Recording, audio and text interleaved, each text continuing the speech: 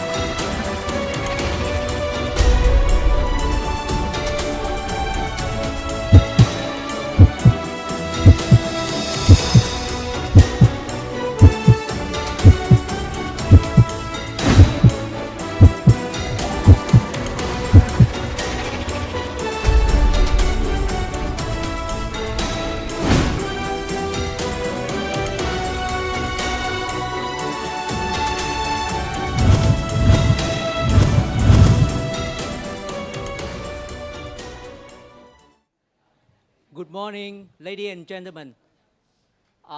Dear esteemed faculties, dear all of you, thank you very much for coming here to join us in a very brand new cardiovascular meeting.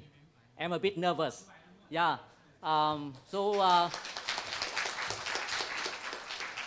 We have almost a year to prepare for this meeting. We call it the Saigon Cardiovascular Interventional Forum, with its SIF, science, innovations, and friendship. We have an advisory board, Professor Hồ Huỳnh Quang Trí, Professor Hồ Thượng Dũng, Professor Eric Aikau, and our course director, Dr. Quan Lee, Dr. Lam Ho, and Dr. Ngô Minh Hùng. So the idea of this forum is coming from the founders of what we call the Interventional Cardiology Club, and the founder is here, Dr. Ngô Minh Hùng, and I myself. So we start 4 years ago with the ideas of sharing the case. So cardiologists have their good case, their bad case, and then they bring the case to the meeting to share with us, and we can learn.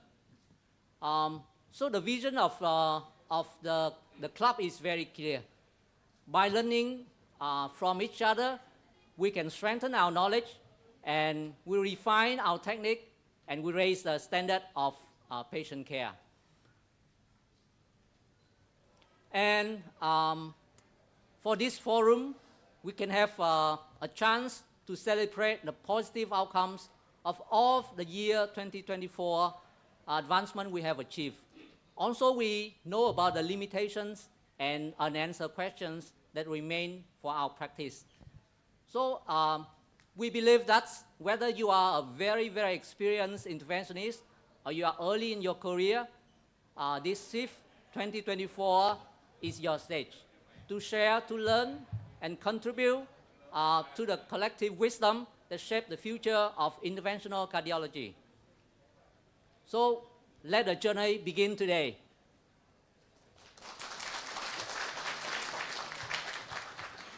So to continue, I would like to introduce Associate Professor Hồ Huỳnh Quang Trí from Ho Chi Minh City Cardiovascular Association. We give the opening speech for SIF 2024.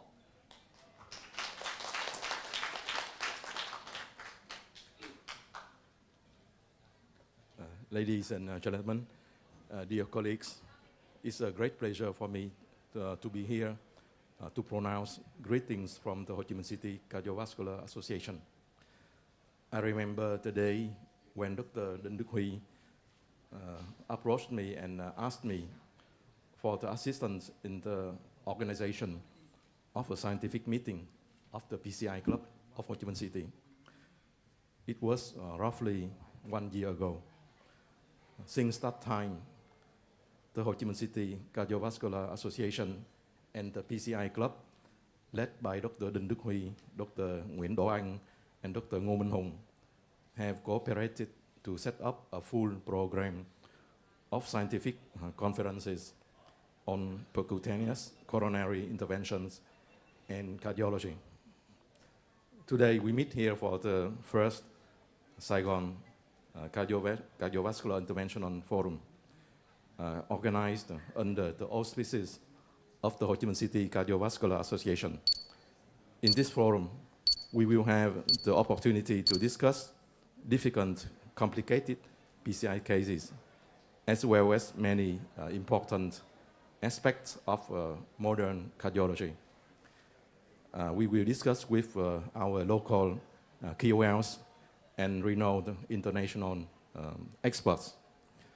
As a vice president of the Ho Chi Minh City Cardiovascular Association, I deeply appreciate the activities of the PCI Club, which contribute greatly to the continuous medical education in interventional cardiology and cardiology in general for doctors in Ho Chi Minh City. On behalf of the Ho Chi Minh City Cardiovascular Association, I would like to thank the members of the organizing committee, the pharmaceutical and medical device companies which sponsor this event. Welcome all of you to the SIF 2024.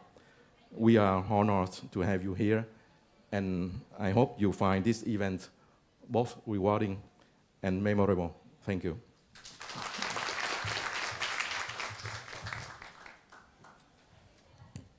Thank you, Professor Hồ Huỳnh Quang Trí. So next, we would like to introduce Dr. Quang Ly, our best friends of Vietnamese interventional cardiology. He will give an opening speech for SIF 2024. Dr. Quang.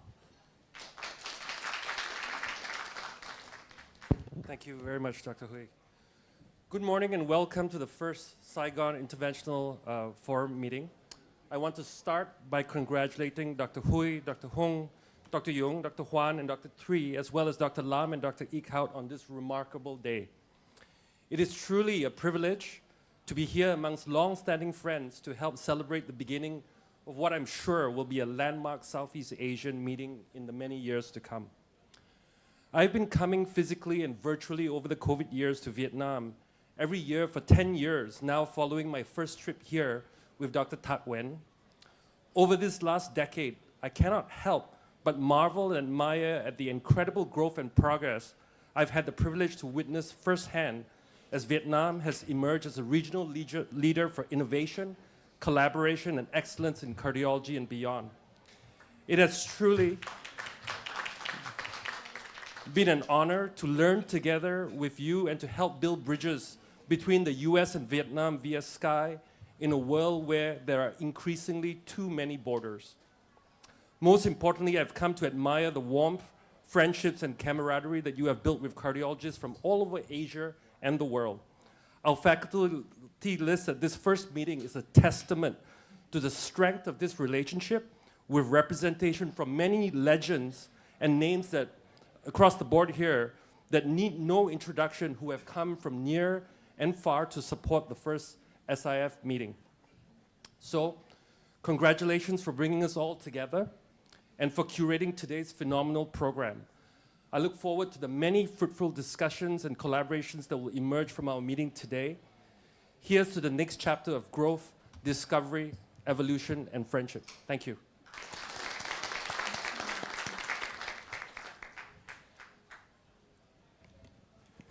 Thank you, Dr. Kwan Lee, for a beautiful speech to us. So next will be Dr. Ngô Minh Hưng, the founder of PCI Club and the course director of SIF 2022. So he will do the highlights of scientific programs of this year. Thank you, Dr. Hui. Good morning and welcome to the inaugural Saigon Interventional Cardiovascular Forum 2024. It is a privilege to address such a distinguished gathering of experts, clinicians, and researchers to such a distinguished, that kind of meeting. And they are dedicated to the advancing cardiovascular medicine. This year, program offers comprehensive exploration of contemporary challenges and innovation in general cardiology and also in interventional cardiology. Throughout the meeting, we will delve into pivotal topics, including acute coronary syndrome, chronic coronary syndrome, complex PCI, and emerging approaches to managing cardiovascular risk factors also. And the section will feature cutting-edge research, state-of-the-art practices, and in-depth case discussion led by local and global leaders in the field.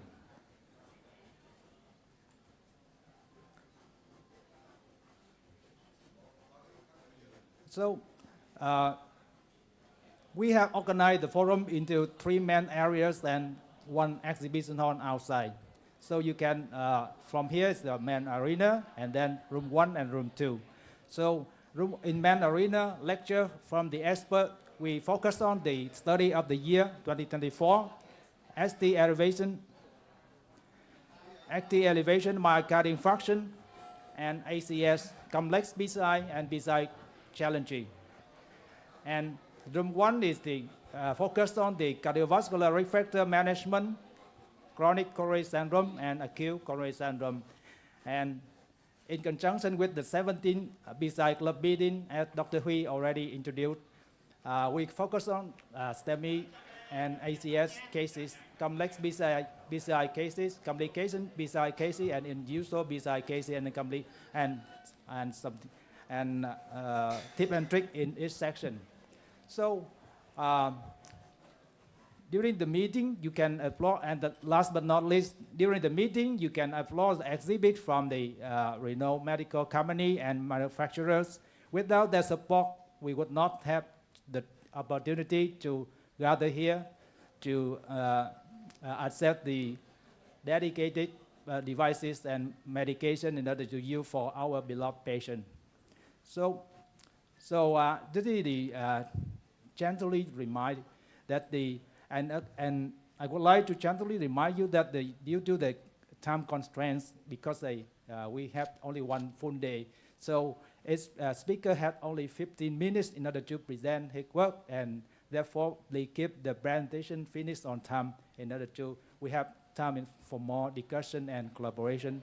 And I also encourage you to actively engage in the discussion and collaboration because we gather here a lot of experts from the local and local and global to come here.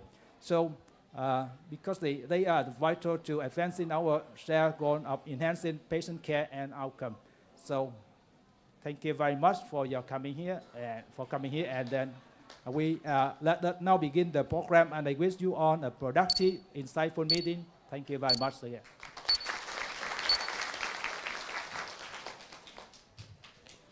So thank you, Dr. Hung. So to end the opening ceremony, I would like to invite all of the faculties to approach the stage. We do our photos together. Okay, please.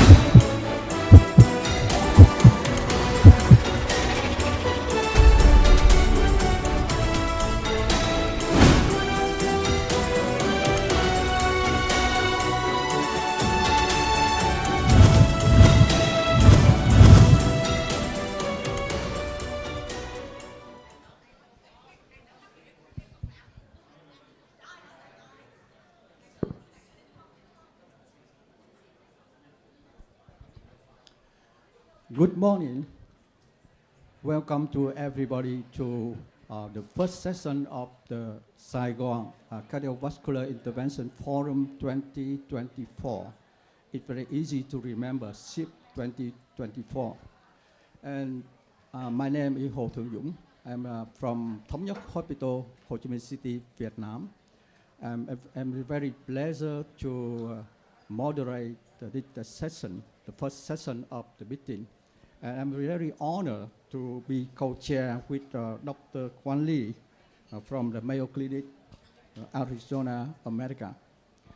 And the first, I would like to introduce the first speaker, the expert, Professor Phạm Mạnh Hùng from the Vietnam Heart Institute, Hanoi. He a leading interventional cardiologist with over 30 years of experience, specialized in coronary intervention, valve disease, and structural heart disease intervention. And today, Professor Hùng present the topic, danger shock. Will it change how we treat and cardiogenic shock patient? Please, Dr. Hùng. Thank you, Professor Hồ Thượng Dũng, dear Chairman and colleagues. It is my pleasure today to share some of our comment and idea. Actually, it's in Vietnam so far. We the impeller micros actions flow pump is not available in Vietnam. But last time when Dr. Dinh Đức Huy asked me to select the most interesting trial in the years, I found that it is a very interesting and very important. It's the danger shock trials. So I think in the future it may change some our idea and some our practice in terms of the treatment of Stemi patient in Vietnam and as well in the world. Oh, sorry.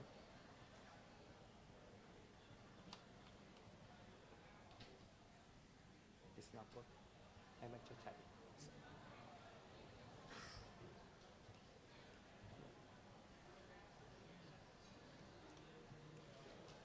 Sorry, as you may be known, cardiogenic shock occurs frequently in our daily practice in patients. It's acute MI. So far, it still remains a percentage, something about 8 to 10% in the whole patient is acute MI, and about 40 to 50% was die.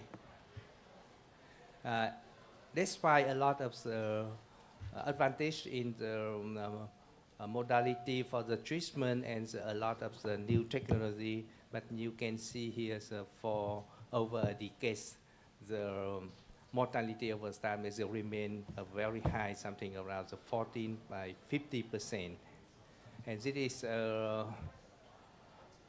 data in my center for 4 years ago, and we found that for patients with cardiogenic shock, the SCAI C, D, and E, after 30 days, the survival is something or just only about 30%. I would like to say that in my center so far we only have IABP and VA ECMO, but the use for this one is cardiogenic patient is still limited, and we don't have microactions or perfusion pumps so far. We don't have. So you know that in cardiogenic shocks, the patient may have some problem when the output is decreased, but theoretically, when we use mechanical circulatory support device can increase cardiac output, may have a benefit.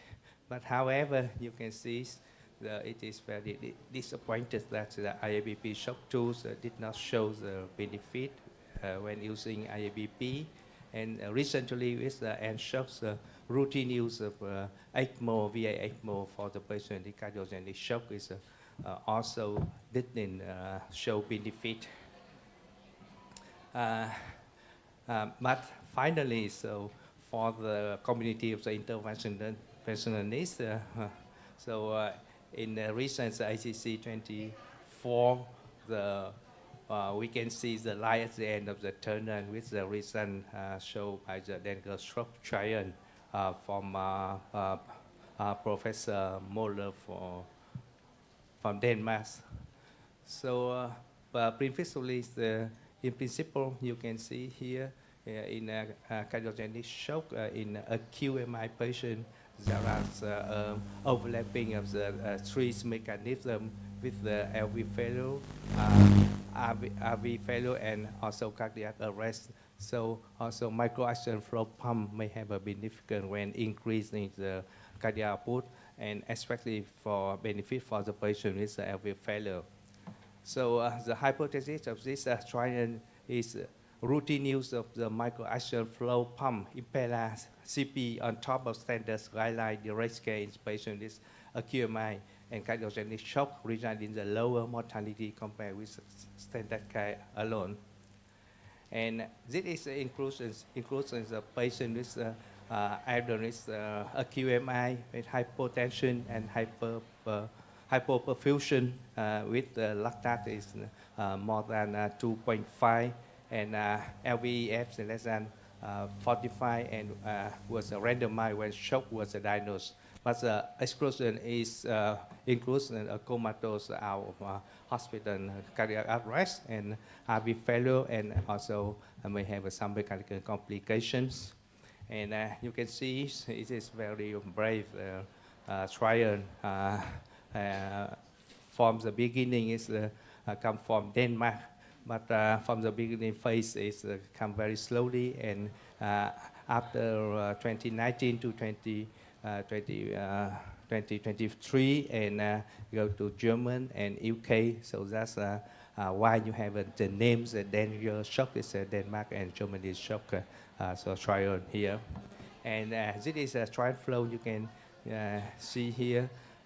After screening for almost more than thousands patients with QMI and excludes the majority of them, and 360 patients was randomized for standard care and using some impeller with on top of the standard care here you can see. And this is the diagram of the study with Stemi with cardiogenic shock with LVIF less than 45% was randomized 1:1 when cardiogenic shock is the first diagnosis as soon as possible, and follow up all-cause mortality by 6 months. And this is patient characteristic. You can see the age, median age 67, and majority is men is 80%, and 22% LD or left main countries, and 72 multi-vessel disease, and sky classification for the shock is 55% class C and 45% sky class D or E, and you can see here. And it is very important that is only 4 hours from onset of STEMI symptom to randomize. It is, I think, to some extent, in some country like in Vietnam, it's sometimes too difficult because patients usually go to hospital a little bit late, and when they develop the cardiogenic shock, usually it's a longer time like that. So I think it is a very, very important. The first trial to use mechanical circulatory support for the cardiogenic shock have a positive result with the using the impeller can reduce absolute 12.7% of the death by any cause after the 180 days, and number need to treat just only 8, so that we can treat the as a patient to save one life. It is very, very important. And also it shows that it can reduce needs of vasopressor and inotrope, and it's also make a faster lactate clearance in the CICU. But the benefit come at a cost. Now you can see here is a total number need to harm even lower than number need to treat is only for 6. That means we treat 6 patients with impella, we can get 1 adverse event like severe bleeding, limb ischemia, or renal replacement therapy, or sepsis, something like this. And in terms of bleeding, you can see 26.7 in the impella group and 15% in standard care group. And here you can see the in the group of the patient with impella and then upgrade to and also to ECMO. The ECMO is have a high risk the percentage of the bleeding, and also of course the patient is impella also have a very high risk of bleeding. In terms of the acute kidney injury and renal replacement therapy, also higher in the group of patients is impella. You can see here it's not only related to the disease severity, but also to the device-related factor. So it is really the concern when we apply the result of this trial to our daily practice. And you can see here in the subgroup, may have some thing to see in the female group, and it is author conclusion, the use of the impella on top of standard care reduce death from any cause in select patients with acute MI and cardiogenic shocks, and impella were associated with less need to vasopressor and faster lactate clearance.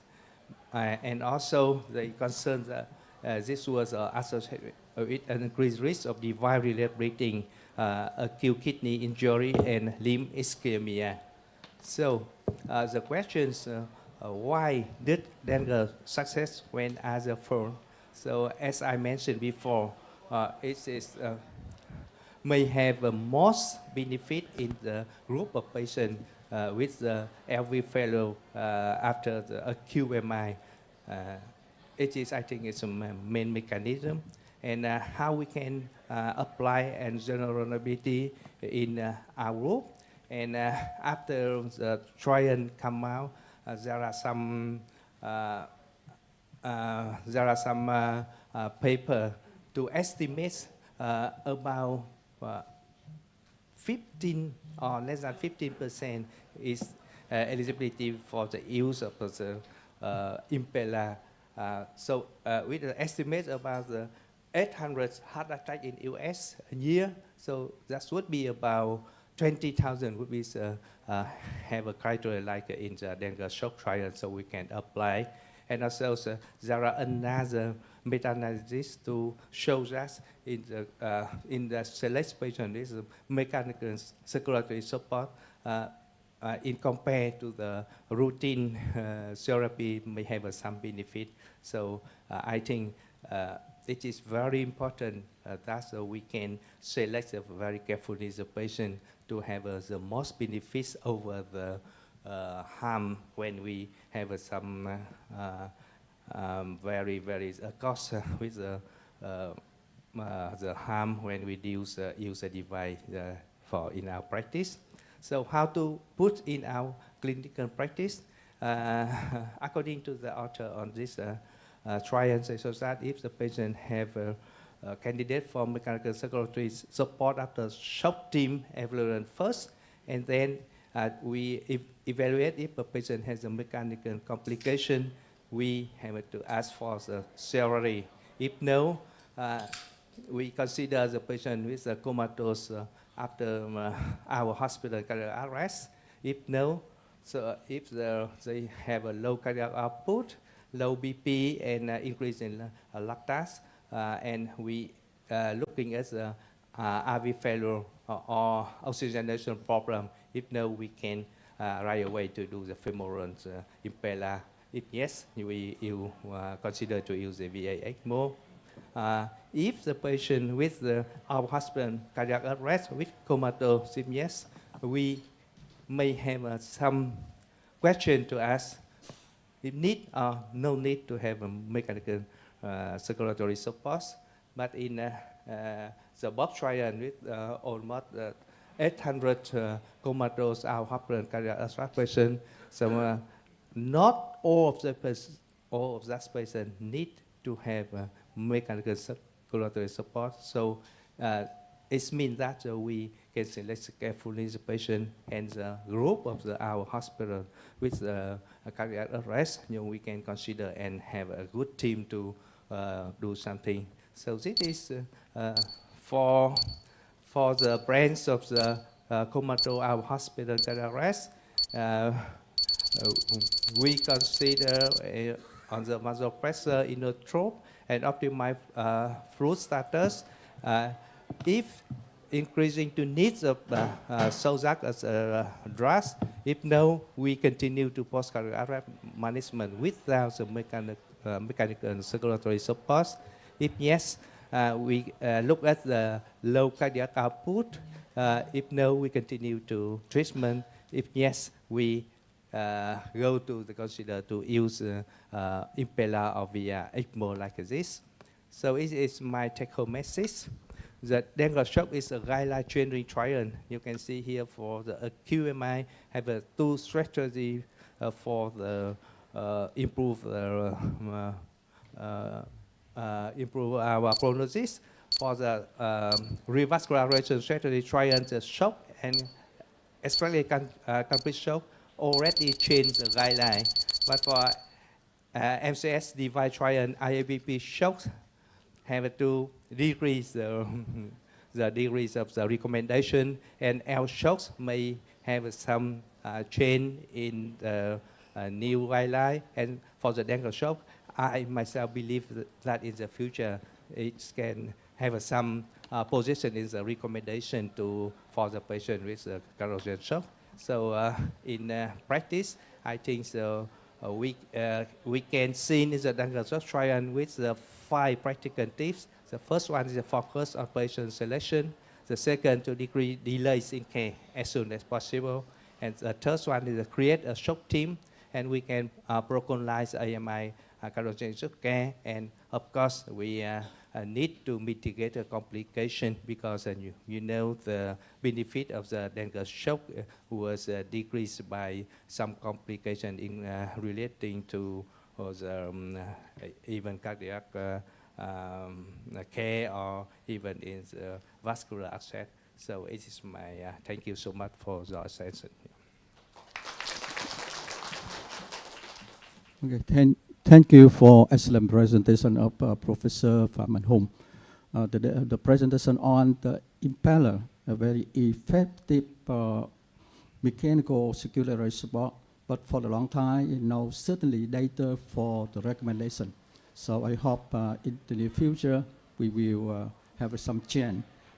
Thank you, Professor Hùng. We will certainly many opinion or discussion from panelists.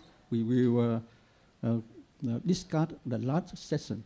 So the next speaker, we would like to invite Professor Quan Lee with the topic, the potential paradigm disruption of prevent. Please. All right, good morning, Mr. Chairman. Thank you very much for that kind introduction. This has been a really great year for Asian studies, and given that we're in Asia, we're going to switch around and now start talking about Asian trials for a bit. So my topic for today was the potential paradigm disruption of the PRESENT trial. I was present at ACC 2024 when this trial was presented, and I think the world was not ready for it.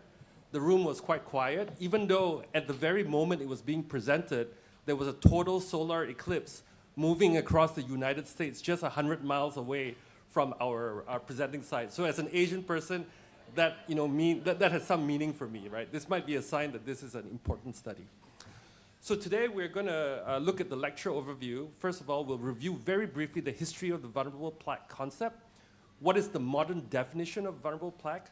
What are the criteria for intracoronary imaging detection of vulnerable plaque? We'll look at the PREVENT trial together, the design and findings. And then we'll talk about study limitations and controversies, the implications for current clinical practice, and thoughts for the future. So the history of vulnerable plaque, it actually goes back for about 150 years, but in 1989, James Mueller categorized these plaques as hemodynamically insignificant albeit dangerous lesions as vulnerable plaques. I mean, they can rupture, but they are not ischemic, okay?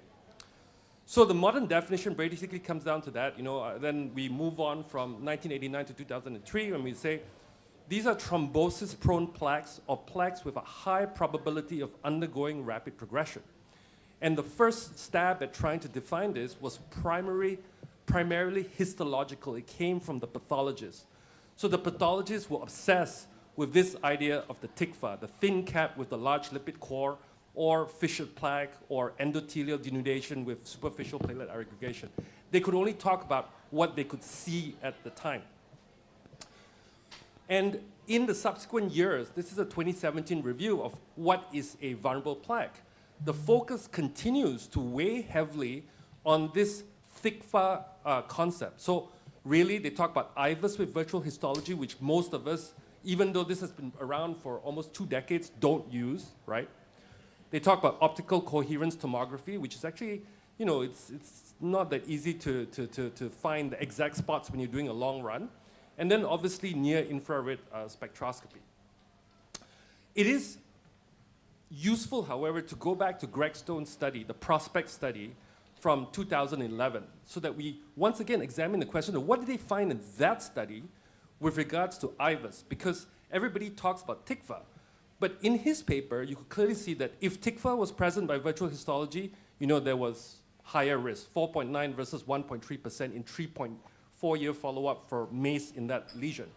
However, if you add an MLA of less than 4, it almost doubles the risk to 10.2%. And then if you add plaque burden greater than 70%, this takes your relative risk by almost a factor of 10 times. 20% bad outcome versus 2% without any of these features. So, I think based on this, the findings from that study, and given that Greg Stone was part of this group, they also included that very important grayscale IVUS finding of greater than 70% and less than 4, which is different from TICFA, right? So if you look at the PREVENT trial, right, this is from the Asan Medical Center group, Professor Park.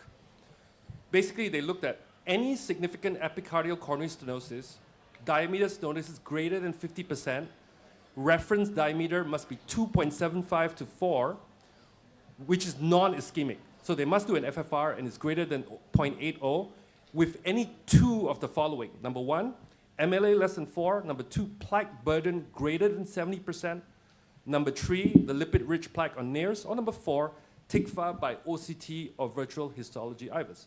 And they randomized on both sides 803 patients to PCI with goal-directed medical therapy versus goal-directed medical therapy alone. And then they looked at the primary endpoint, which was target vessel failure at 2 years. In the initial part of the trial was designed to look at the absorbed BVS stent. But halfway through the trial, or 1/3 through the trial, that stent was discontinued, and they had to then switch to the Zence stent. And so this is the overall schema, 5,627 patients with intermediate stenosis screened over 6 years. 40% had positive FFR, so they got stented. Then in the negative FFR group, they then imaged to look for this high-risk criteria, and ultimately they ended up with 1,608 patients randomly assigned to preventive PCI plus OMT or OMT alone. 1/3 of those patients got absorbed stents, and 67% of those patients, 2/3, got Zence stents. So that's a very important finding. It's also important to see what the clinical presentation was on initial thing. And most of the patients were stable angina, 83% stable angina, and the 17% were ACS patients, but mostly unstable angina. So this is not primarily a non-STEMI or STEMI trial, even though that was the inclusion criteria. So it's mostly a stable patient. If you look now and you ask the question, what did they see to define this? Almost every one of the patients is MLA less than 4 or plaque burden greater than 70%. That's 97% of your patients. The NIRS criteria, or TICFA by OCT or VH histology, was less than, less than 7%, the TICFA criteria, and the NIRS criteria about one quarter of the patients. So most of the patients are actually IVUS-defined, grayscale IVUS-defined high-risk patients with that criteria. The lesion length on average was about 23.7. The MLA was small, so 2.78. And Dr. Fauzi asked an important question this morning. Less than 4, if the reference is small, that's pretty much a lot of our patients. However, it is important to realize that these patients, the reference vessel diameter for them to be eligible is 2.75. That's the minimum. So 4 MLA in a 2.75 is quite a lot of plaque. Okay. So what did they find? Target vessel failure at 2-year follow-up. OMT alone was 3.4% versus 0.4% preventive PCI plus OMT. At 7 years follow-up, the curves after that initial divergence then become parallel all the way to 7 years. So 9.4 versus 6.5%. It is extremely important to understand the effect of what the BVS inclusion had on the overall outcomes. If you look at OMT alone, right, at 7 years, you see up that, almost 9%. If you look at the BVS cohort caused the curve in the PCI arm to really push upwards. If you excluded the BVS patients, if this had been a trial of pure Zence patients, your 7-year incidence rate is 1 or 2%. That is a big deal. And it means that even though many people still dismiss this trial as not ready for outcome, if this trial were to be repeated with current generation DES, you may see a completely different story come out of this. Okay? So what were the individual components of the primary composite outcome? It was not death. It was not target vessel MI. It was ischemia-driven target vessel revascularization, and this is a non-blinded study, so that's important. And it was hospitalization for unstable or progressive angina. So non-blinded study, so this, I think we have to be careful. When we look at the subgroup analyses, at 2 years, there was no difference in any subgroup, but at 7 years, if the PCI was being performed of a non-target vessel under ACS conditions, it favored preventive PCI. And we all know about the prevention trials in STEMIs. These are different patients compared to chronic stable angina patients. Number 2, if the median diameter by QCA was greater than 55%, once again, right, the more your stenosis, the more likely you are going to get outcome.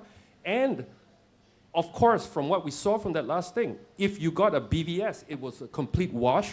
But if you got a Zence Stent, this was strongly in favor of the trial results. When we ask ourselves, what was the medical therapy that was being undergone, right, by these patients? And you find that either high-intensity stent, so in a study where you're supposed to be as aggressive as possible, still you only get 60% of high-intensity statin or moderate plus ezetimibe. And this is probably not the medical therapy that we would be chasing ideally in a patient that we would have. That if you look at the LDL numbers, the mean LDL was 90 to begin with, and at the end of the trial, it dropped to like 60 or 70. So it didn't even hit the ESC guidelines of less than 55 if you're trying to be aggressive with things. So, not quite sure what that means. So what are the limitations? A, open label, introducing the risk of placebo effects, ascertainment bias. B, the observed rates of the primary outcome was substantially lower than expected. So this was a hard, but once again, if you took away the BVS group, you'd see a different story. The selection of imaging modality to assess plaque vulnerability was left to operator discretion, do what you are best at. And then there was a bit of crossover in both sides. And the study did not collect data to examine the cost effectiveness of a preventive PCI strategy, right? It's a 1 in 30 difference. And the DAPT use was obviously greater in the preventive PCI group. So before we get all excited, once again, we do have to remember that there's a big body of literature as well that talks about the myth of the vulnerable plaque, right? What Valentin Fuster has shown overall is that it's not just the vulnerable plaque, but it's really the volume of plaque in a patient that drives outcomes. And that's from the little table there to the left.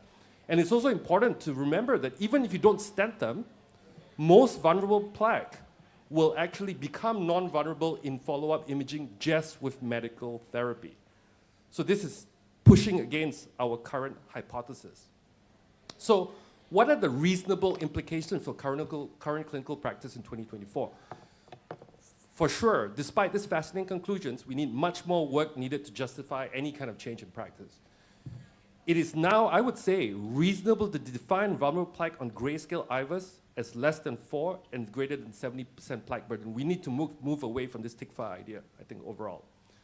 Number 3, if you find high-risk plaque features beyond your planned zone of stenting during IVUS or OCT-guided PCI, you should consider extending your stent to cover that area. I think that's a no-brainer, right? As long as it's technically reasonable. And you need to ensure that the medical therapy is as aggressive as you can possibly make it. And nowadays, we have so many tools to do that. There's no reason why you should not. So what are my thoughts for the future? Number 1, this requires confirmation. We need large multi-center trials with the latest DES, preferably with intracoronary imaging optimization. What happens if we were to use, what would happen if we use DCBs in this cohort? We don't know, and that's many years to come. We have to separate out the chronic ischemic heart disease versus the ACS cohorts. Given the increased focus on lipoprotein A, we have to ask the question, and I think Korea should go back and look at this entire population again. Does lipoprotein A elevation affect the risk of the detected vulnerable plaque? We do not know the answer to that question yet, but it is obvious that there probably is a relationship. What is going to happen when we look at similar trials for future imaging modalities, CTA for high-risk plaque, angiography-based physiology, QFR, intracoronary imaging-based physiology, AI-assisted imaging interpretation, right? This story is definitely not over. However, as medical therapy regimens continue to increase in potency and efficacy, this will become a constant race between us and our medical therapy colleagues. Our PCI effects will continue to also need to be better. But it was very reassuring to see the 7-year outcome of like 1 to 2% in our current generation DS for this arm. There are 3 trials sitting around waiting to come out over the next 5 years. I think the enrollment finishes 2025 to 2027 for all of these 3. There's combined intervene in Belgium, which is OCT vulnerable plaque, FFR non-ischemic, and this is all comers, chronic or ACS. Then you have Interclima, which is from Italy, from Prati's group, and this is same OCT versus physiology-based non-culprit intermediate ACS. And then you have EPIC 28 vulnerable from Spain, which is the same thing, FFR negative, but non-culprit intermediate lesions in specifically STEMI cohort. So those 3 questions are going to be asked at pretty much the same time, and we should see those results soon. Thank you. These are pictures from the last decade in Vietnam, adventures in Vietnam. Okay, thank you so much for excellent presentation of Dr. Quan Lee about the prevent the trial that talk about. I think this trial having the new concept, preventive PCI for the vulnerable plaque. I think it's very interesting, and certainly it will be many things to debate. We will debate at the last session. And the next topic, we would like to invite Professor Tang Ho Chim with the topic, impactful ASEAN study, IVUS, ACS, and ultimate DAPT. Lee. Thank you very much, Mr. Chairman. When I was asked to speak on what are the impactful Asian studies, I chose these 2, IVUS, ACS, and ultimate DAPT. The reason why I chose these 2 is because not only are these 2 trials integrated in one using the same population, but also because it emanated from Asia, which is something relevant. But actually, the most important above all is that these 2 trials are directly practice-changing, and my practice probably have been influenced by these 2 trials. And it's a privilege to come here once again, and I always like to show these pictures of Ngo Minh Hoon, the course director, who spent his year of fellowship at National University Heart Center in Singapore. So we're very happy that we play a part in his development, and certainly he has flourished and succeeded where he is right now. And I think he remains the first Vietnamese doctor to present an abstract orally at TCT. So nothing to disclose for this particular presentation. When you look at the use of intravascular ultrasound in PCI, there have been many trials, If you see IVUS, XPLs, Ultimate, Renovate Complex, October, Illumian 4, and so forth, there were populations of ACS patients involved. But when you collect all of it together, the population's study of ACS is around about maybe no more than 50% of the populations involved. So there was never a study where you specifically look only at the ACS patients. But there were 3 looking at OCT versus angiography in ACS patients. But again, these were all very small studies. So specifically now we are looking at IVUS-guided PCI, which I understand is probably the only intravascular imaging modality in Vietnam right now, and OCT perhaps not so commonly used. So the aim of this study, which is IVUS ACS, is to investigate whether IVUS guidance compared with angiography for the implantation of second-generation DES results in fewer clinical events in patients presenting with ACS. And this includes unstable angina and Stemi and Stemi. And the inclusion criteria is important here. Patients has to have a biomarker positive to qualify for Stemi or Stemi. And when you don't have a biomarker positive unstable angina, you must actually have following criteria. So these are real unstable angina and not the wishy-washy type. So you must have a diameter stenosis of more than 90% on your angiogram, evidence of ruptured plaque or presence of thrombus to qualify for a biomarker negative unstable angina. And these were the exclusion criteria: stroke, previous bypass, any planned surgery, life expectancy less than 1 year, and so forth. Now let's look at the primary endpoint here. The primary endpoint here is a composite of target-based vessel failure. Includes death, myocardial infarction, and a clinically driven target vessel revascularization. Now the secondary endpoint is also important. Now you look at TVF without procedural MI. You want to take away all this procedural-related MI, and individual components and stent thrombosis. So this is the statistical assumption. It was based on a 1-year event rate of 10% with a 28% risk reduction. So 3,486 patients is supposed to be able to give you a 80% statistical power. So this is a study actually was carried out in China and actually in some of the Pakistan and European country. But I have to tell you that the majority of the patients that were enrolled in this particular study were from China. So this was the randomizations and the study flow chart. So this group of patients with ACS were first randomized into either IVUS guided or angiography guided, after which they were put on the 1-month DAPT. If they have no events, then they will undergo a second randomization. The second randomization will now constitute the second trial, which I'm talking about, the ultimate DAPT. One group will continue with ticagrelor plus aspirin, and the other group will just simply have ticagrelor alone for treatment from 1 month to 12 months. So let's look at the baseline clinical characteristic, just because this is a randomized controlled trial, so you can expect the baseline demographics to be pretty similar. And there's actually a pretty good spread in terms of the types of ACS patients from unstable angina and Stemi to Stemi. Now, when you look at the lesion and procedural characteristics, this is now different. Clearly, when you use IVUS, you're likely to put in a stent that is larger. You're likely to put in a longer stent, and you're likely to perform post-dilatation. The contrast medial and the procedural times are all a little bit longer compared to an angiography-guided strategy. But in terms of QCA results here, again, consistent. You get a larger minimal luminal diameter, a stent diameter as well, acute gain, and so forth. So let's look at the primary endpoint. When target vessel failure here, this is angiography guided, 7.3%. When you look at the IVUS guided, this is 4.0%, an absolute reduction of 3.3%, and this is statistically significant here. When you look at the subgroup analysis, and you find that it's pretty consistent across all the, there was no significant interactions among any of the subgroup. Even for the ACS group themselves, unstable angina and Stemi, there was no interaction. So it works for all kinds of presentations of ACS.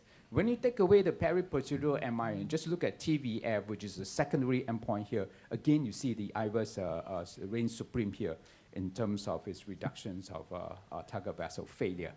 So when you combine the primary and secondary endpoints together, it's quite obvious that the target vessel failure is statistically significant. There was all a reduction of spontaneous MI, clinically driven target vessel revascularization, and so forth.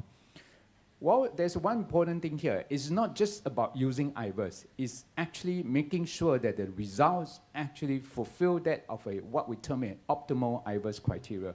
And because there were left main lesions involved and there were also non-left main lesions involved, they used two different sets of criteria. Ultimate was a trial from Nanjing, so it was mainly non-left main. So this was the criteria for optimal IVUS.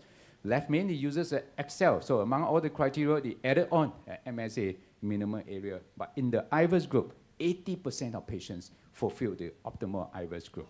You find that people who don't fulfill the optimal IVUS group do just as badly as the angiography guided. So it's not just about pulling IVUS, it's know how to interpret the results and then to apply the solutions accordingly. And so why were the optimal IVUS results not achieved in this particular study? Many of them did not achieve the expansion index of more than 90% compared to the distal reference diameter. Plaque burden more than 55% present is about 7%, and then suboptimal MSA. Dissections were very, very few. So in conclusion, as far as the IVUS ACS is concerned, is that an IVUS-based strategy reduced the one-year rate of the composite of death, MI, and clinically driven target vessel revascularization. So my take here of this particular study here is that now you can expand the use of your IVUS beyond just a stable ischemic disease. You can now use it in all your ACS setting to achieve a good results. The second part of the same study, integrated study, is the ultimate DAPT. And ultimate DAPT attempts to answer a very important question. The current treatment as far as ACS patients post-PCI involve a one-year DAPT, and oftentimes includes a potent P2Y12 inhibitors, which could be ticagrelor or procedural. And usually after 1 year, people will just go on an aspirin single monotherapy. But now we are suggesting that there are some limited data to suggest that actually using ticagrelor as a monotherapy shortly after the initial 1 month of DAPT may just give you as good a results. We know from the TPAS trial, we know from the TICO trial that you can actually shorten the DAPT trial of a ticagrelor-based DAPT. So there were actually two primary endpoints to this study. You have to fulfill the first one, effectiveness, before we go on to the safety endpoint analysis. The first one is the superiority design. This has to show that it is more effective in reducing bleeding complications compared to ticagrelor DAPT. After you have fulfilled the effectiveness, then we want to make sure that there's no difference in terms of a clinical outcome, specifically stent thrombosis and so forth, in the non-inferiority design. Again, this is a statistical assumption, but I just want to tell you that this has to be tested hierarchically to make sure that the alpha value of the statistical significance is preserved. So you have to prove effectiveness first before you start doing your safety analysis. So in a nutshell, this is a combination of IVUS ACS, second randomization now to ticagrelor plus aspirin, ticagrelor alone. Remember, this patient has to have no event for 1 month on DAPT before they can be randomized. So you don't want to confuse the picture here with event that occurs very early on during the inclusion. So the baseline characteristics are still pretty much matched because this is a randomized study. Culprit lesions characteristics also very well matched in these two groups of patients. Now we look at the procedural characteristics, also pretty much the same for these two groups of patients. So the adherence to the DAPT, I have to say here, is really, really very good here, in excess of 95% here.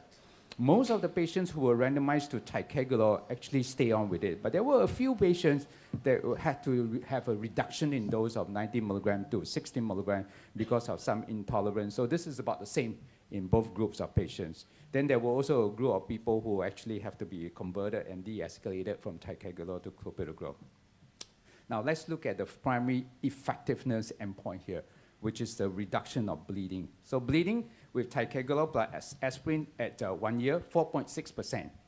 But just ticagrelor alone, after 1 month of DAPT, is 2.1%, a significant reduction of primary effectiveness endpoint. But I have to caution here, because this definition includes but 2 3 and 5. And BAP2 is actually a minor bleeding, actionable but no doubt, but it's minor bleeding.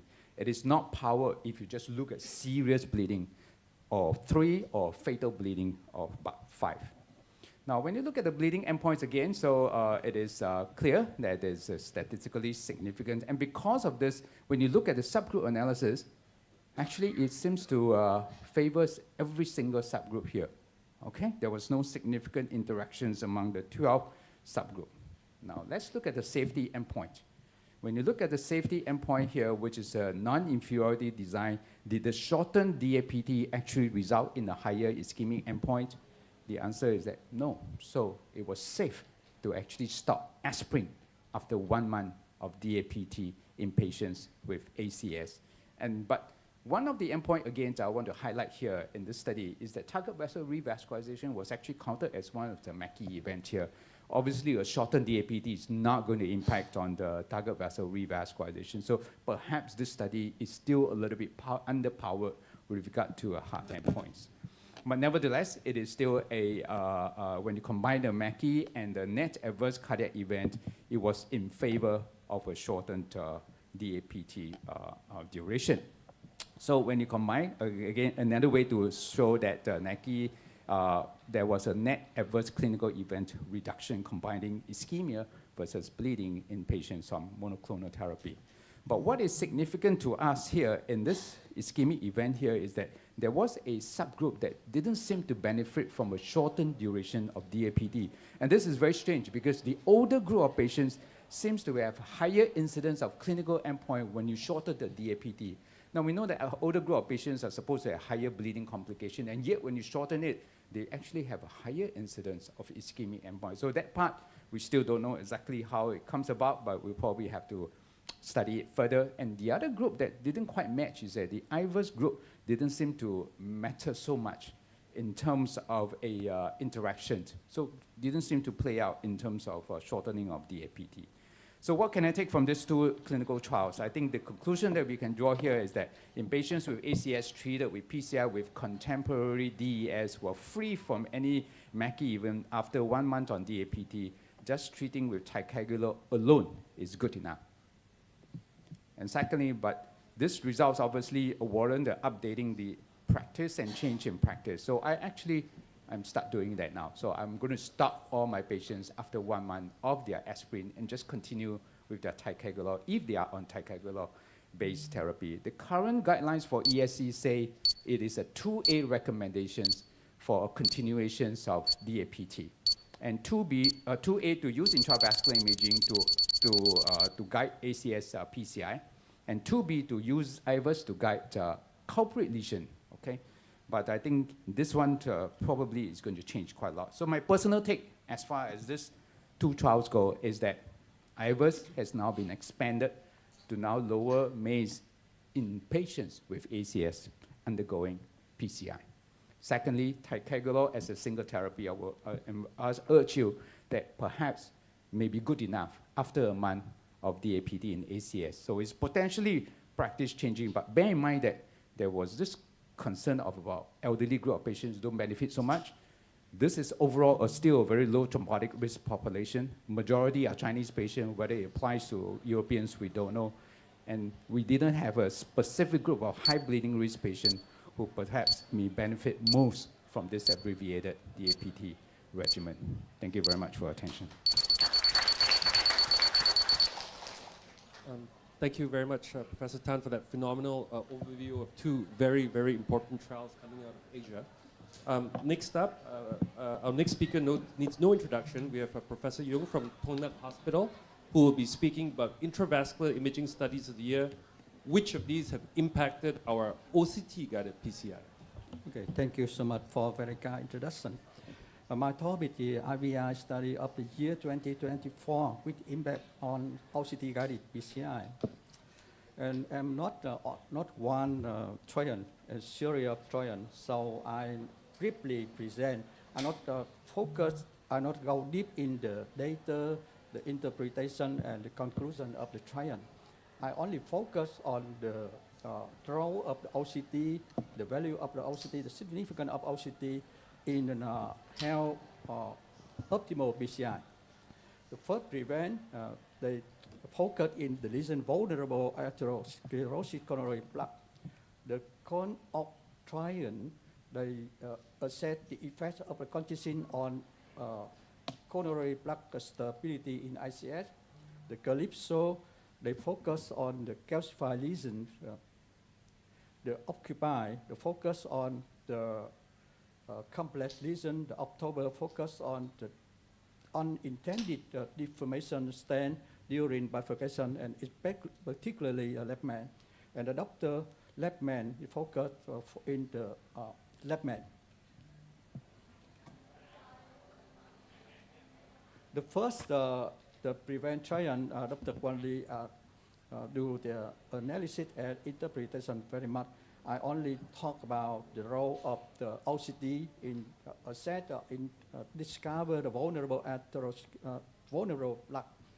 Vulnerable plaque in here, the imaging definition for vulnerable plaque have us lead to of 4 criteria. First, minimum lumen area less than 3 square millimeter. 2, a plaque burden greater than 70%, and 3, thin cap fibroateroma by OCT or IVUS, and 4, the lipid rich plaque by near. So I think the OCT can determine, can discover the vulnerable plaque. This is the result of the prevent primary composite prevent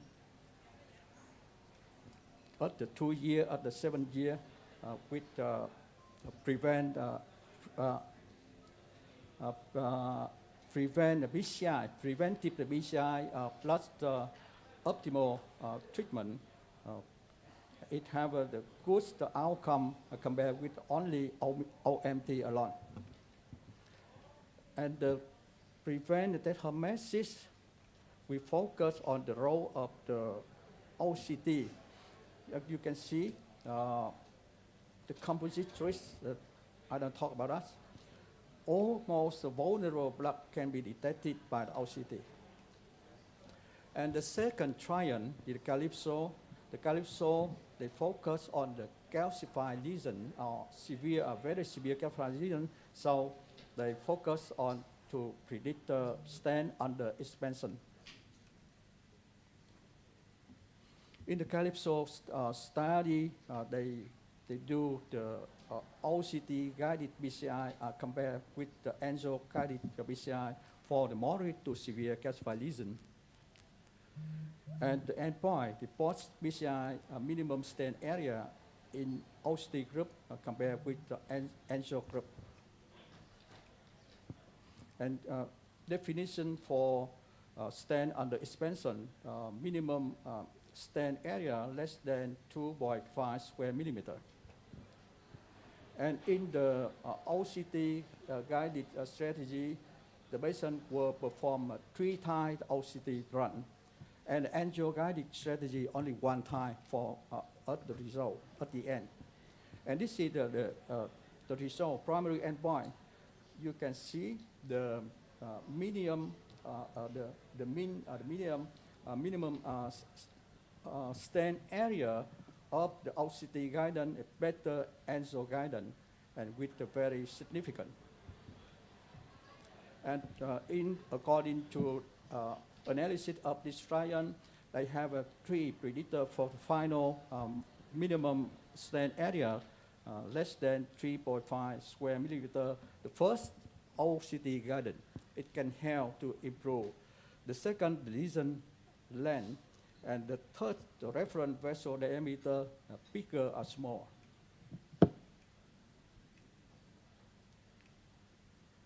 So in the take-home message, lesion length, reference vessel diameter, and OCT guidance for PCI were independent predictor for the under expansion. And OCT guidance have a potential benefit related to the more appropriate plaque preparation, better stenting sizing, and more advanced PCI result optimization. And the impact of these results on clinical prognosis have to assess, of course. And the next client is the doctor, left man. They assess the optimize the result of the stent for the left man.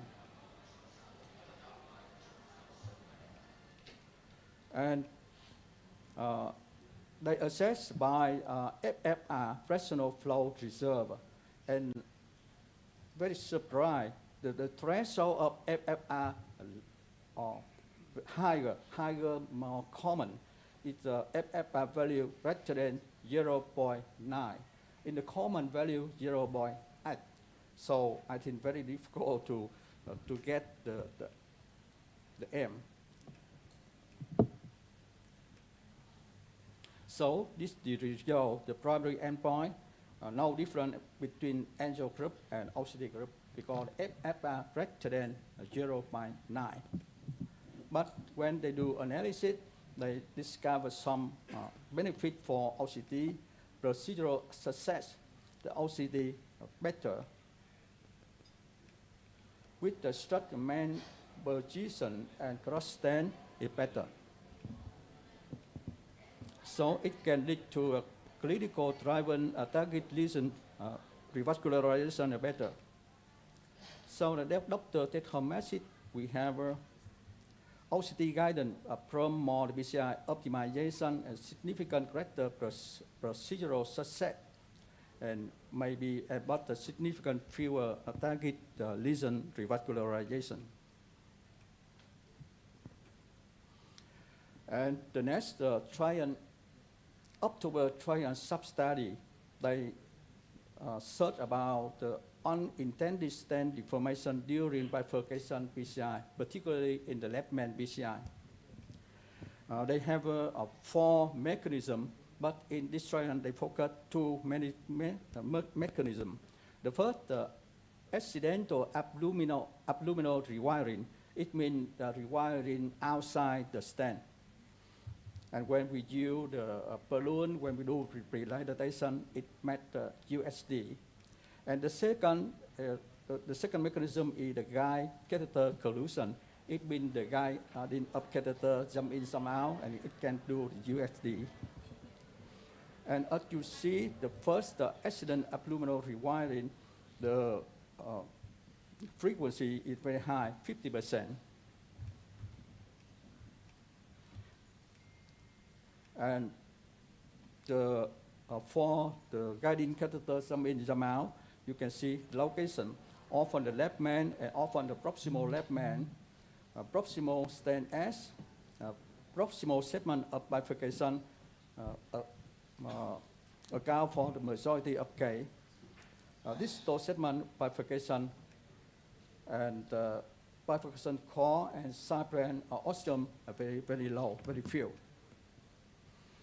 And they discover the 2 EMA of the patient with untreated unintended stent deformation worse than no QSD.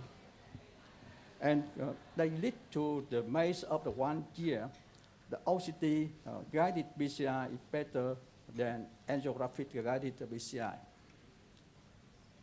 So the take-home message, USD identified in the 9% of OCT guide K, and it can associate us with the serious procedural complication and worse clinical outcome. Left main bifurcation by PCI particularly rich for USD. And predominant mechanism were the guide catheter collision and undetected accident abdominal rewiring. And OCT can identify the USD, particularly left main PCI, untreated that USD can increase procedural complication with a long-term MACE. And the last trial is the Occupy RCT. In this trial, they focus on the complex lesion and complex PCI.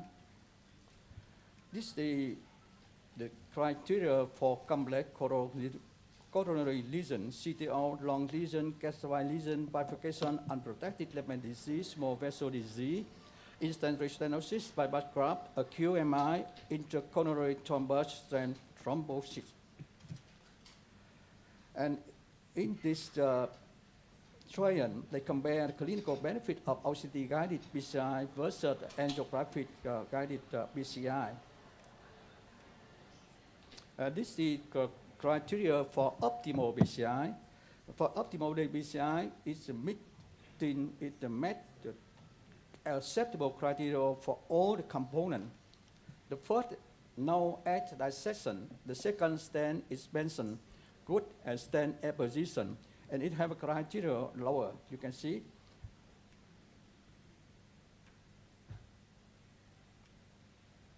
And this is the result of Occupy. Endpoint at the month become 3 months, 6 months, 9 months, 12. The patient with the OCT guided PCI is better than the angio guided PCI.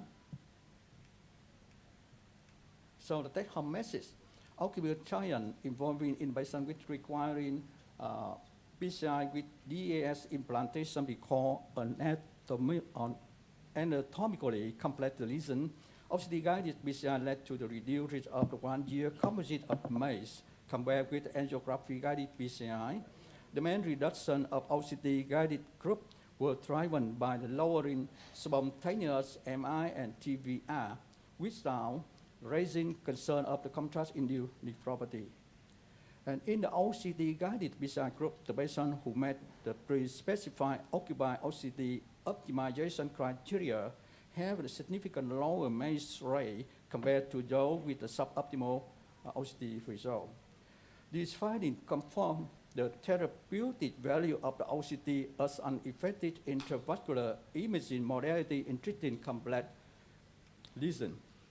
And so the result of Occupy in combination with another trial support and further strengthen for the recommendation from the 2024 ECS guideline for the management of CCS.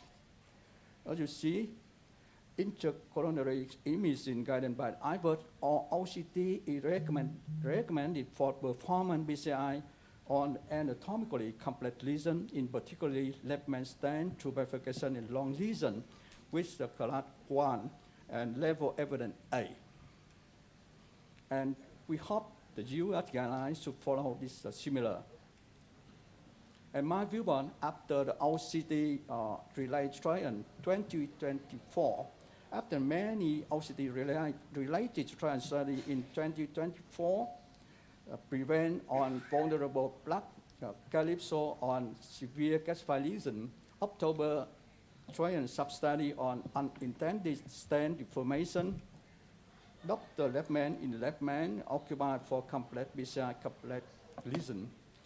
With the finding of these researchers, we have more data and more evidence for OCT-guided PCI for complex lesion. I am confident that we can do optimal PCI for complex lesion under the guidance OCT. Thank you so much. Thank you very much, Professor Jung, for summarizing what appears to be an extremely good year for OCT. So for those of you who don't use intracorneal imaging, please catch up. The next speaker we have is, I think someone else who also needs no introduction. He's a long-standing friend of Vietnam, Dr. Eric Eekhout from Lausanne, who was also one of the editors of the first edition of the EAPCI textbook. Thank you, indeed. Thank you. Good morning, everybody. I'm happy to be here, and I want to congratulate Huy and Hung on setting up this meeting. It's not easy to set up a new meeting and to see so many people on this single day. It's a great success. So my study of the year is a mystery because you don't know what the title is. I'll let you find out what it is. The one in the room who hips up first will win a prize. No conflicts to disclose. So this is basically the introduction of the paper in the New England. So those of you who have read the paper know already what I'm going to talk about. It's a trial coming from the north of Europe. That's all I can say. So what you see here, that coronary disease and aortic stenosis go hand in hand. 50% of patients do have it. 10 to 20% of TAVI patients undergo PCI. However, it's still a little bit in between if these patients we have stable, I say clearly stable, aortic coronary disease need or benefit from PCI when they undergo TAVI. And if you look at the ESC guidelines, we see that we are in the gray zone 2AC. That's what was in the latest guidelines. And I just show you this old slide that I presented at one of the APEC meetings 6 years ago, where I discussed the subject. This was basically at that time a meta-analysis coming from this part of the world that was, yes, more or less, no, you can do it, but really we don't know if you should do it. So that's basically the situation until this trial came out. Activation is a trial that was suffering from recruitment, only 230 patients included. I don't think you can say a lot. They stopped the trial because of failure to recruit, and the trial was non-conclusive. If you look at the results, well, basically no real benefit. The endpoint was death and rehosped 1 year, and important to see that there was higher bleeding in the PCR arm. So that was what we knew up to 2024 until one of the major congresses where the Nordic Trial 3 was presented. This is the trial, this is the paper in New England, and if you look at the trial, it's basically a simple, straightforward trial, the way our Scandinavian colleagues tend to do that. So it's the number 3. There were 2 trials that were done before. It's an ambitious trial because they wanted to demonstrate superiority in this trial, open label international, basically Nordic and Baltic countries. So what was the working hypothesis? It's basically quite simple one. They stated that routine PCI improves clinical outcomes in patients with significant coronary disease. What is significant coronary disease? Well, it's a quite, I would say, simple definition. A lesion of at least 90%, or FFR, in case of doubt, with an FFR done or intravenously or intracoronary with the usual dose, and the vessel had to be at least 2.5 millimeter. So quite straightforward, quite easy in terms of design. Contraindications, they are listed over here. Well, they may limit the trial because no valve-in-valves. Severe renal failure was also an exclusion criteria. Non-STEMI 2 weeks before, and left main disease. We see quite some substantial proportion of patients with left main disease, and also patients with renal failure that come for TAVI. So that's certainly a limitation of the trial. Then very practical, very, I would say, pragmatic view. TAVI was done according to local practice, using the valve that you like and your current practice. And the PCI, as shown over here, aiming for complete revasc, and CTOs could be treated according to local preference. Initially, optimally prior to the intervention, but up to 2 days after TAVI was allowed. Primary endpoint, a bit different from the other trial. They added myocardial infarction in the combined endpoint with a follow-up of at least 1 year. And the secondary endpoints, that's a lot of things. That's any of the above, but you can see all the things that are added. I'm not going into detail, but they added a lot of other secondary endpoints in the trial. You can find them in the appendix of the study in the New England if you want to read it. The study population, this is a quite recent trial. It was a trial that was done quickly. 2/3 of the patients were included the last 3 years of the trial, where practice changed a bit. 12 hospitals in the north of Europe, a bit more than 450 patients, and there were 10 screening failures. TAVI was not done in 12 patients. I show you why. 8 patients in the PCI group didn't get under PCI neither. This is a little bit the screen lock. So they basically looked at patients in a modified intention to treat analysis with a bit more than 220 patients in each arm, which is not a big trial, but it's not a small trial either. This is too small to read. I'll just tell it. Pick out the highlights from these slides. These patients were mostly 80 years old. They were not very overweight. They were mostly in class 3, and they had, most of them were high flow patients. As you can see, a mean gradient of 70. That's a severe aortic stenosis, as you can see.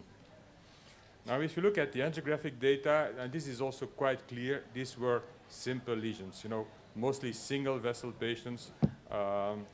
with a low, I forgot to pick it up, with a low syntax score, but also with a low STS score, so also low risk surgical patients, important to know. Most of the patients had their PCI before, 74%, about 20 during, and a few after. Let's now look at the data. The style was positive for the combined endpoint. You see 26 versus 36%. And then it's important to look at the arrow below. So if I understand the trial well, and I think the more clever people in terms of statistics in the room will certainly understand better than me, we are not allowed to interpret the secondary endpoint separately because there was no correction. So, but we can see that many of the secondary tend to be positive in favor of the PCI. Look at MI, look at kidney failure, look at urgent revasc, and also look at bleeding. If you see that looks higher, it looks not in favor of the PCI, just like in the previous trial. Also, this was pre-specified, the subgroups, and we see that basically the only one that doesn't cross the line that tends to be significant is those patients with critical lesions. More than 90% seems to favor more from PCI, which may be a logical thing if you think about it. TAVI complications. What do we see from this slide? Well, we see that TAVI is a simple procedure and basically a safe procedure. Very few events in high-volume centers from the north of Europe. PCI-related complications, very, very few complications. As you can see, only 7 patients, sorry. So once again, the results in details, 26, 30, 36% for the primary endpoint. And then to be interpreted with caution again, higher bleeding risk, that's what I quote say, better for patients with high-grade lesions, and less MI, once again, quoted with a safety mark. Study limitations. What about FFR in aortic stenosis? It tends to underestimate the severity of the lesion. Some people say that's maybe not well studied. We know from studies that patients who have FFR before and after TAVI, about 10% of the patients cross the line. So that maybe the effect will be minimal. And the other thing is that we know that patients who have a low FFR, who have aortic stenosis, they do less well.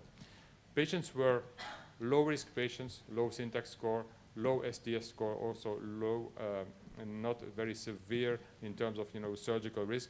Very few multivessel disease patients, no left mains, no non-STEMIs, that's a limitation. There has been changes in the antiplatelet therapy over the last 5 years, but I personally don't think this has a big impact on the outcome of the results. And finally, there are some uncertainties about the timing of the PCI. Honestly, I don't know the answer neither. I don't think it's that unrisky to do TAVI before PCI, because if you run into trouble in a left main, which was not in the study, before TAVI, you may really run into trouble. While a quick TAVI with a balloon expandable valve, personal opinion, may be safer and then go for the PCI, at least in the very high-risk patients. But this is very, very personal opinion.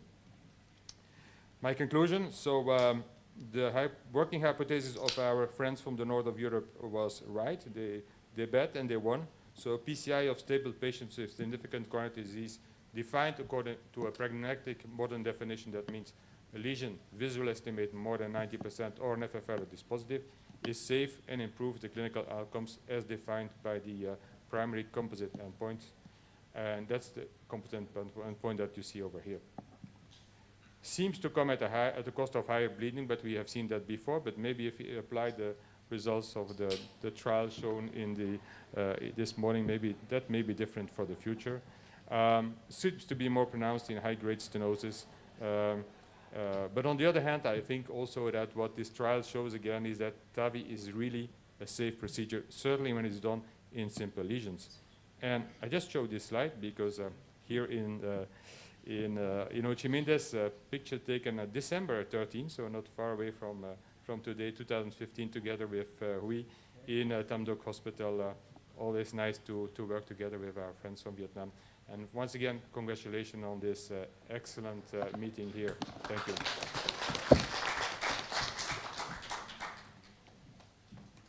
Thank you very much, Dr.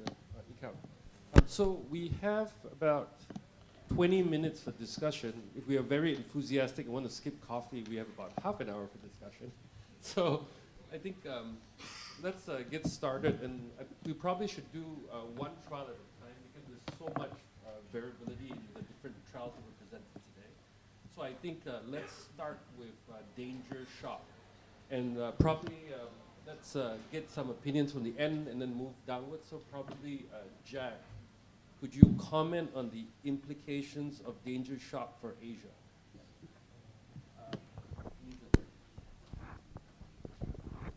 Thanks a lot. I really enjoyed Professor Hung's lecture on danger shock, very, very important trial.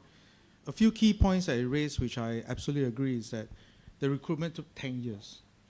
They screened 1,200 patients to recruit 300 patients. And what you like about it is that there was mortality benefit.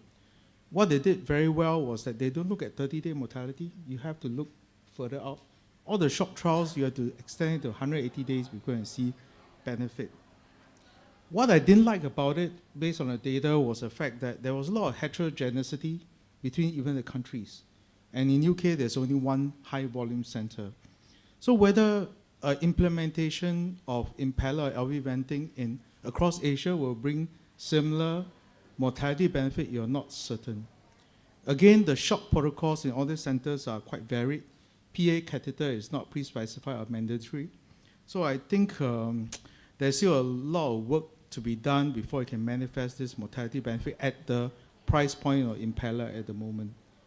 The other major thing is that in the APSC consensus statement for AMI cardiogenic shock that we just recently published in conjunction with SKY, recognizing the limitations in Asia, if you define shock, at least stage C and above, based on need for inotropes, LV diastolic or PA, wedge pressure, or lactate levels of more than 2.5, you can use any other adjunct left ventricular support device that you have on hand, which includes IBP. And this is recognizing the limitations and the needs of Asia Pacific. Because you cannot say you must only use impeller, you must only use ECMO, use whatever you can, but more importantly, we're endorsing a push towards early PA catheter use and the development of a shock team and shock protocol across Asia. So these are my comments for Prof. Hung's lecture. Thanks. Yeah, and I think if you just do the math, I'm not sure how much impeller costs you, but there's no impeller in Vietnam yet, but in Singapore, I mean, in the United States, it's $40,000 US per impeller. If your number needed to treat is 8, that's $320,000 US to prevent one death in this clinical setting. I think for most of Asia, this is simply not a realistic equation at this point. If the price point changes, then obviously the math changes completely. So we have to just ask the question, as competitor and Me Too devices start to emerge, at some point does that curve actually cross? So let's get some more opinions from this side of the table. Does any of you want to comment about whether in Vietnam or Malaysia, how danger shock might influence you? Yeah, I agree with Jack. I think it's not just the technology. We have to look at the whole setting. The circulatory support system is not a definite therapy. In the context of shock, we know we need to support with resuscitate with support and the definite care. If you talk about cardiogenic shock in the setting of MI, I think if you zoom out, much of our focus really need to look at access and primary PCI. Many of us still are not doing enough primary PCI. Yeah? Short of probably Singapore, where you are an island, a nation where you can achieve a 99% primary PCI. So I think in our Malaysian National Registry, we realize our primary PCI is still much room for improvement, I would say. So how much we should invest into a technology for a shock, which is very much downstream with not getting early reperfusion, invest upstream to look at how to have more cath lab and more accessibility. We got to look at those contexts as well. Yeah, I just want to give another perspective, because through this trial I see a little bit different story, Because usually when we see the QMI patient, we only focus for the blood pressure. And we try to put the inotrope, IABP, sometimes ECMO.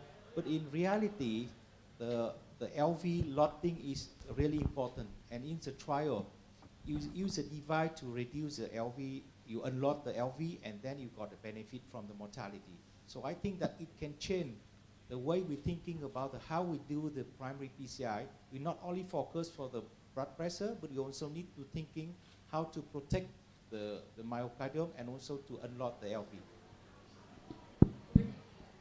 I think one thing we've learned from the United States, our cardiogenic shock experience, is that the PA catheter is essential to this equation. And use of the impeller just in the room is, because we are talking about ACS cardiogenic shock here, is not enough, because most of these patients are going to leave your room with the impeller, and they will also hopefully be leaving your room with the PA catheter. One of the things about a PA catheter is you can't just put it in if there's nobody to respond to the changes that we see in the measurements, in the time, in the hours and days after you send your patient out to the cath lab. And that requires somebody to be on site and some good nurse or whoever it is you've assigned to respond to the changes. If you don't do it, it's pointless as well. So I think one of the questions we have for Vietnam is, in the setting of cardiogenic shock here, how many of you would send your patients out with a PA catheter? Can we see a show of hands? When you have cardiogenic shock patients, does anybody leave with a PA catheter? So pretty much zero. You know, and I think probably from a pragmatic perspective, in Asia, that is probably step one, right? That we need some sort of pragmatic trial of the outcome, of the efficacy. And the beautiful thing about the rise of artificial intelligence is that we may be able to build in automatic responses to the changes that we see in the PA catheter, so that the intensivity of manpower that's needed to monitor and respond drops significantly. And you put it in, and then the decisions that come from artificial intelligence about what to do next. What do you think? Yeah, I think it's very interesting to discuss about the danger shock, but we're not enough time. So we move to the next presentation. It belongs to Dr. Kwan Lee about prevent. So I think the new concept, preventive PCI, is very interesting. But how do you transfer the new concept to practical application? Or you need way more later, way more some later? Yeah. Yeah, I think I covered a little bit of that in my talk, but I want to hear from Dr. Fauzi, who always has very good opinions about the future of. Yes, Kwan, you revealed the PREVENT trial, which put us on the crossroad. Because if you are dealing with a vulnerable plaque with functional normal, should we treat this kind of plaque due to we interrogate using intracoronary imaging or leave it alone?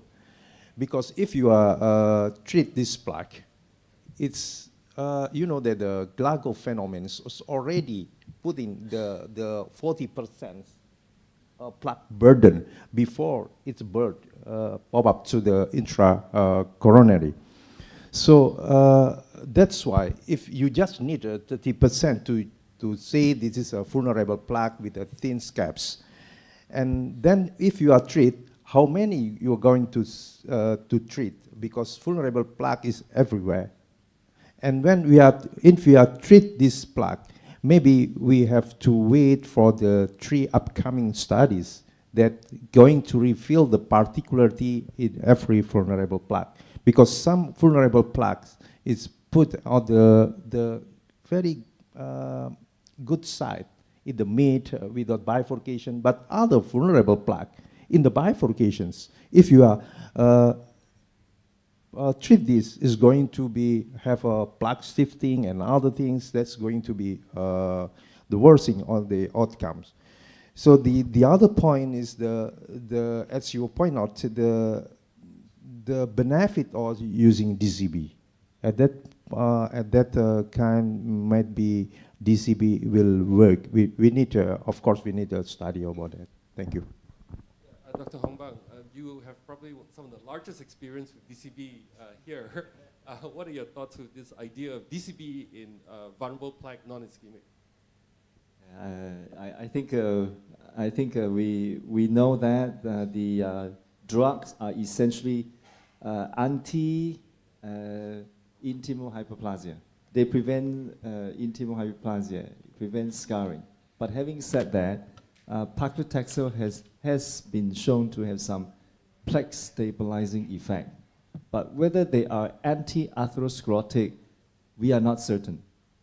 So I think when we look at some of these drug-coated balloon application for treating or prophylactic treatment of a vulnerable plaque, we need studies, specific studies to address it. Currently, we don't have them. I think with the IVUS grayscale signal of greater than 70% plaque burden and the potential gain of late lumen gain in DCB, that might be also a fascinating space to watch. Any other comments from any of the panel members here? Jack. Actually, I'm confused. So I'm always trying to put together all the studies that come before in combining with what we see in PREVENT. So we look at like courage, ischemia, even FAME for the stable coronary artery cohort. If there's ischemia as proven by some form of physiology, especially in the stable coronary syndrome cohort, your benefit is not mortality, but it's ischemia-driven PCI. There's a lot of crossover. But if you then combine with the PREVENT data, I feel that the beauty of the PREVENT data is the beauty of intravascular imaging as demonstrated by the ultimate and maybe ultimate DAPT and IVUS ACS trial. If you want to really define and then procure the benefit of a preventive PCI, you need a beautifully done intravascular guided PCI. And I think comparing the subsequent talks on OCT versus IVUS, I'm still a bit disappointed by the benefit derived surprisingly from seeing so clearly on OCT compared to IVUS. I feel that then it tells me that seeing clearly on the intimal side may not be as useful as seeing depth and prediction of plaque volume for vulnerability. So I think I'm again confused. I'm not sure what to make of it, but the Koreans, at least from the ASEAN colleagues, when Dr. Ahn presented it recently, he was very frank in saying that when they designed the trial in ASEAN, they expected the results to be negative. So when the result turned out positive, they were equally stunned as the primary investigators. So I think at least it was well conducted. It did show that if you use intravascular imaging on top of FFR negative physiology, you can potentially derive benefit by the selected outset, provided you do the PCI almost to like Jun Jie's and Chen Shaoliang's type of ultimate criteria adjudicated outcomes for intravascular imaging. So that's how I make of it at the moment. Yeah.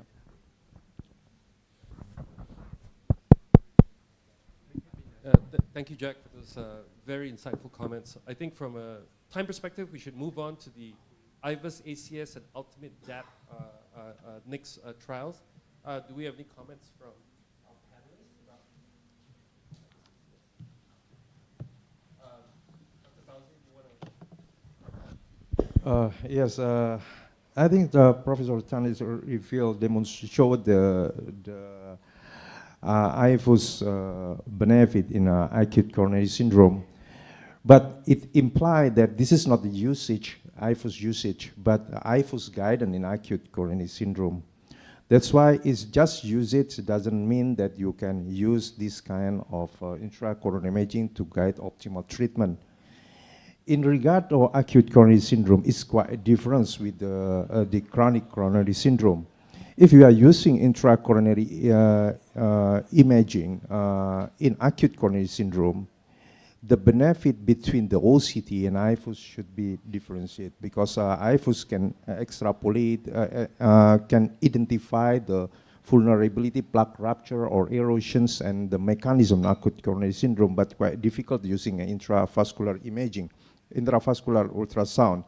And the other point, When you are using intravascular ultrasound, IFUS, in acute coronary syndrome to optimize the treatment, what is the criteria optimal IFUS finding? Because the optimal IFUS finding based on chronic coronary syndrome. In very lipidic plaque, if you are using expand the stent more, there's going to be slow flow or no reflow. That's why the expanding of 70% of minimal stent area is quite good compared with the more the expands. That's the way that we haven't get the decision regarding the optimal intracoronary imaging in acute coronary syndrome. That's my point. I just have one comment and also one question for Professor Tan. So basically, through to trial, I think that if we can do the perfect PCI using the ABI or anything, then we can shorten the time for the APT. So the question is, can we shorten only with the clopidogrel rather than ticagrelor? Because in reality, in Asia, sometimes it's easier and cheaper for the patient to take clopidogrel. And if we can do the perfect thing with the IVUS, Professor Tan, do you brave enough to change totally only a single antibiotic therapy with the clopidogrel?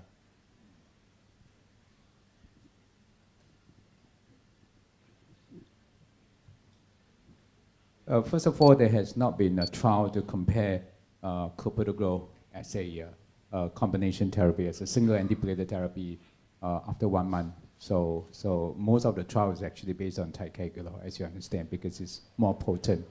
And also in the acute coronary syndrome, we tend to use something more potent than clopidogrel whenever possible. So I'm not sure about Vietnam, but in Singapore, I think ticagrelor is probably the drug of choice for ACS patient. And because you have such a good potent results, good potent effect, stopping aspirin after 1 month, I think makes a lot of sense. The question now is, can we start with monotherapy ticagrelor right from the very beginning?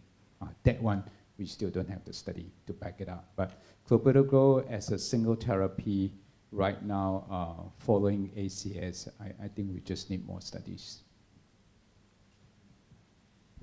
I think also given the fact that we've ignored poor metabolizers for clopidogrel because it just hasn't really seemed to have meant anything. But if you were to switch in an ACS population to monotherapy, especially with the high prevalence of poor metabolizers in Asians, it could possibly be a problem. So I think for now, the smart play is to stick with ticagrelor or prasugrel and not try that yet until we have studied that specific question very, very carefully. Can I put a word of caution there? Because I think Hui Chin mentioned it will change his practice, but I'm not so convinced actually. I think there is a study, Stop the ACS, that showed that short stopping of going to single antiplatelet from clopidogrel aspirin was negative in the ACS cohort. And I think the Plateau sub-study, which is the biggest randomized, if they look at the Asian cohort, East Asian and Southeast Asian are very different. East Asian has actually quite low ischemic risk, but Southeast Asian ischemic risk is double digits. So we're not talking about the same patient subgroup. And you saw in Professor Tan's IVUS ACS, the ischemic risk at 1 year is so low for ACS cohort in East Asian, which is quite well seen in the East Asian, but it's not the same for Southeast Asian. So I'm still a bit hesitant to endorse rapid switching to single antiplatelet, even if it's a more potent third generation after just a month across Asia. That is, Okay, we're at time. Just to comment that Stop the APT is a clopidogrel trial, it's not ticagrelor. correct. So clopidogrel answer is no. So we're at 10:30, but I think we're having so much fun, we should just keep going. If you want to grab coffee and come back, but I think we should move on and talk next about the OCT-guided PCI sub-studies. Could we get some comments from our OCT enthusiasts on the panel, the people who do a lot of OCT, about your thoughts about the trials from this year? I'm going to ask Dr. Fauzi again because I know he likes OCT a lot. Yeah, I think OCT is play a role in some situations, but IFOS is better in some situations, like the ostial part. And then the complex case, meaning that you have to use multiple pullback of the intracorneal imaging. Maybe IFOS is better than OCT. But the OCT have give you some insight of very good in terms of how to deal with the intimal side of the vessel. Yeah, what are your concerns with that? Is it the contrast exposure? Because it looks like the contrast induced nephropathy, there's no signal, even in the OCT trials. Like, is it just from the difficulty of just keeping repeat imaging with the OCT versus the IVUS, or are you more concerned about safety? I think if you are using OCT, you have to point of interest which part of that you are going to use. So doesn't mean that you have to put all the contrast all the way to the vessel. Which one? And then you can reduce the contrast as well. Yes. But sometimes you are using, can use as a saline is quite good enough. In the United States, we don't have the correction for saline. The FDA has not allowed us to turn it on, so we're not using saline yet. In Asia, are you all using a lot of saline OCT? No, I use a contrast most. Yeah. In my presentation, because I think for the long time, OCT have the width bond is not enough data. It's different from IVUS. IVUS have the large body of the data evidence. So, as you know, in the recommendation from the guideline, it always said the IVUS is class 1A. And maybe if we don't have IVUS, we can use OCT class 2A. But by now, I think more and more the data of the OCT more and more have for approval for the OCT. So the guideline of the ESC 2023 for the chronic coronary disease said in the complex lesion, we can do complex PCI under guidance of the IVUS or OCT and class 1 and level evidence A. So I think it's the change of the guideline. Yeah. And the potential benefit of OCT in if you are using 3D OCT in a bifurcations to remove all the strut, the ostial side branch. Yes.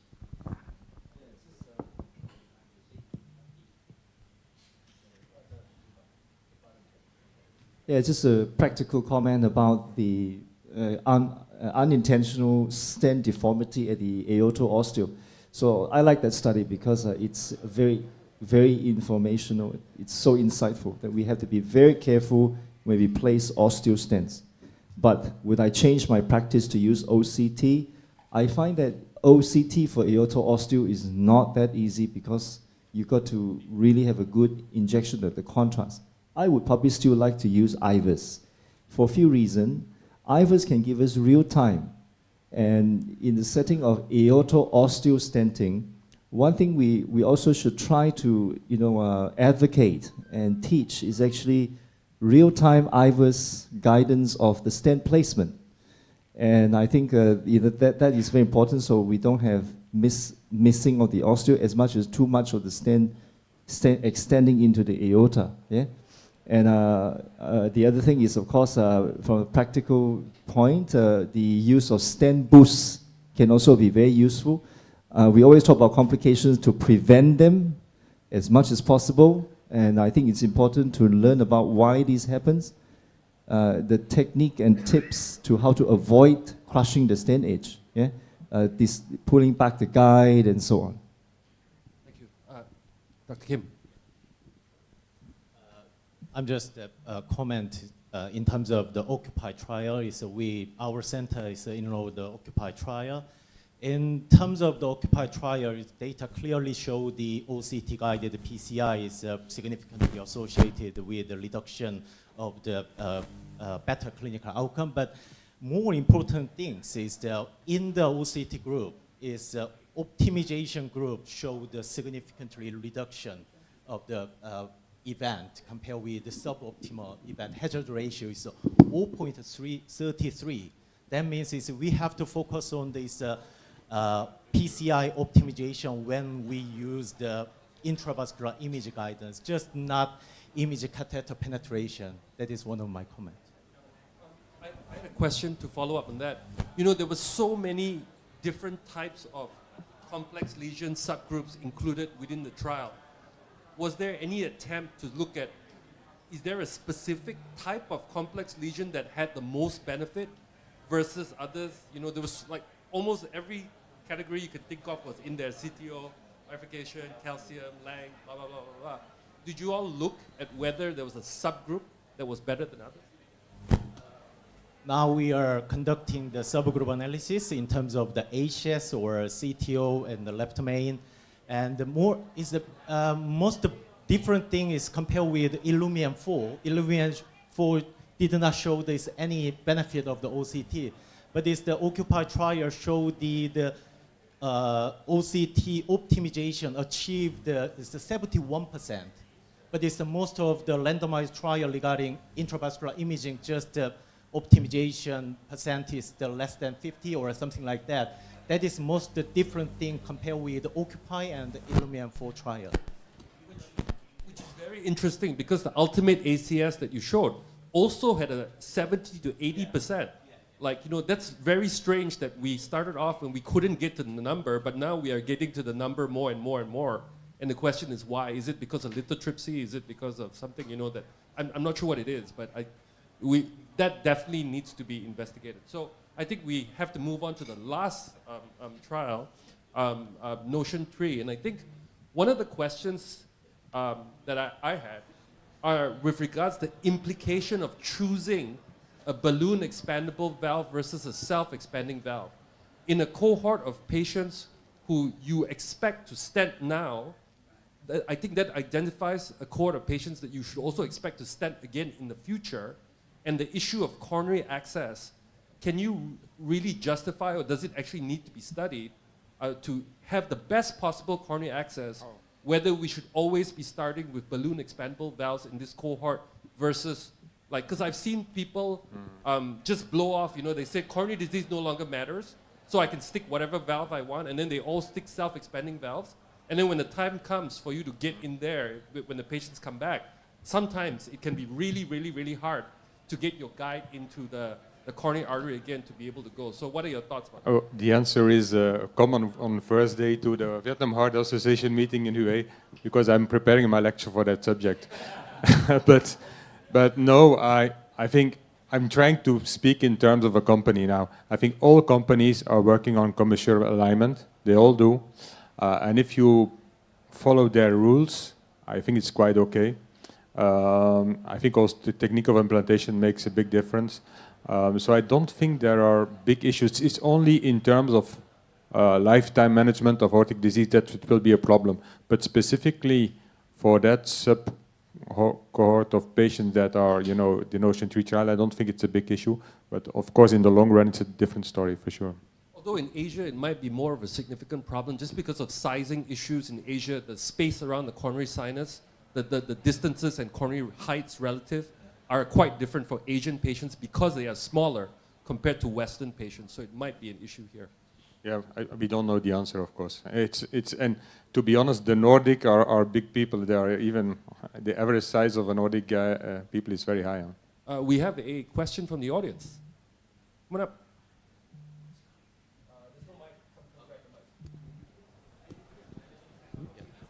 I have a question for you, Dr. Eric.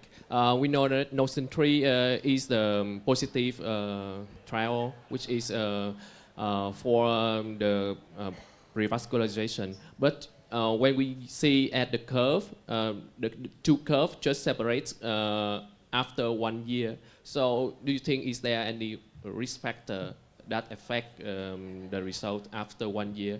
And we know that the result is driven by the reduction of the revascularization and the myocardial infarction. And we know that from the burn registry and the revival registry, the unplanned revascularization is just under 1% at maybe 5 years. So how about to make a trade-off between the bleeding risk and the myocardial infarction? Yeah, I was also surprised by the data. Basically, The only thing, of course, is not surprising is that death rates didn't differ. The two others differed, and that I was surprised because MI I didn't expect it, and mostly it's the REVASC that differs. But as you see, in the bottom, and we are not intended to interpret the results because they are not, the analysis doesn't allow to interpret the secondary endpoints that are the individual items. So it should be restarted in a new trial if you want to do that. Don't forget, it's 2 times 220 patients, which compared to modern interventional trials is a small trial. So I think we are not at the end of the story. I think so. Yeah. At least we have a positive sign. Okay, I think with that we need to wrap up. We have 2 minutes for coffee, and then we need to prep the table for the next set of speakers. Thank you very much.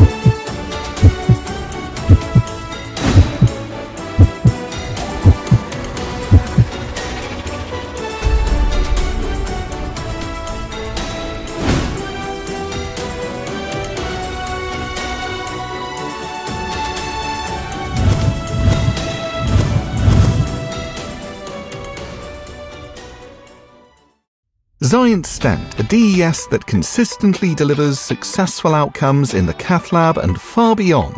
Now the innovative design and proven performance of Zence has advanced even further. Introducing Zence SkyPoint drug-eluting stent system. Better maximum expansion from 3.5 to 5.75 millimeters and no shortening, enabling you to treat patients with tapered lesions using a single stent.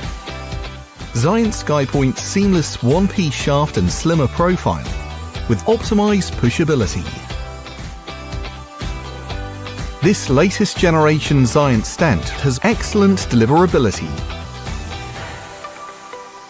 with low tracking and crossing forces. All specifically designed for complex patients and lesions. The new 48mm design supports a lower crossing profile and better maximum expansion. The result, Zence SkyPoint builds on the Zence stent record of proven performance with trusted patient outcomes supported by real-world evidence, delivering optimal procedural and early outcomes in all types of patients and lesions. And now, with a 1-month DAPT indication for high bleeding risk patients. Zence Stent delivers unparalleled clinical outcomes that last far beyond the intervention. Even out to 10 years. Enabling patients to live a better quality of life. Zence SkyPoint drug-eluting stent system.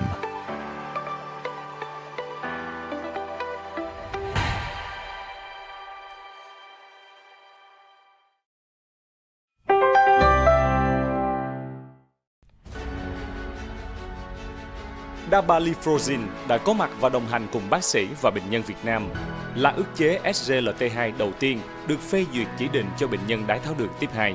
Chặng đường nghiên cứu và phát triển được tiếp bước.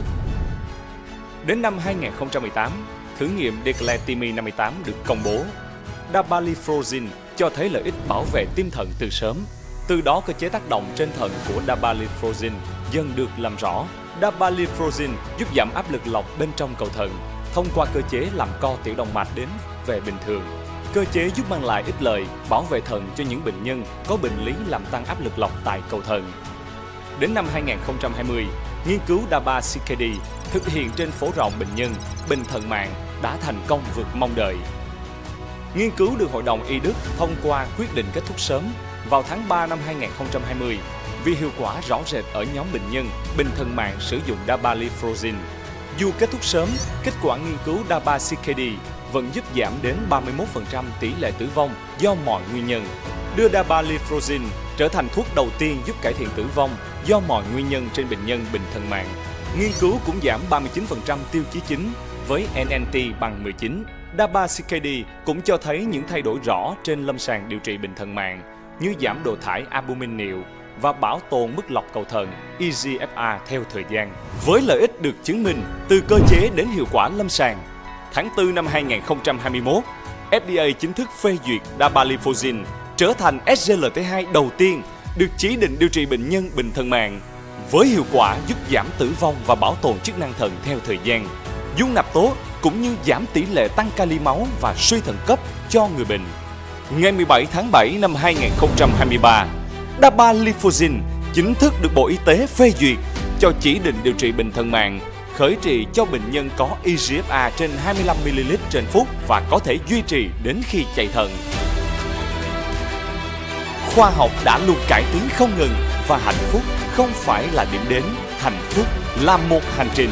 Tự hào từ bước tiến của các hoạt chất mới, của các thử nghiệm lâm sàng với sự tham gia của bệnh nhân Việt Nam. Đến cập nhật của các khuyến cáo điều trị đều đưa SGLT2 Dapagliflozin trở thành điều trị nền tảng. Và giờ đây, hành trình đó được tiếp nối để đồng hành cùng bệnh nhân Việt Nam với quyết định phê duyệt của Bộ Y tế đem đến giải pháp cải thiện tử vong cho bệnh nhân, để người bệnh có thêm nhiều thời gian sống ý nghĩa bên cạnh người thân và gia đình.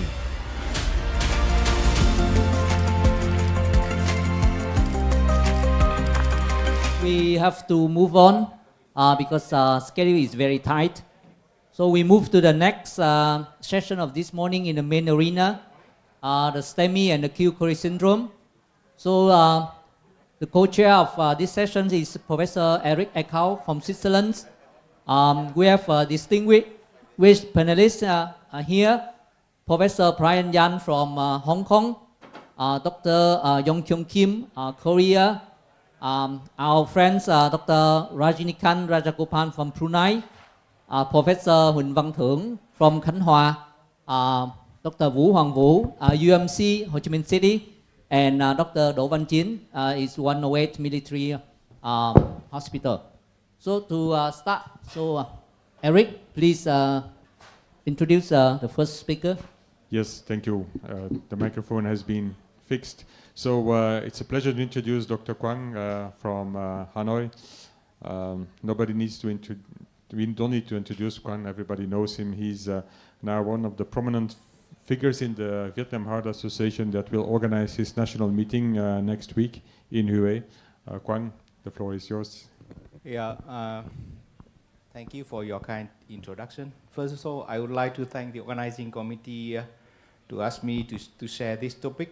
And my topic today is we just seeing how we can do differently with the plaque erosion in the acute coronary syndrome, including the STEMI. So I have no conflict of interest. So basically, this is a diagram showing that the thrombosis in the coronary artery disease involved very much for the progression of the plaque. And you can see here, this is there is some way progression of the plaque in the coronary. Somehow it can be like erosion, somehow it can rupture, or it can like a calcified noodle. Every pathway come into the thrombus, and we have a coronary syndrome. However, recently, due to the apply widely of the OCT, we have more data involving the plaque erosion. And if you try to identify the prevalence of the plaque erosion, you can see here the data from a lot of studies showing the prevalence around more than 30%. So basically, 30% of the case you got in the cath lab is due to the plaque erosion. And if you compare two groups, one is the group is the plaque erosion versus rupture, you can see the patient with the plaque erosion is younger. Usually it is a non-STEMI setting, absent of the traditional risk factor like diabetes or hypertension or chronic kidney disease, and also the lower level of the inflammation. So this is something like for you to have some overview about this type of the plaque. And you can see here, this is some data showing that this is for the non-STEMI population. And if you have more than 4 criteria like that, young patient, no diabetes, hemoglobin more than 15, and normal renal function, and more than 70%, you got a plaque eruption. So this is something like you can predict the subtitle of the plaque when based on the clinical evaluation. However, if you come further, if you compare the plaque burden between the two groups, erosion versus rupture, you can see in the group with the rupture, the plaque burden is more than that. Due to the whole system, like the whole coronary got the inflammation and also got a plaque. And if you go further a little bit, like how it can happen, what is the pathology, biology of the plaque erosion, you can see here the one picture showing that all the plaque eruption involved into the endothelium denudation. And the other part, the plaque rupture involved in the inflammation. And if you go a little bit further, you can see in the diagram showing that usually the plaque erosion involved in the concentric, the plaque, whether the rupture plaque involving the eccentric plaque. So this is some way how you can see what was different between the way you can create the plaque rupture or erosion. So the next question is how to identify the plaque erosion. So it is a criteria and algorithm based on the OCT. When you do the OCT, based on the, how you can see the fibrous cap is a rupture or not, and if you say something like intact fibrous cap, and then you see how you have a intact underlying plaque visualized, and if everything is visualized, it means that it is definite the plaque erosion. The other part you need to exclude the calcification, exclude the thrombus, and then probably the plaque erosion.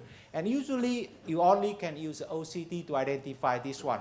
The IVERT, you can identify the rupture or thrombus, but not easy for you, for the IVERT, to see the intact plaque visualized. So that's why OCT is the main thing to consider.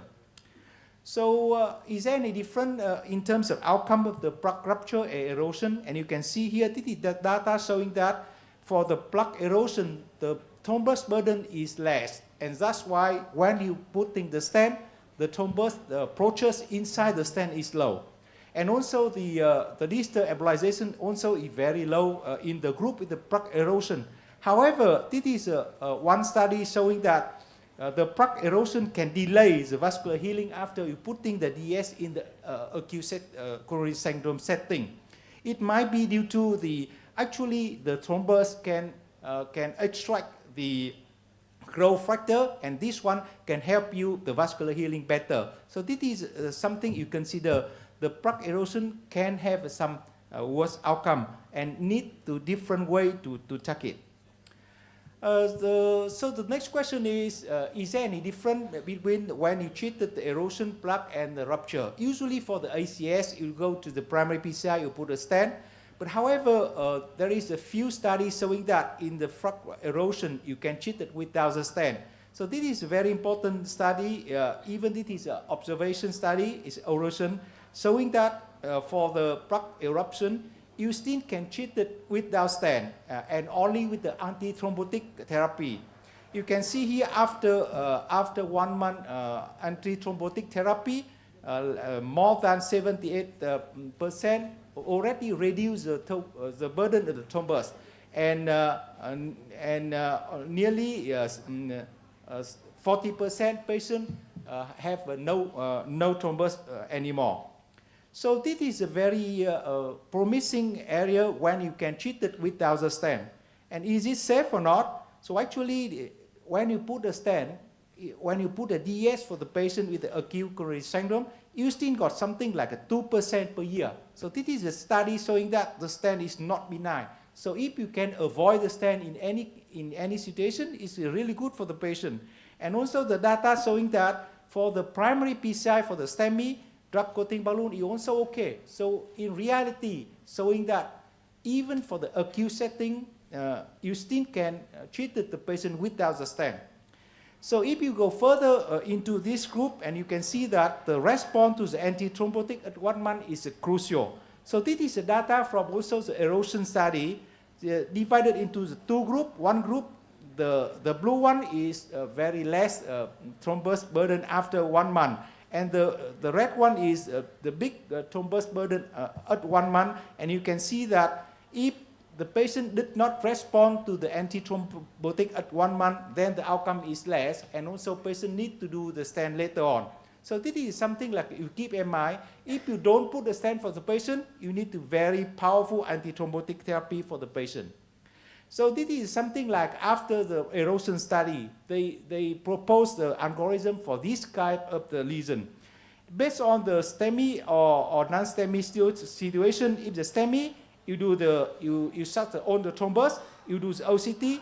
If it is a plaque erosion, you just stop and putting the antithrombotic therapy. And if it is a non-STEMI, non-ST elevation acute setting syndrome, then you can predict where is by the clinical evaluation. And after that, you check again by OCT and you divide it. So this is some way the algorithm based on the morphology of the plaque.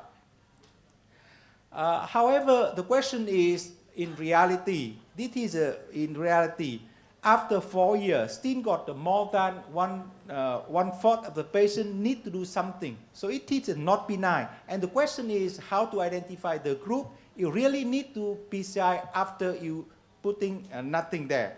So this is a study showing that if you calculate the burden of the plaque at the plaque erosion, and it is the criteria. You can see here if the patient is older, more than 60, and also the thrombus burden more than 20%, if the plaque burden is more than 60%, then the patient need to stent later on.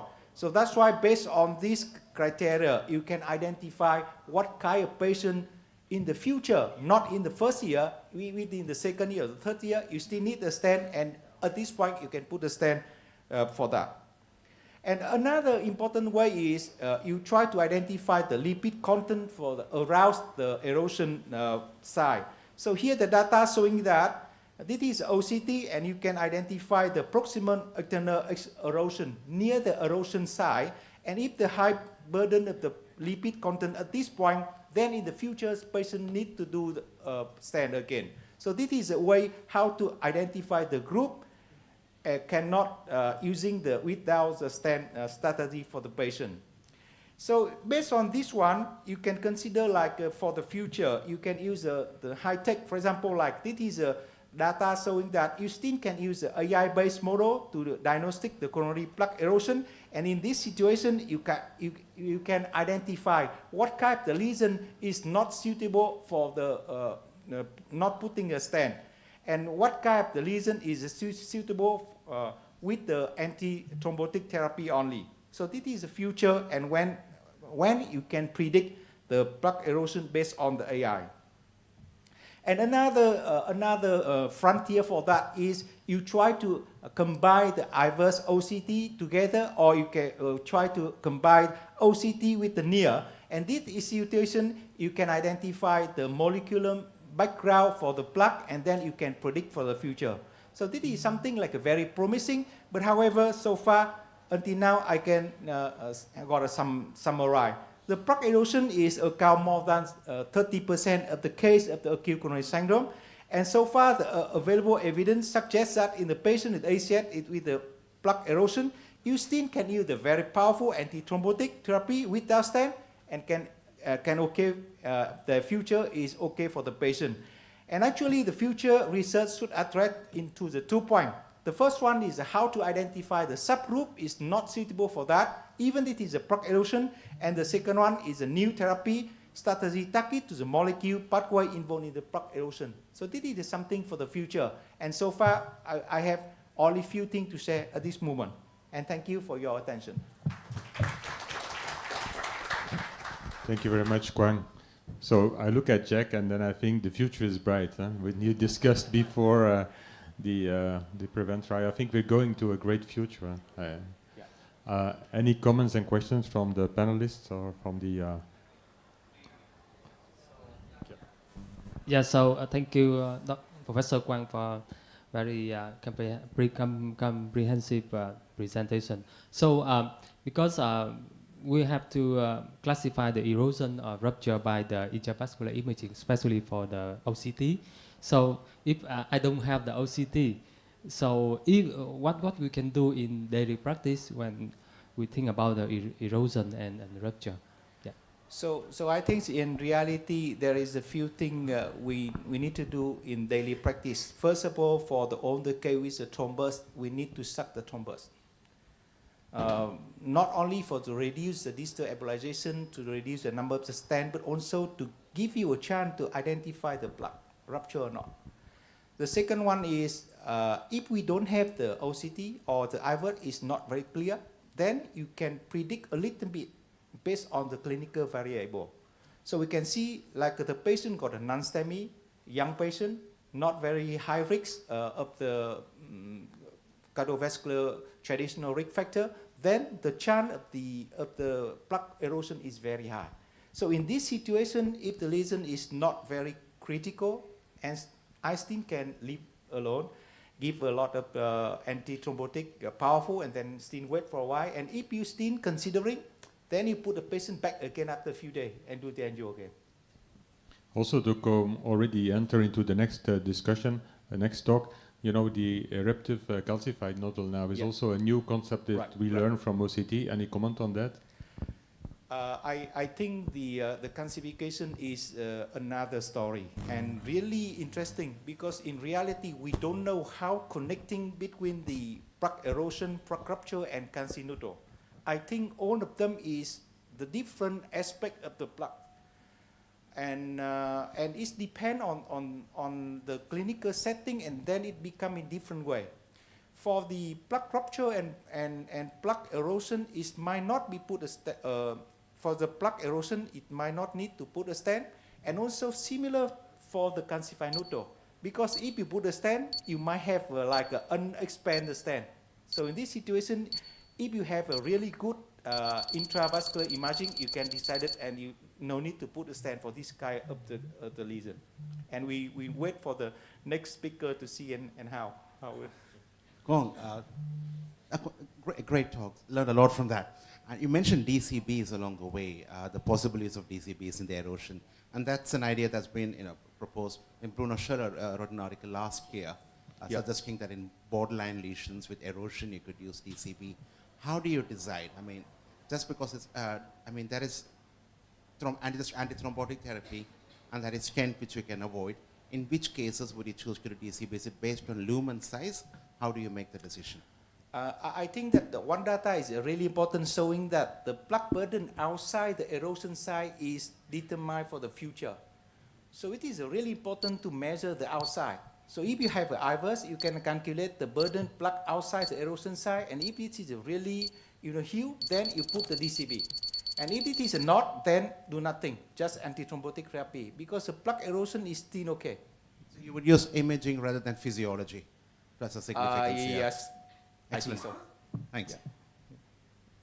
Dr. Well, because it's difficult for IVERS for nose BE. So you think with IVERS with clinical symptom, you think that this is BE. So you don't use stent. So you use Plaque, etc. but I think you call the patient come back after 1 month, 3 months to check jet angiography or not?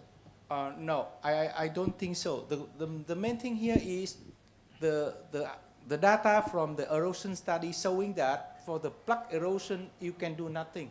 So if you really want to put a stent, you need to optimize the result of the stent. The stent should be perfect before the patient leaves the cath lab, because in reality, without the stent, patient is still okay. So if you don't know is it the really plaque erosion or not, you need to put a stent. Then you should optimize everything perfectly before patient leave the cath lab. Yeah.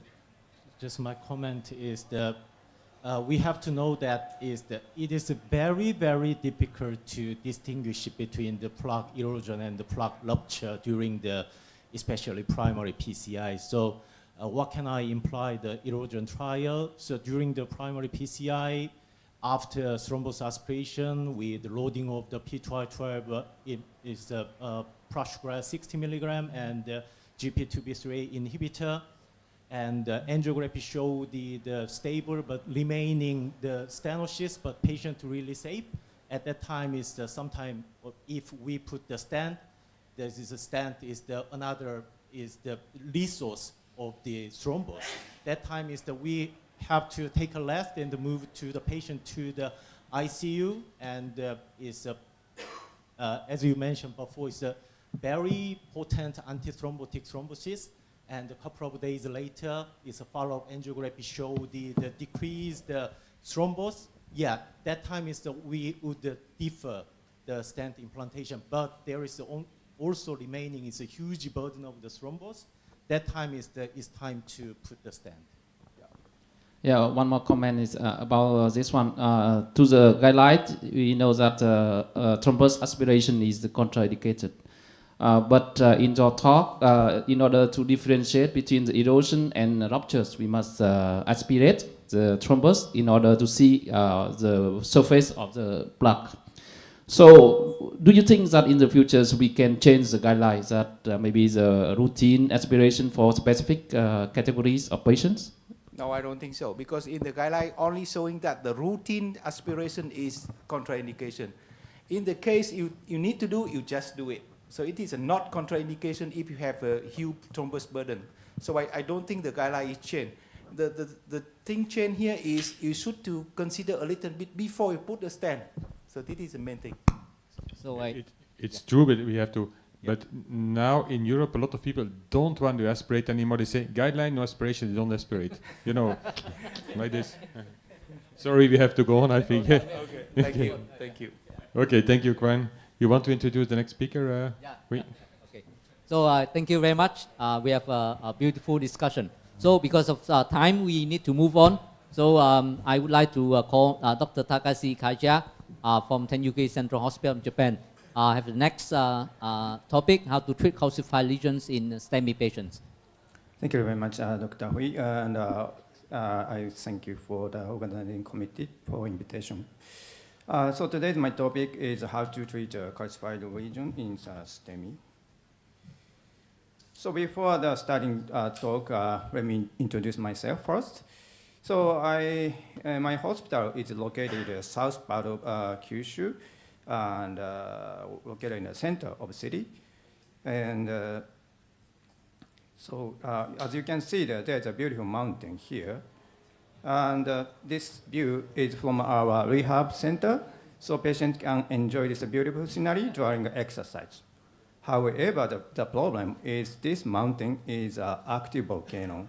So roughly once a day, this mountain has an eruption. So from my city, Kagoshima, to here, I took a flight from Kagoshima to Tokyo, 1.5 hours, then another flight to Ho Chi Minh City, 5-hour flights. So next time you can come to Kagoshima the other way. So the geographic feature of Kagoshima is very unique. We have 28 islands with people live, and from north to south, 600 kilometers. From Kagoshima to Kyoto, around about 600 kilometers, so it's a huge prefecture. So we have so many islands. So most of the islands, they don't have cath lab. So we use a helicopter, we call the doctor helicopter. And patient come to my hospital and 40 to 5 cases in a year. And the most of them, our centers, PCI number is 600 around the years and 250 peripheral cases in a year. And 20 to 30% are ACS. So the last year, ESC updated ACS guideline, but it is the European guideline. So from Asian perspective, we wrote just one publication. Still in Asia, we have some problem, so we need to do something more for ACS. So what is this? It is a calcification. So one case here, the 65 years old gentleman, anterior Stemi. So luckily his LV function is still preserved. But as you can see, the angiogram, the proximal LD was completely blocked. And I did thrombectomy, I'm sorry. So after the thrombectomy, we could see the culprit region here. It looks simple. However, not the culprit region, just distal to culprit. This region was very tight.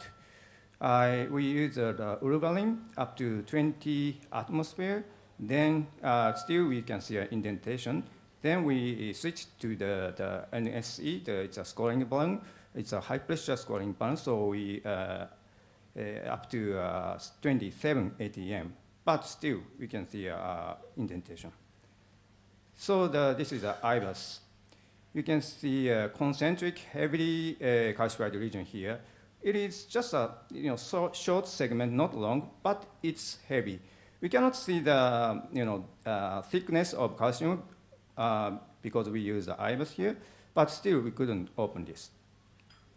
So what is the strategy for these lesions? So rotational atherectomy, orbital atherectomy, stage PCI, CABG, or IVL.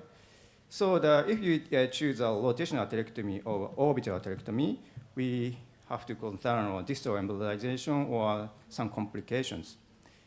So this study is conducted in Europe, the rotational atherectomy in Stemi cases. This is not a randomized control study, but they compare the Stemi shock case and the Stemi non-shock case and the CCS. So the primary outcome here, I want to show this one. So in-hospital mortality in Stemi shock case is very, very high, which is 50%. Non-shock cases are 1.5, so it's okay. But if you use a lot of ablation in Stemi, we can say it's still challenging. So this is a procedural characteristics.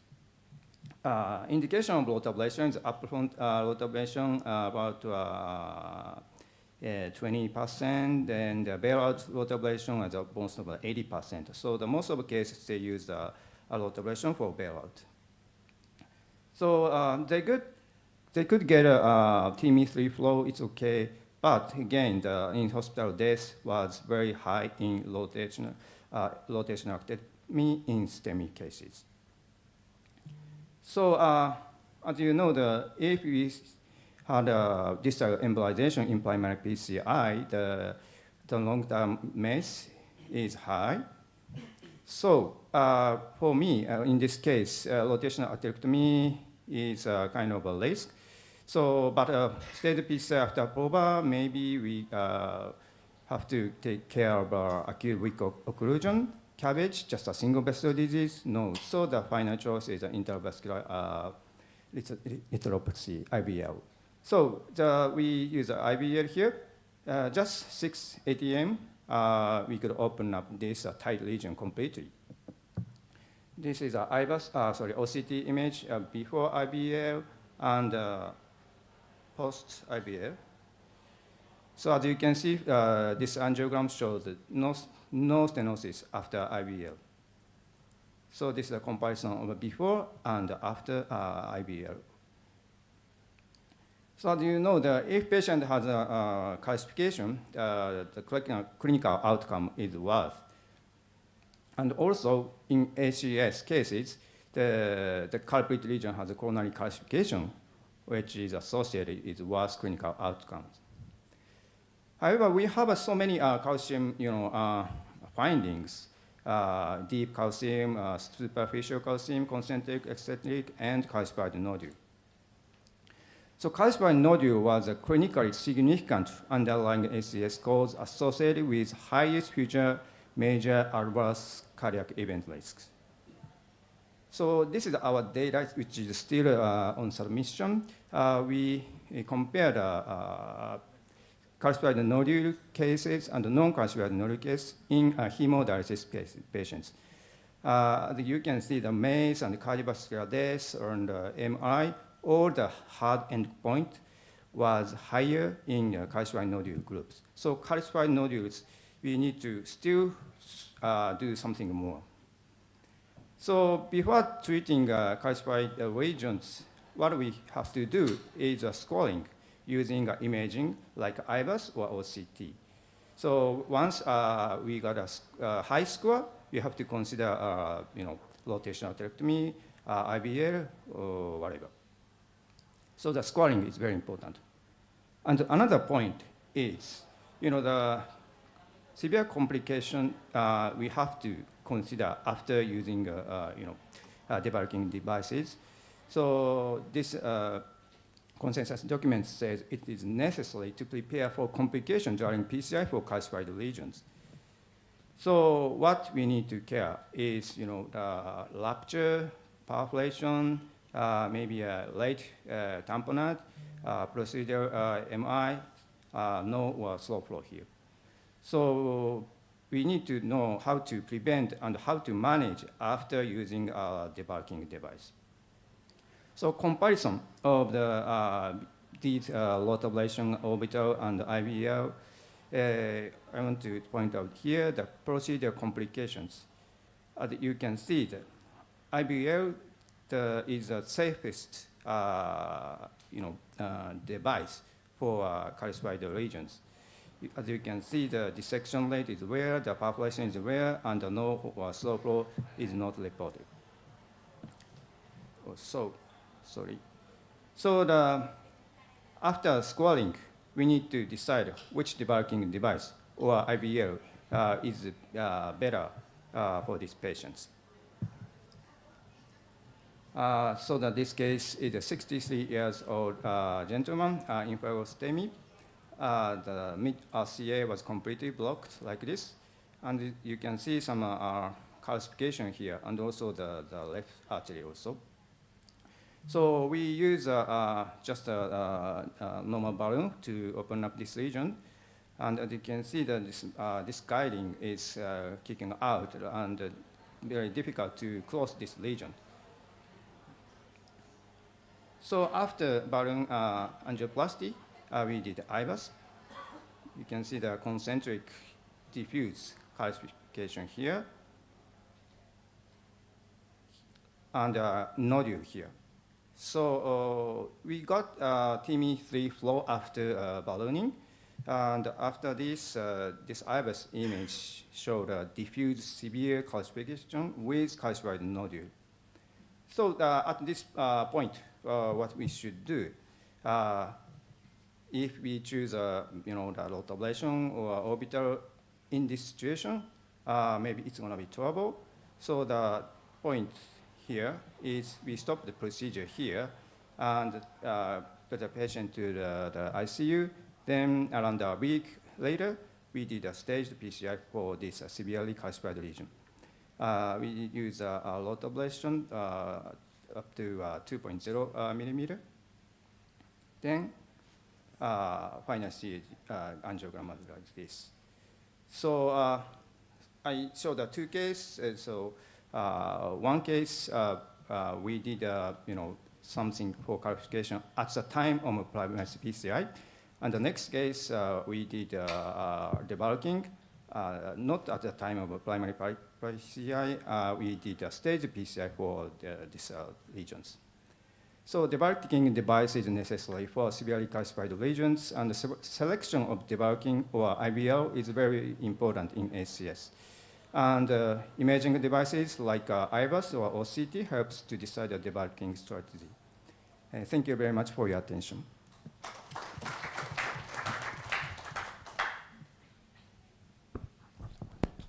Yeah, we are.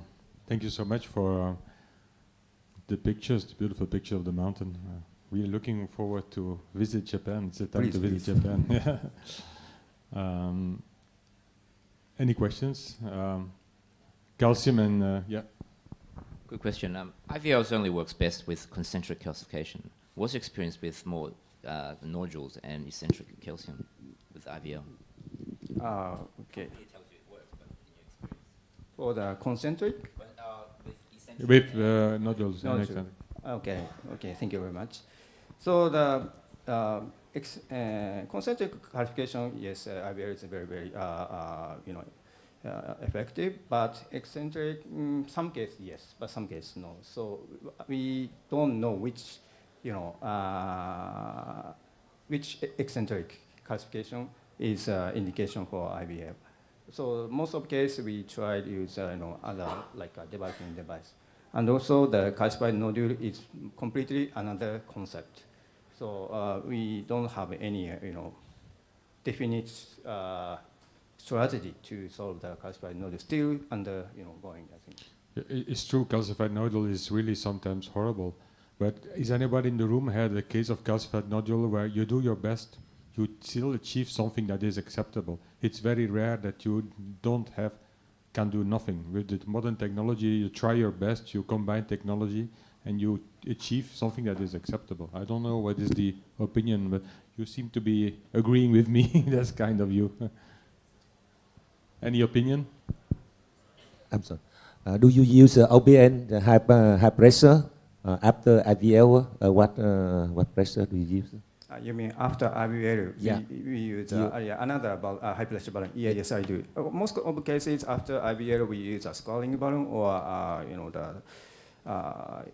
like balloon to open up. So IVL, the high pressure balloon, then stenting is my strategy. I saw that you use Wolverine up to high pressure, which It's not because I did it when I was younger, but now I don't do it anymore. But you do it still. Yes. Okay, yes. Okay. Any other opinion? Yeah. Because I'm scared. I've seen cases with blade problems, so that's why I don't do it anymore. Yeah. No, Eric, I agree with your view that, calcium nodules are very difficult to treat, and I don't think we have the answer, but I do use IVL a fair bit, especially if it's non-eruptive, and it doesn't always work. But I feel that when there is a calcium nodule, it doesn't come alone. It comes with sort of calcium along the shoulders of the nodule as well, and there is quite severe calcification. And I think when we do IVL, we are treating not just the nodule, but also the sheet calcium on either sides of the nodule, and that maybe leads to a better result after stenting. So, the evidence, I think, is not clear for anything, and but I think it's useful trying IVL here. Yeah, I think so. Then not only the spot regions, we have to think of the whole length of regions. The point we need to do is IVL. Some point we need to use like a lot of ablation. Yes, that's right. Okay, we have to go on. Thank you very much for your nice lecture. Thank you, sir. Short one, very short one. Okay, yeah, thank you very much for the presentation. Actually, the most important, I think, strategy is to open up when we have a ACS situation. So that's the last case, you open the flow, have a good flow, and you leave it and do it stage PCI. But sometimes for me, I don't have that much modern device, the bunky device like you. Usually I have used two small NC balloon. And then we can sometimes crack it is quite good result, and we can put the stent in, or sometimes we just save the flow. This is my comment. Yeah, thank you. Thank you so much. Indeed, we have good stuff, good material today to treat calcified lesions much better than before. The next lecture is by Dr. Ranja, and I really like the title because I see the word complications. So Dr. Ranja is going to speak about the prevention and management of primary PCI complications. Welcome.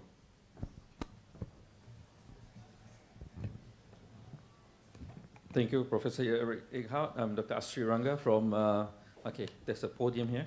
I'm taller now.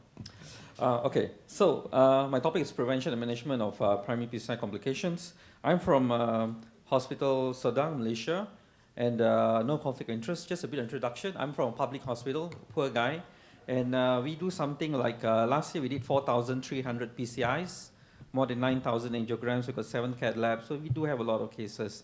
So within 15 minutes to cover is quite a lot, so I had to actually choose the topics I want to. I'll be talking case-based, slow flow, and corneal perforation. I think all of you have seen, so it's more for discussion and so on. So I'll go straight to the case. A 78-year lady came in with inferior STEMI, ST elevation, so activated the primary PCI team, the left side, the minor disease, so occluded proximal RCA. So basically it was like, what do you call it, grade 5 thrombus, completely occluded. So the operator decided to wire and then daughter. So he saw that there's actually a long diffuse lesion. Maybe the type 1 is at the mid RCA, ruptured plaque, maybe in the proximal RCA. And we don't image all our cases. So usually they will predilate, you know, there was flow after wire. If you wire an occluded artery, there's flow. Usually it's good prognosis. And there's some thrombus migration to PLV. So I think they decided to wire the PLV. Another they used a larger NC balloon, a trio balloon, and then acceptable, you know, pre-dilatation, and decided to stent a 3.5 36 des from mid RCA, and okay. So after that, what happened was no flow, no reflow. So we realized that most of the time in our STEMIs, it tends to be the RCA. When you have a lot of thrombus, ectatic vessels, it's quite common to see. It all depends what you do next. So the operator started the IV taurofiber and bolus, but what they decided is to go up even higher with 3.5 NC balloon, which I think was not the right thing to do. Try to establish flow, come back, or try to, you know, do intravascular imaging. So obviously it got even worse. So then intracorneal adenosine times 2. There was some improvement in the flow in the RCA. I think, you know, here the operator was pretty lucky. So we do come across this type of scenario, no flow. And I had cases where it's much worse. After all you do, you cannot establish flow. So in your mind, you must always think, is that dissection? Is it thrombus? Or is it spasm? And so here, the operator decided he wanted better flow. So he used actually, one of the things we do is actually try to use export catheter. Here, when you have no flow, slow flow, whatever the guidelines say, I think using an export aspiration catheter is very important. And that's why sometimes when we do, we need at least a minimum 6 French guide. You know, if you've got 7 French, even better. So then you know that, you know, angiogram-wide, so it was acceptable. So this is the final picture. So in this case, we're successful, but many a times we can be, you know, fail when we do a slow flow, no flow, if you don't have a proper backup. One trick I learned along the way, especially not all centers have imaging, is actually, you know, doing this. You can actually put your aspiration catheter distal and actually inject. When you do that, you can actually exclude, you can see it's actually true no flow. There's no dissection, no thrombus, it gives you a peace of mind. So you can do this, so this is a simple trick you can do. So going back to, you know, no reflow is when you don't have, you know, your TME flow is less than 2 or less, and this occurs despite the vessel being patent. But when you don't have imaging, it's very difficult. So you have to rule out dissection, spasm, of course, distal microembolus. Although we use OCT most of the time in STEMI cases, but once you have no flow, you are stuck. OCT might not help you so much. You might need to actually use the IVERS and so on because it depends on the flow.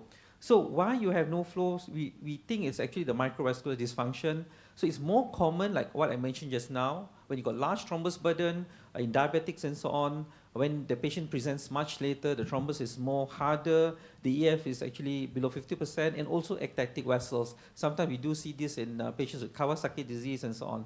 So the incidence actually differs, but most of the time it's more commoner in up to 7 to 10% of primary PCIs we do, and depends how aggressive we are. Sometimes when you have a lot of thrombus, like just now when you did the rota, the second case very interesting, you do deferred PCI. you treat, establish TIMI3 flow, come back after a few days. Sometimes you realize the best treatment is actually TIMI flow. When you got TIMI3 flow, just with medication and so on, your GP2B3A inhibitors, actually the body will do your work for you. In here, if you go and try to stent it, you can cause actually more issues and so on. So why it happens? Well, people talk about distal embolization, they can be myocardial necrosis, cell edema, the cell gap, and also a lot of cytokine release, inflammatory markers and so on. So that can cause actually vasoconstriction. So sometimes you can actually end up when you want to do a perfect PCI, especially like just now the operator went to NC with a high NC balloon. Maybe you can do it later if you're worried. Bring back the patient after 1 week or something like that once you establish flow. So this is again in a cartoon looking at the pathophysiology. Not all patients are the same, but when you see a lot of thrombus, always think of you can have no flow phenomenon. And sometimes I'll show you in the next case, sometimes complications always come not alone. They come 2, 3 or 4 at a time, so you must know how to deal with it. So of course one thing we talk about is direct stenting, but that if you have a large lipidic plaque, I've gone away a lot from direct stenting even in primary PCI setting, because I want to see what is distal and so on. And aspiration thrombectomy, whatever people say, but if you have a lot of thrombus, now when I see a lot of thrombus, I straight away actually give GP2B3 inhibitors. I do use a lot, up to 20-30% of my primary PCI, I do use GP2B. I have thyroid in my lab. Distal embolic protection devices, well, in coronary, it's a bit more lacking for the data and so on, unlike vein grafts. And we don't have like parachute device they have in Japan and things like that. Unless you've got a big RCA, you can consider using your easy filter or something like that. Sometimes when you do that, you can actually push more stuff downstream. So most important, rule out dissection, spasm, and A emboli, and also thrombus. But at the same time, we do have vasodilators available. None of them have shown to improve mortality in the long run. But the one to go to, usually in my lab, we use a lot of adenosine. Now we use a lot of also intracoronary adrenaline. And some people use isocate. Isocate does not really work. Nitrates don't really work in slow flow. So GP2B3 inhibitors are another thing I use. Of course, you have to actually weigh. Sometimes I get cases from other centers where failed thrombolysis, so the risk of bleeding can be much higher when you use together with GP2B3 inhibitors. There have been cases where I'm up against the wall. I've even used intracoronary thrombolysis, like metallize. And sometimes to support the patient, you might need security devices like IBP, Impella, and ECMO. So again, my strategy, assess the thrombus load after wire passing, early use of IVUS here because OCT might not work when you have no flow, and then thrombectomy in case of high thrombus load, and also try to limit contrast injections. Don't inject too much contrast. And do not go very high pressure with initial POBA. If you've got slow flow after POBA, consider deferred stenting. So I think that's also very important to consider. When not to put a stent in, it's not easy. And if slow flow occurs, quickly go through your response with vasodilators, consider aspiration catheter, and you can actually deliver your medication through aspiration catheter, and also consider mechanical LV support in severe cases. So that's in a nutshell slow flow. Next, I will go quickly in the coronary perforation. Again, occluded proximal RCA. So if you can see, the operator actually wired into distal RCA. Looks very good. So RCA can be deceiving, okay? You think that the wire is in the RCA, and this happened more than once. So I will tell you what happened. No flow, okay? So they put a 2O balloon. 2O balloon, nicely done, So this happens. So if Indians understand, I call this the ayoyo moment. We say ayoyo. So if the Indian says ayoyo, then you are in trouble. But this is one of the cases. I won't show you how it's done. I'll go to another more exciting case. So you must always be careful. Just because in your LA view, it looks like it's in the Y in the C, it can be in a different vessel. So this is another case. Anterior STEMI came in. So again, the operator saw the wire looks very nice. It looks like it's in the LED. Okay, so he was so confident, so he dotted, and he actually put a 2.5 to establish flow. Went up, mid proximal, nicely dotted, no problem. And then IOO happens. So actually the wire wasn't septal. You know, you thought it was in the LED, so it's a bad perforation. And then exactly what I tell you, whenever we have one complication, be prepared for second and third one. There were a lot more complications after that. So trying to wire into the true, LED, but at the same time, the most important thing you should do is actually POBA. While you are thinking what to do, put a balloon proximal, POBA. Don't go and POBA again at the septal. You know, so sometimes where you put the balloon is also very important. So they put a 2.5 balloon tamponade. Trying to wire into the true lumen was not easy. Here you can use a ping pong guide, but the operator decided to deflate the balloon, quickly wire into the true lumen. Again, here the fastest thing is I think they decided to put in a covered stent. So they put a LED proximal LED across. They decided to sacrifice the septal, but at the same time you can argue, you could actually try to put in fat embolism or coil down the septal. I think this was what was going in the operator's mind, but something happened after that. So what happened after that was they actually they had difficulty wiring. They managed to wire down. They put a covered stent, but after the covered stent inflation, which was under, they lost all the wire. And subsequently, trying to wire the covered stent, it went abdominal wiring. They could not get anything down.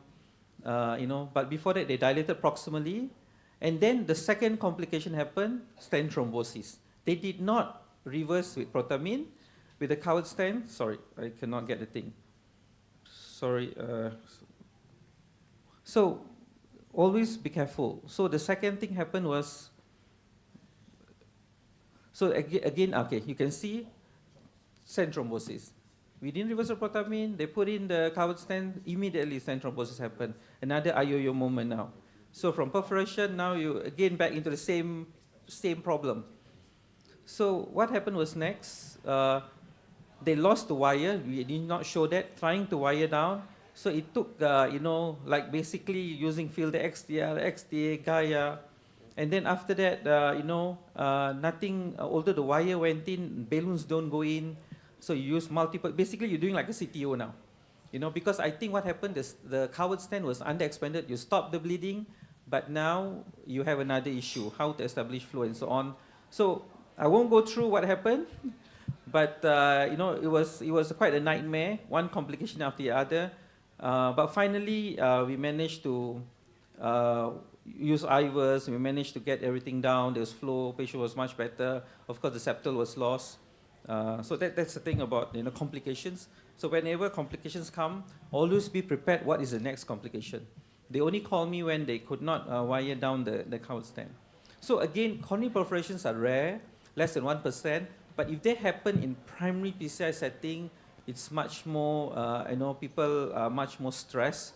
And as we are doing more complex cases, calcium cases and so on, so be very careful when we wire, when especially the artery is occluded. You think the wire is in the true, proper large branch or lumen, but it can be just in the septal or the side branch.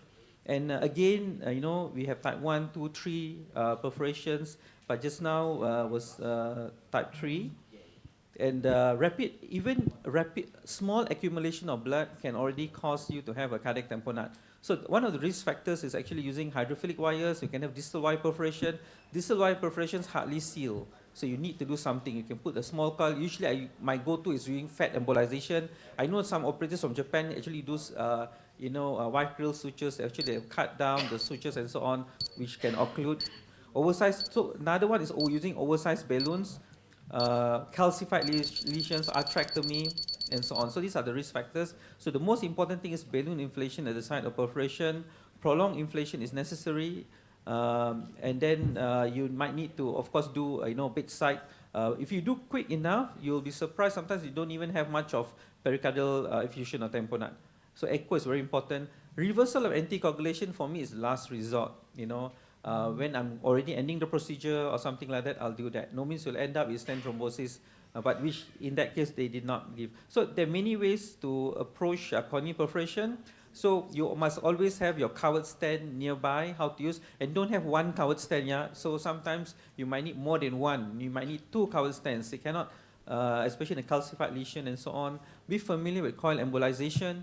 Not all coils can go down a microcatheter like fine cross. You need a larger microcatheter in your cath lab. And the last ones we hardly do. Yeah. So thank you.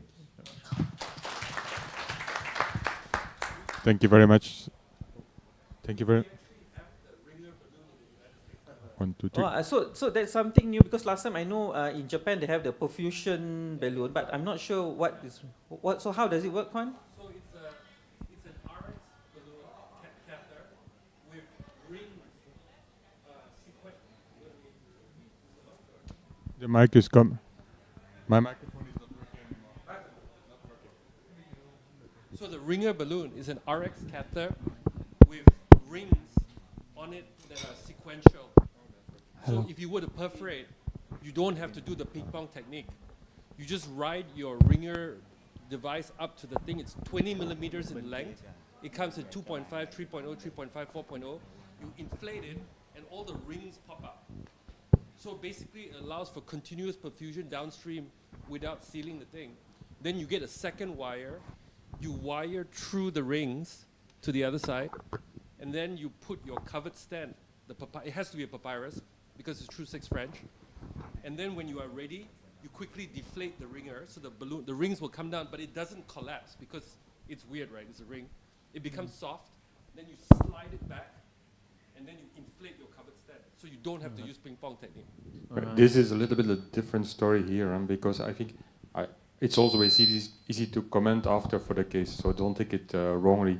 But I think this is more like a kind of almost type 5 perforation, because it's in the septal. So I would have probably avoided, it can probably be coiled rather than do prolonged inflation. That you avoid, the undersizing or the opening up of the cover stent, of course. Yeah, I think the reason we provide proximally is for the operator to think what's going on, what to do. So just to do that. But like what Professor Eric Eckhardt mentioned, different perforations are different. If you have a side branch perforation, distal wire perforation, so coil embolization, fat embolization, if you can do it quickly. The other one is your coils. But the first one I showed, actually somebody tried to use a coil, and guess what? The coil actually went backwards into the main branch.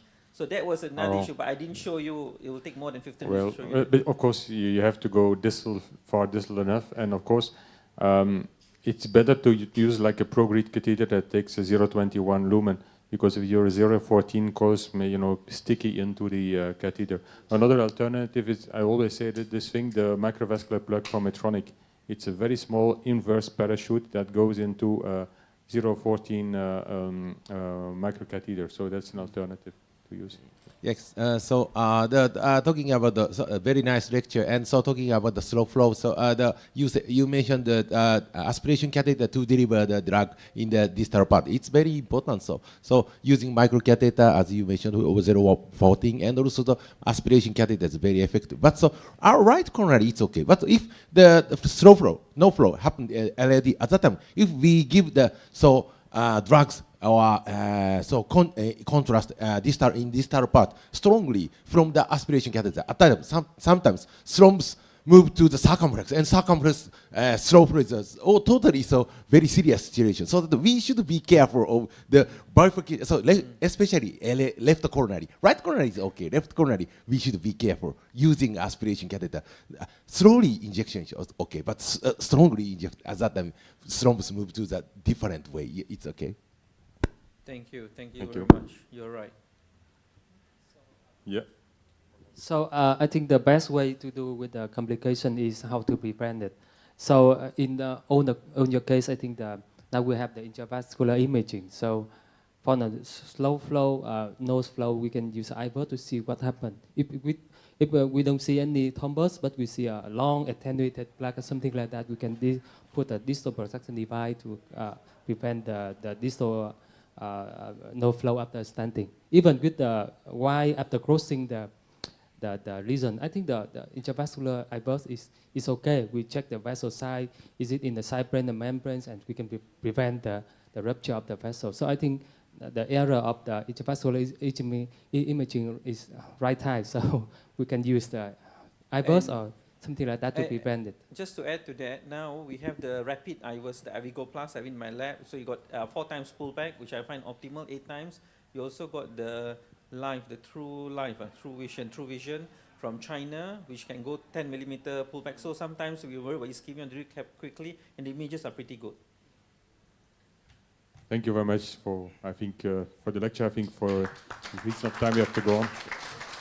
And just to remind you that no refill can be a very frustrating thing because it appears, it disappears. We don't always control it. So the next lecturer is Jack. You know that, Jack? It's your turn. I think this is your topic, your favorite topic, the HBR patients. You know this by heart. Huh? Thanks. Thanks.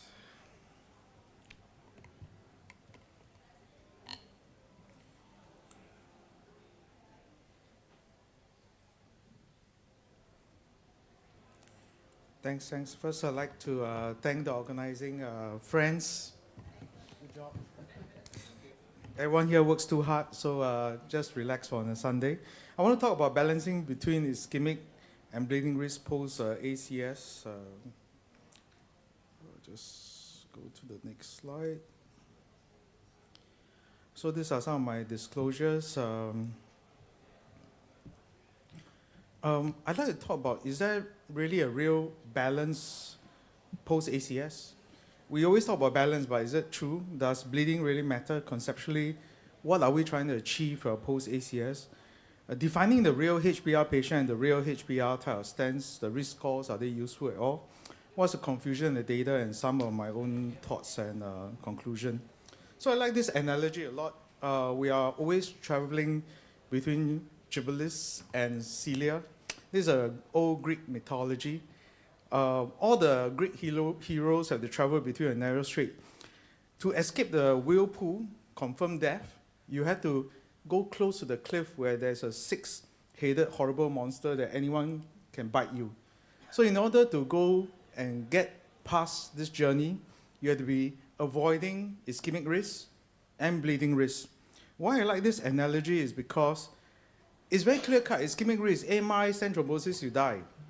But bleeding risk is like the usual suspect. It's usually the least suspicious suspect will come and bite you, and you can't predict which one is it as you maneuver very close to the cliff of Celia. You always see this slide, always try to balance between ischemic risk, thrombosis, and bleeding. But actually, I think this is the wrong concept. It's not about the balance. It's about deciding where the patient lies. Is it ischemic or is it bleeding risk predominant? So, for example, Audacious Jason was advised to pass by Celia always, closer to the 6-headed monster and lose only a few sailors, rather than risk the loss of his entire ship to the whirlpool or Tribilis, especially in the post-ACS environment.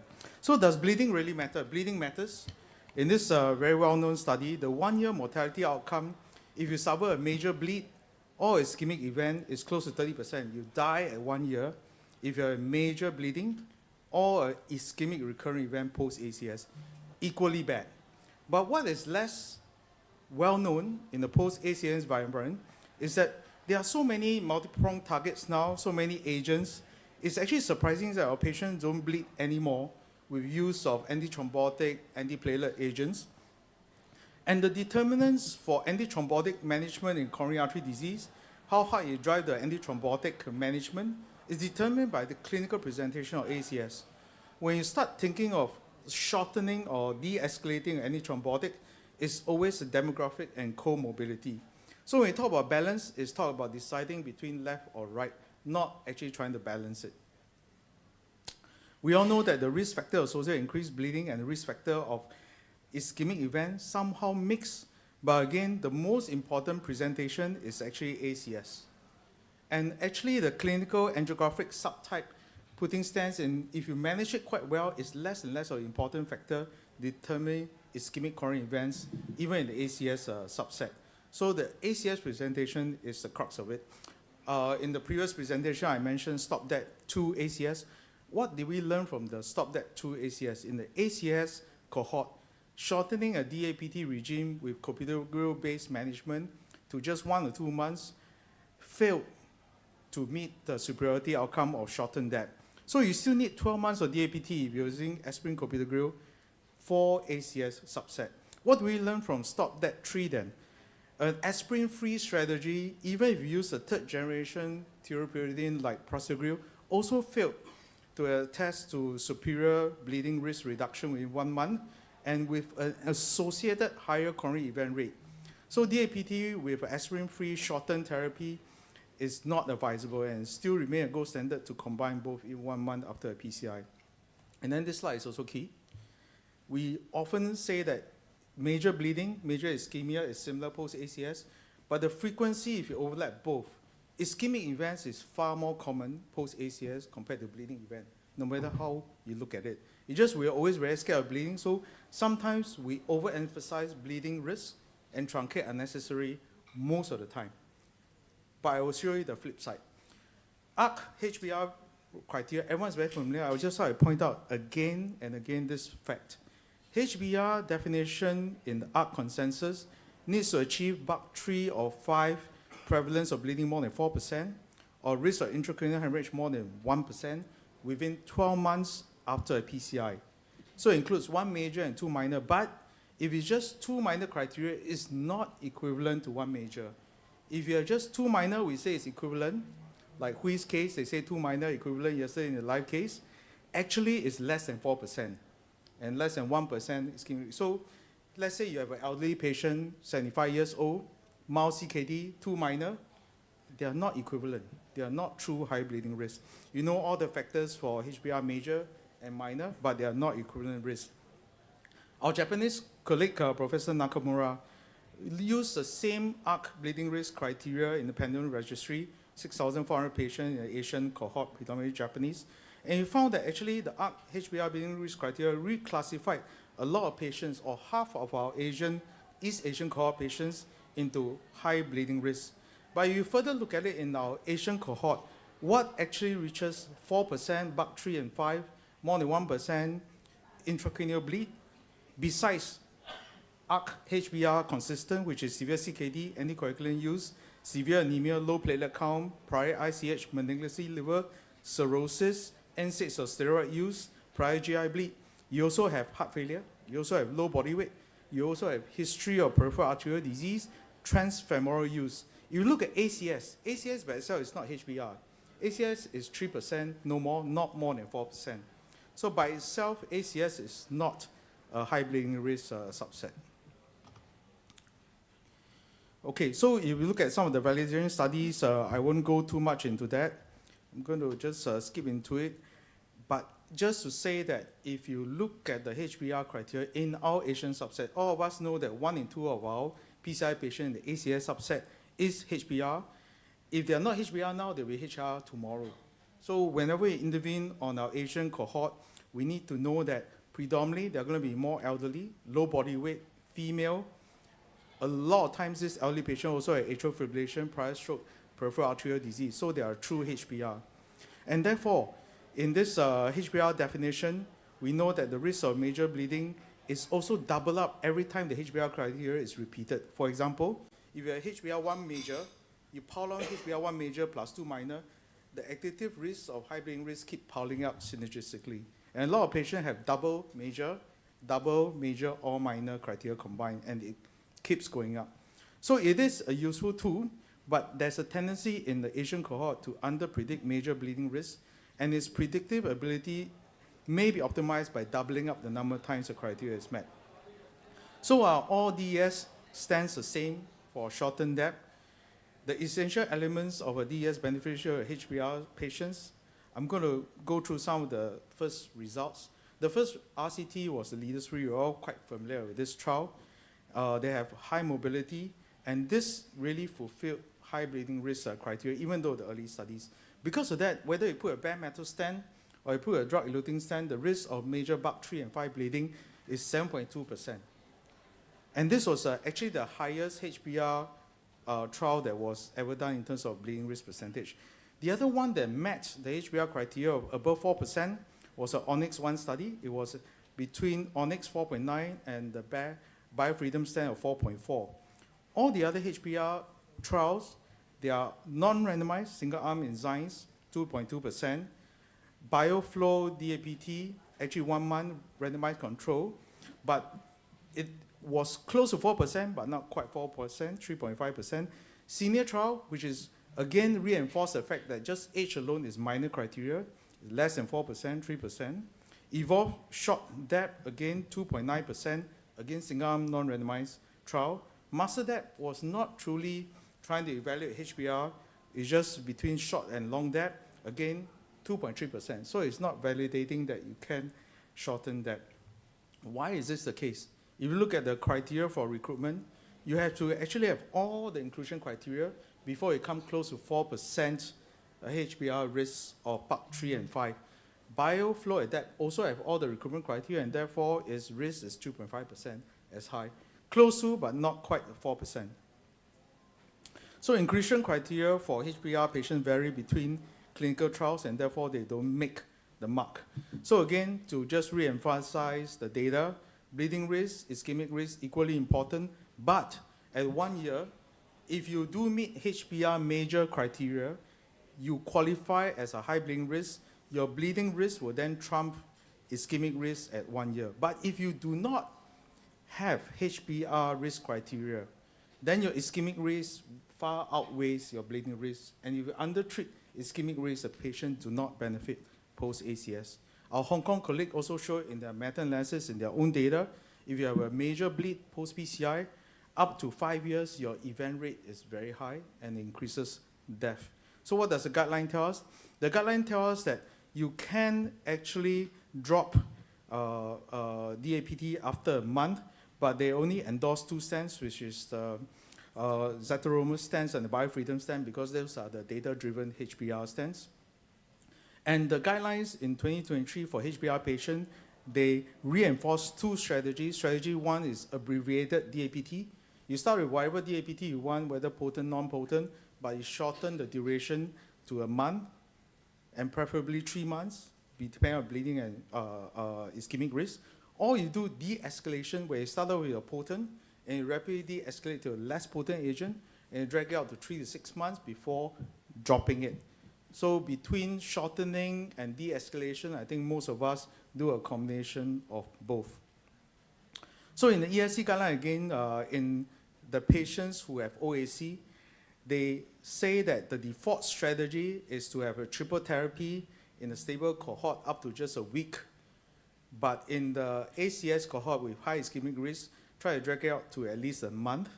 Then you shorten it to dual therapy with NOAC, and after a year, both consistently, just NOAC alone. So again, ESC guidelines suggest in patients with oral anticoagulation, PCI is performed without interruption of the VKA or NOAC, and try not to breach anyone. Means you don't go and give Klaxane on the side. Just give rapid onset, on-off NOAC preferably. But in patients who are on Coumadin, you do not want to administer any more heparin if the INR is already above 2.5 when performing the PCI. In patients with NOAC, regardless of the timing of the last administration of NOAC, low-dose anticoagulation can be given. These are some of the bleeding risk strategy you can consider pre-PCI, during PCI, post-PCI. Important is to risk stratify them. Important is IVUS intravascular imaging, optimal stent selection, deployment, and the strategy of either shortening or de-escalating depth. There's some data supporting the use of routine PPI to protect GI bleed post-PCI with depth. In the APSC consensus that we published in 2020 on the recommendation, we recommend more a binary approach. We use the ABO algorithm to prime people to yes or no, high bleeding risk. A, frail elderly more than 75, but with asterisk. Asterisk meaning you must combine with a second criteria. Or advanced age above 85, life expectancy less than a year, combined with spontaneous intracranial bleed under B, recurrent GI bleed, hemoglobin less than 9, not 11. Organ failure, either liver cirrhosis, end-stage renal disease requiring dialysis, bone marrow failure or platelet count of less than 50,000 or stroke in the last 6 months. And we risk stratify the high-risk ischemic risk using a CVD algorithm. C for prior coronary event, high-risk coronary anatomy, documented multivessel disease. V for established peripheral arterial disease, cerebral vascular event or disease. D for diabetes on treatment, eGFR less than 60, micro or macroalbuminuria, and heart failure due to coronary artery disease. And this is a very simple flow chart. We don't advise you when post-ACS or not. If you need to transit from a DAPT and you think that you need to transit them to CCS, assess then the CVD first, meaning ischemic risk first. Ischemic risk low, try not to prolong the DAPT, you just go to SAPT. Ischemic risk is high, then look at whether it's acceptable bleeding risk or not acceptable bleeding risk. If it's unacceptable, SAPT. Acceptable, consider DAPT or dual pathway inhibition. And this is a follow-up publication where we endorse a 12-light regime. After 3 months, in the low bleeding risk subset, go to ticagrelor monotherapy. In Asia, for patients on OAC, we endorse routinely 1 month, not shortening, because the practice pattern in Asia, not a lot of intravascular use, so we are a bit worried about saying can shorten and drop aspirin within 1 week post-PCI. So personalization is key, and I would like to conclude that major bleeding is highly correlated with mortality, especially post-ACS. The real-world data of HBR patient in Asia is at least half of our patients. Proven DES for HBR patient with short DAPT, there are only 2. DAPT strategy of HBR patient include the fact, I want to emphasize, bleeding risk or trump ischemic risk if they score positive. We need to shorten the DAPT duration or de-escalate the type of DAPT. So again, when you look at bleeding risk, you look at ischemic risk, they look somewhat overlap. There is a small overlap subset.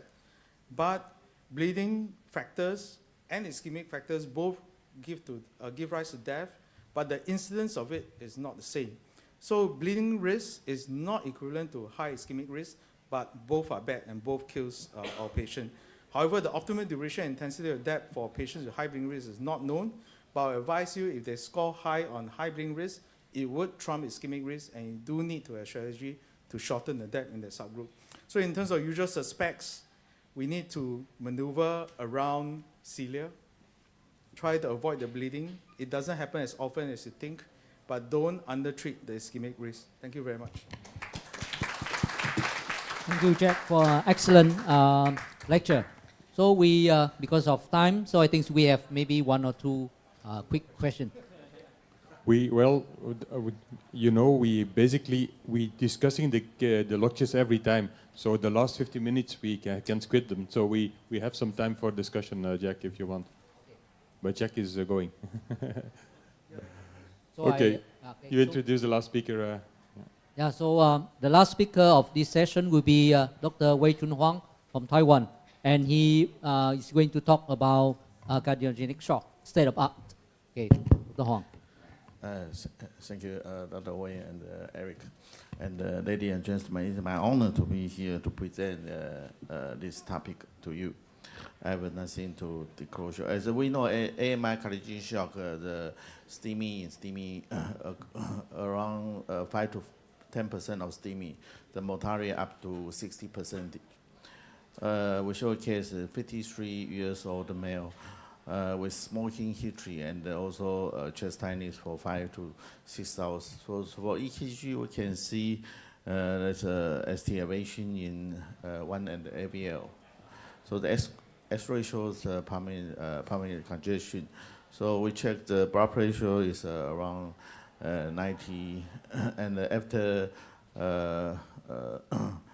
use of ventilator, the BP dropped to 83, even under IV norepinephrine. So we transfer the patient to cath lab. So from cath lab, we can see the RCA. There's a disc region in the middle part. But how about lemon? So we cannot see circumference or LAD. And for the patient suffer from ventricular arrhythmia immediately. So we perform more than 20 times tissue shock. We almost smell the barbecue. And we activate the heart team and arrange ECMO and the CPR can perform together. So we can see our staff do the CPR and the cardiac surgeon perform the cannulation. So we perform the artery sheath cannulation smoothly. But unfortunately, we cannot advance benches, so we have to move the patient to the table. First, we mentioned about the hemodynamic support. As we know, there's a different method to support the patient in AMI with cardiogenic shock, including the medication, IABP, tendon heart ECMO, and the impeller. And as we know, IABP we have to use in patient with stable reason, and also the tendon heart ECMO and the impeller can provide the oxygen continuous. And also IABP is a counter pulsation, and the tendon heart and the VA ECMO is central fugue flow. Impeller is axial flow, so now we favor use impeller. But in Taiwan, the impeller cost about $40,000 American dollars. They have paid by themselves. So how about IABP in the patient? So from shock study, we can see the shock 1 study show if PCI is successful, the mortality only 39%. If unsuccessful PCI, the mortality up to 85%. And shock 2 study compared with the IBP and the non-IBP, actually there's a 30 days mortality. There's no difference between two groups. So the guideline suggestion routine use IBP is not recommended. It's a 3B indication. So how about the ECMO? In Taiwan, the ECMO is more popular because the ECMO is our insurance investment for the ECMO. So ECMO can provide up to 8 liter per minute output for the patient. So ECMO, the advantage of ECMO is that they decompress the venous system, increase coronary, cerebral, and the peripheral perfusion, and also provide the blood oxygenation. However, it will increase the LV afterload. So there's a study use a systemic review and the meta-analysis show use of ECMO compared with ECMO compared with no ECMO. Actually, ECMO has better result, 30 days survival. And so from this observation trial, we can see the VA ECMO actually better survival than control, and also provide superior circulation support. And the meta-analysis of cardiac shock post ACS, we can show the VA ECMO compared with IBP have more 30% higher 30 days survival. However, the guideline show no randomized treatment allocation, important limitation. So how about when we put the ECMO, the LV unloading? LV unloading, so we can see when we use ECMO, if we increase the flow, we increase the LV pressure and decrease the LV volume. So if we use a different kind of method, we can reduce the LV pressure. So actually, there's many methods to reduce the do the LV unload, including the lava ECMO, IABP, or the impeller, or different kind of device.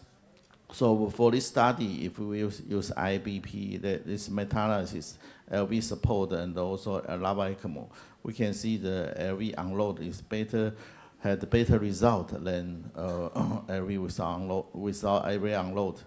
So there's a study compared with the IABP with ECMO, and compare with ECMO only. Actually, IBP with ECMO with LV unload is has better result, and have better 30 days survival. This study used ECMO. They use impeller with ECMO do the LV unload. So LV unload has better 30 days mortality. How about ECPR for this patient?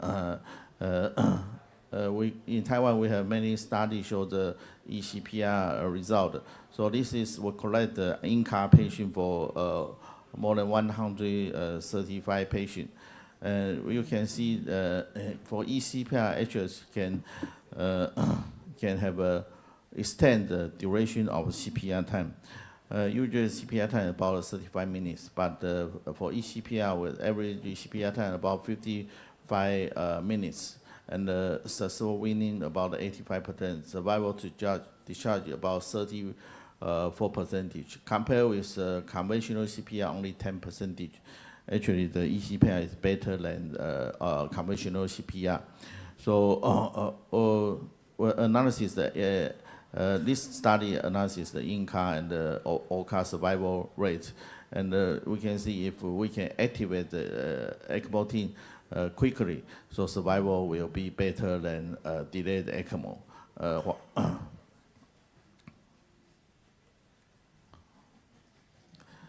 And this is another study show actually survival in-car or all-car patient is about 33% if duration of ischemia less than 75 minutes.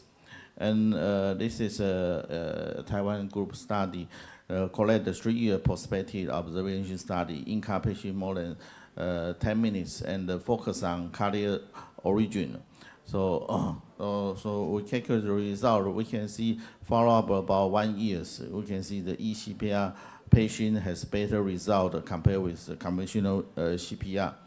And this is another Korean study respected. They also show the eCPR result has better result than conventional CPR. And this is a study from Berlin for Germany, and they do the eCPR for refractory all-car patient. And for the result, we can see the total ECMO time less than 30 minutes has better result than total ECMO time less than more than 30 minutes. And survival rate can increase about 39%. And another study show meta-analysis study show the conventional eCPR and also eCPR. We can see the eCPR has a better result compared with the conventional CPR. Well, we return to the case. We have to continue to the CPR for the patient and also perform the ECMO. Because the vein, because the wire too soft, so we cannot advance the venous sheath. So we have to change the super stiff wire, and finally we can smooth deliver the vein sheath. Finally, when we set up the ECMO, although we activate the ECMO team very quickly, but because the device problem, in total we CPR the patient for about 1 hour. We decide to do the PCI instead of the cabbage. So we use a software to pass the lesion, and after that we use a thrombectomy to remove the part of thrombus. So we can see there's a very narrow lesion in LAD element distal part. So finally we can see the 2 lumens. So we use 2 wire and open up the lesion, and we decide to perform the circumflex lesion first. And later on, after the circumflex stenting, so we decide to the stenting to element to LAD. So we also did the OCT for the patient to make sure we put the right size of the stenting. So this is another PDCA for the patient. So finally we're stenting from lemon to LAD part. Only single stent for treat this patient because we see there's no significant lesion in LAD in circumflex orifice. So we also did the OCT after the lemon stenting. But because the male position of the lemon orifice, so we did another port for the patient lemon. So finally we get the T3 flow for the lemon and also circumflex. But you can see, I'm not sure it's a vasospasm in the circumflex or proximal part or not. But we decide to complete the procedure. The patient still ventricular fibrillation. So in our hospital recently, we set up the smart care in cardiogenic shock. We set up the cardiogenic score from we collect data for 10 years, And we collect the data from the admission, use a different category to collect data. We set the patient into 5 strata. So if our score more than 25 has very high risk of mortality, and very low has less than 70% mortality. So the AOC curve around 0.0887. And also compared with the 30-day mortality has a powerful long-term the prediction. And also we use artificial intelligence care with cooperation with university to use a random forest and variable importance to set up another AI model in our hospital. And with the shaped expansion to see what is the reason to induce the cardiogenic shock, the poor outcome, so we can improve the poor outcome. So in our hospital hospital information system, we have an AI critical care buttons. If you click the button, you can see the cardiogenic shock risk for this patient about 55%. And also we can check other category, use our AI system. So we also use the system to use in other hospital. Our result actually have a similar result with other hospital. So further confirm our result, AI result in the accuracy in different hospital. So the patient actually after open up the lesion, so we decide to do another cardioversion. Luckily, the patient returned to normal sinus reason. So we performed the hemodialysis for the patient, but because the severe heart failure, in about 1 month, we have to do the tracheostomy for the patient. And also, we can see the LV EF is not so good. So we follow the patient about 3 years later, so we can see the RCA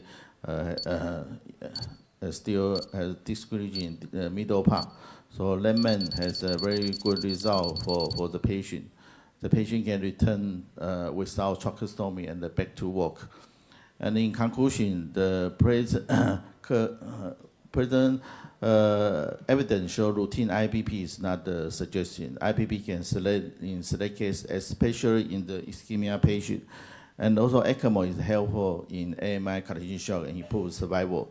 Always consider the LV unloading, and the eCPR outcome actually better than conventional CPR. And welcome to Taiwan next year, April 12 and 13. Thanks for your attention.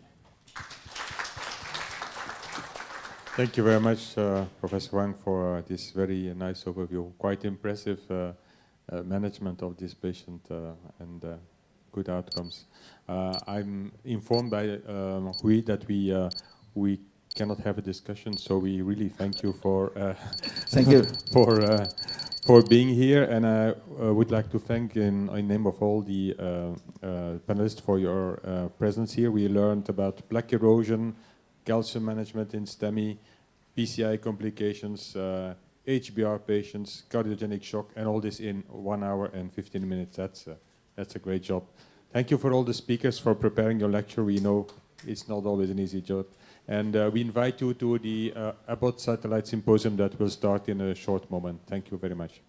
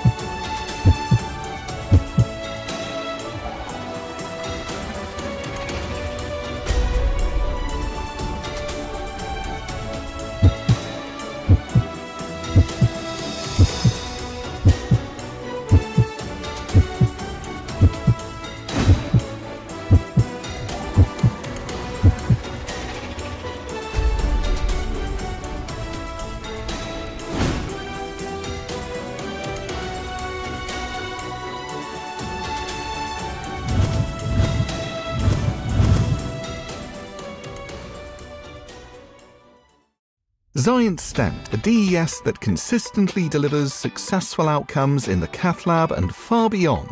Now the innovative design and proven performance of Zence has advanced even further. Introducing Zence SkyPoint drug-eluting stent system. Better maximum expansion from 3.5 to 5.75 millimeters and no shortening, enabling you to treat patients with tapered lesions using a single stent. Zence SkyPoint seamless one-piece shaft and slimmer profile with optimized pushability. This latest generation Zence stent has excellent deliverability with low tracking and crossing forces. All specifically designed for complex patients and lesions. The new 48mm design supports a lower crossing profile and better maximum expansion. The result, Zence SkyPoint builds on the Zence stent record of proven performance with trusted patient outcomes supported by real-world evidence, delivering optimal procedural and early outcomes in all types of patients and lesions. And now, with a 1-month DAPT indication for high bleeding risk patients. Zence Stent delivers unparalleled clinical outcomes that last far beyond the intervention. Even out to 10 years. Enabling patients to live a better quality of life. Zence SkyPoint drug-eluting stent system.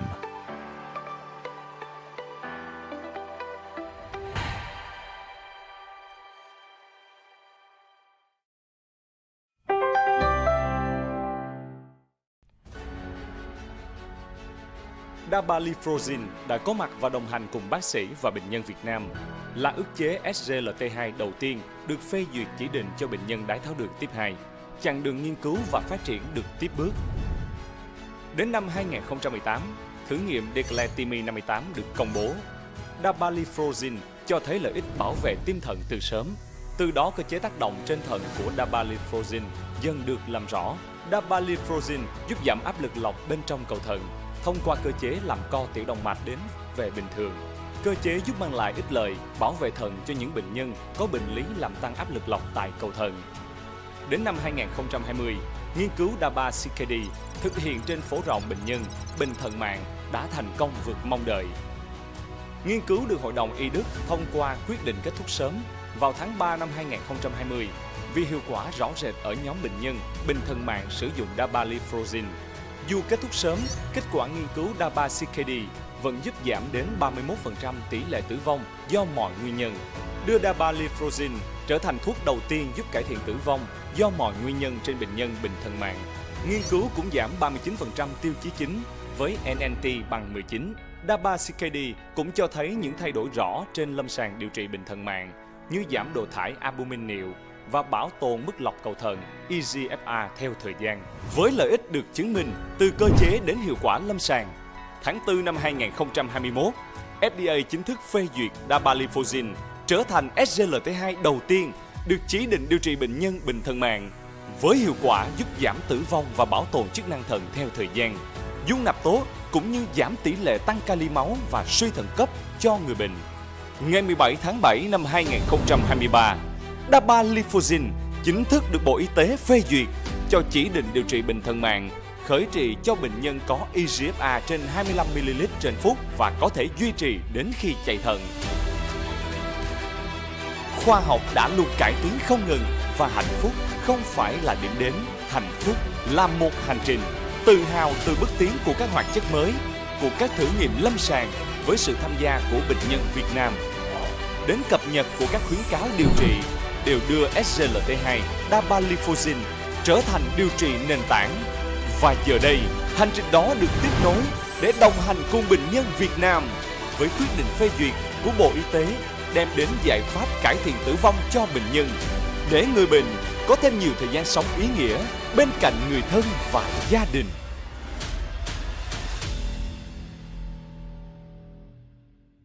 Designed to solve the problem traditional drug-eluting stents cannot, achieving more than simply propping a vessel open. by allowing healing and resumption of natural vessel motion and function. Dynamics starts by opening the vessel and restoring blood flow, increasing the diameter of the inner vessel without compromising or restricting the natural healing processes. Right after implantation and through the first 3 months, the drug is released for controlled growth of healthy new tissue over dynamics. Following natural resorption of the biodegradable polymer coating after 6 months, the magic happens. Dynamics' unique design allows it to unlock itself. Restoration of vessel motion and function occurs when each of the device's helical strands unlock from each other. Rather than simply creating a channel for flow, the freed vessel pulses, bends, and twists, indicative of healthy artery function. The vessel pulsates and moves freely, responding more naturally to every heartbeat, increasing blood flow, and sending more blood further into the heart. Unlock the rush of freedom with the Dynamics Bioadapter. Are you looking for a way to speak to our entire portfolio in a simple and engaging way? Look no further. It's about pushing the boundaries of what's possible. We're setting out to redefine successful outcomes for both physicians and patients, establishing a standard of care with the latest PCI advancements and shipping.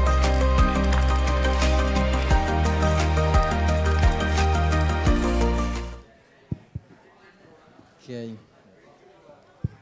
So we start the lunch symposium about company.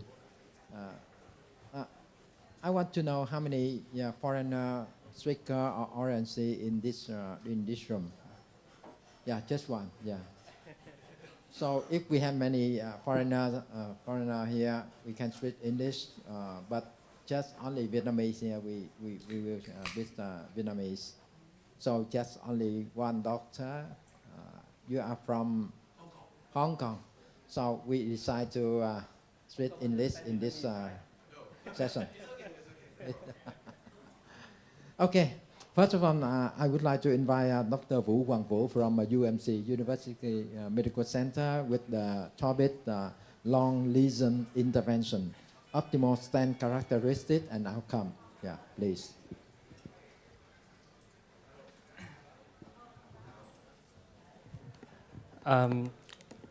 Trước hết thì xin cảm ơn giáo sư Trương Công Bình cũng như là quý đồng nghiệp đã có mặt ở đây để mà chúng ta có một cái phiên thảo luận buổi trưa.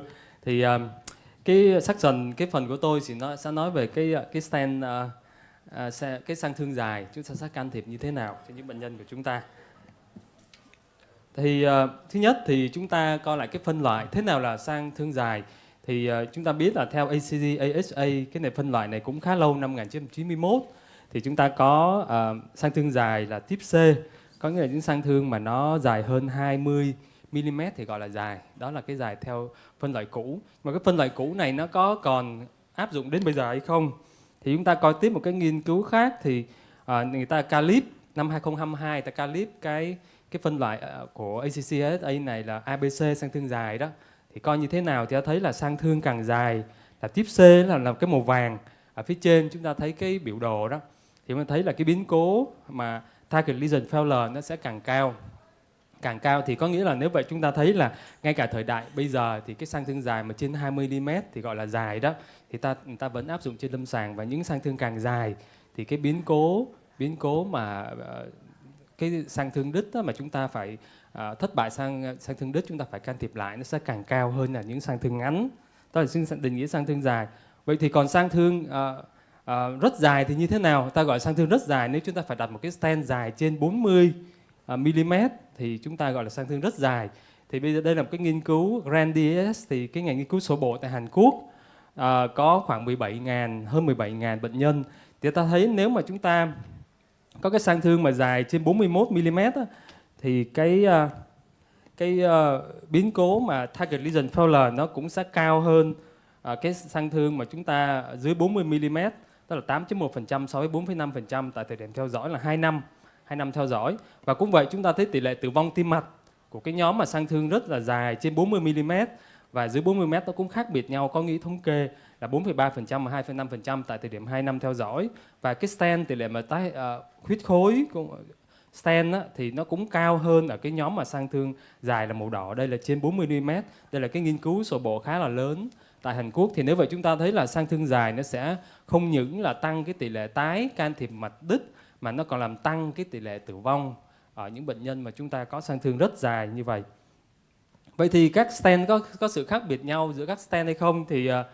Thì chúng ta nhìn vào đây một cái nghiên cứu lấy từ 3 nghiên cứu randomize có khoảng 10.500 bệnh nhân thì so sánh các loại stent với nhau, cho thấy có stent là everolimus, chúng ta có stent zotalimus, biolimus hoặc sirolimus.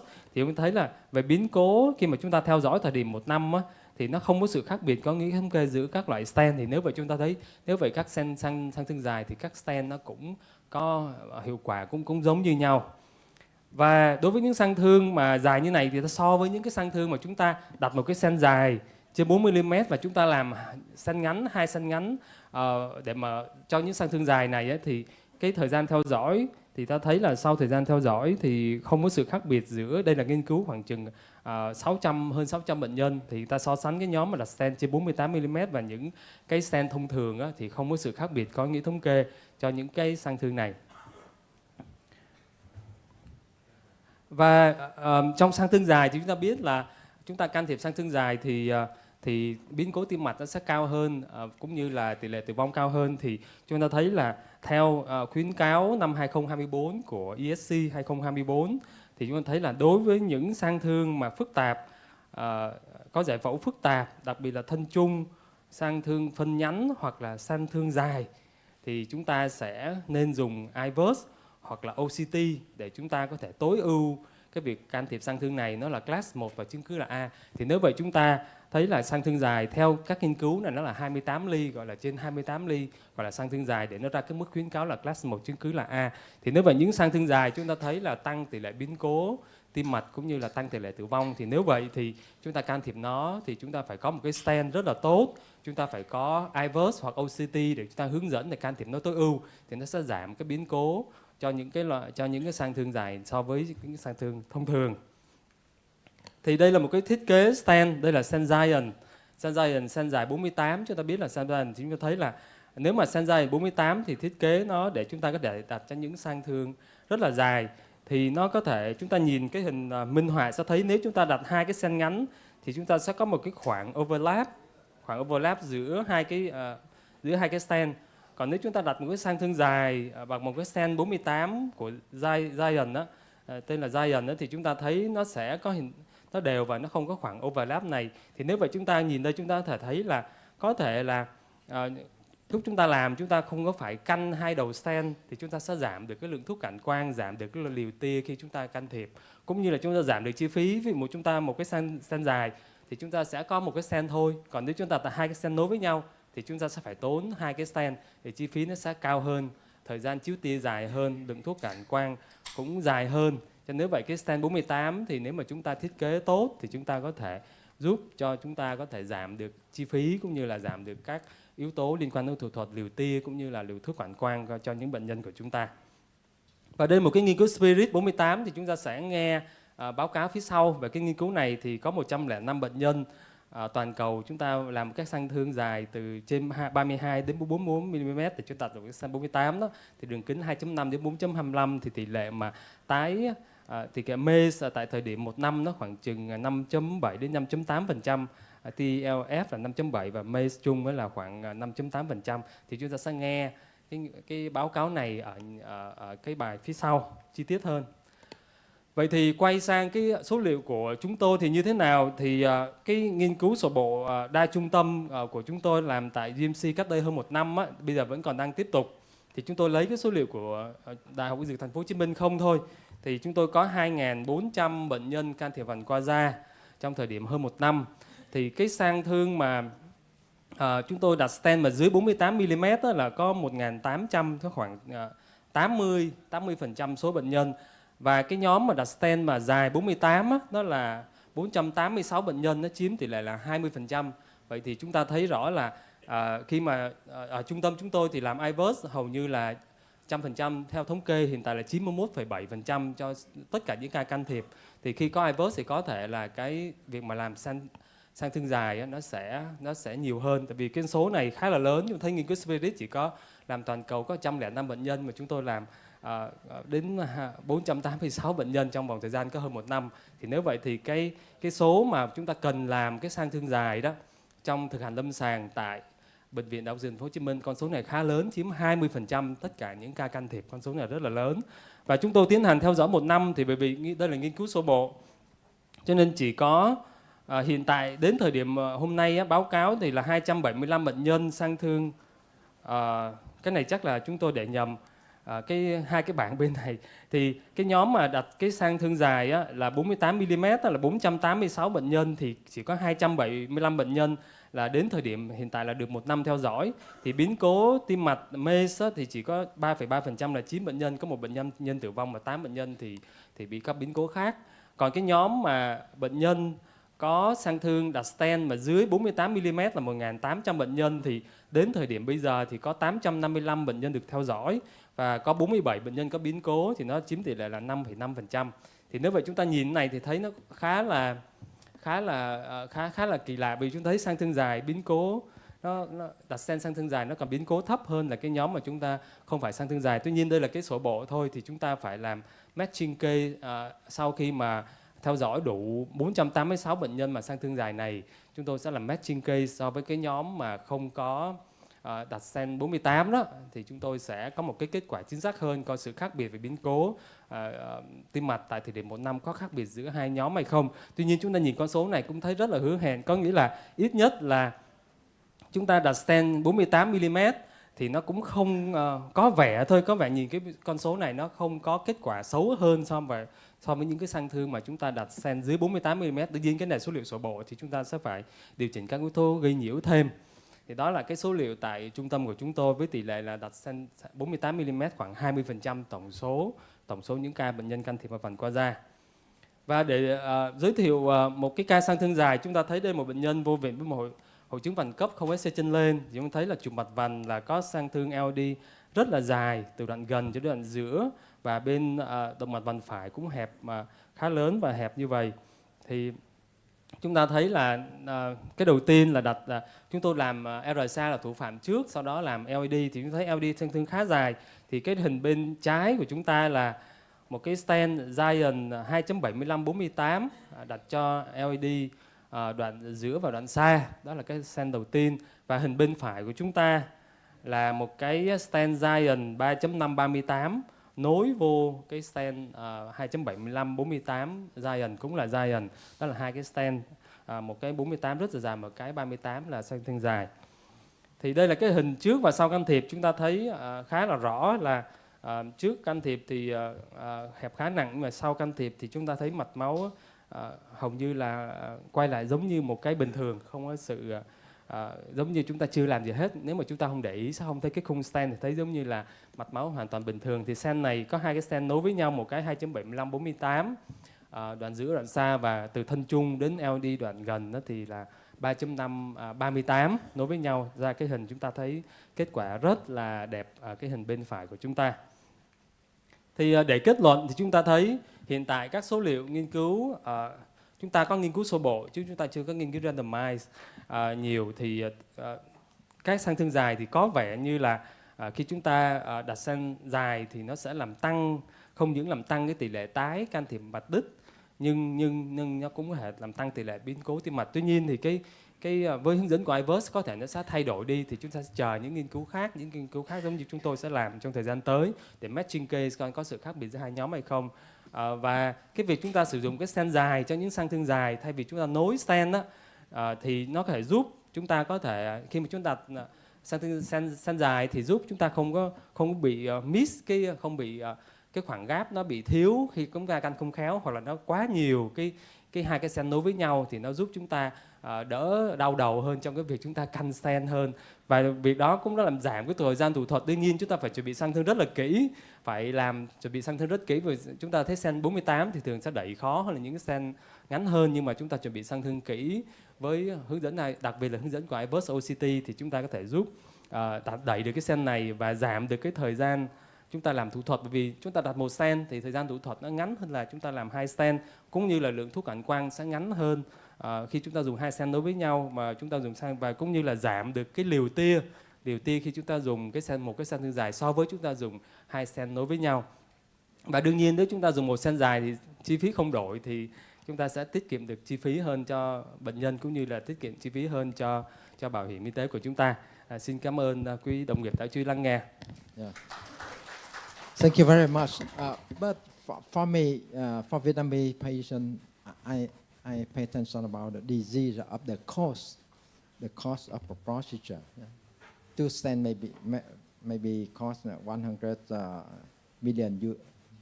million Vietnam dong, but one is better. Huh? But how about the company? You want to sell 2 stents or just 1 stent? Yeah. Yeah. Okay, we go to the next speaker, Dr. Nguyễn Quốc Thái from Bạch Mai Hospital with the highlight from Spirit 48 trial. Yeah.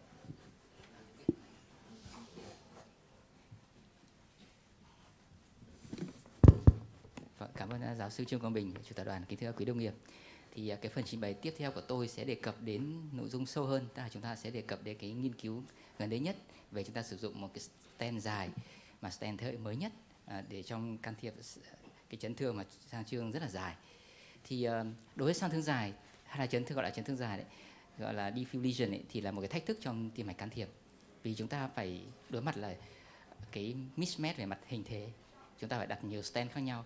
Thì trong trường hợp mà chúng ta phải đặt nhiều stent khác nhau thì có một cái nghiên cứu đã thực hiện rất là dài hơi trong vòng 3 năm, thì thấy rằng là nếu chúng ta đặt nhiều stent, đặt stent overlapping với nhau, tức là chồng lên nhau, thì cái nguy cơ biến cố về tim mạch chính như tỷ lệ tái thông tại mạch đích, cũng như các biến cố liên quan đến tử vong và tái nhồi máu cơ tim cao hơn rất rõ rệt ở cái nhóm mà chúng ta đặt overlapping, tức là 2 stent chồng lên nhau.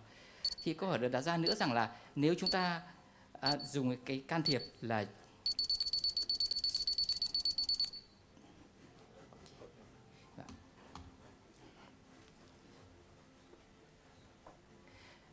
câu hỏi đặt ra nữa là nếu chúng ta ở những tổn thương mà dài thì chúng ta có 2 chiến lược.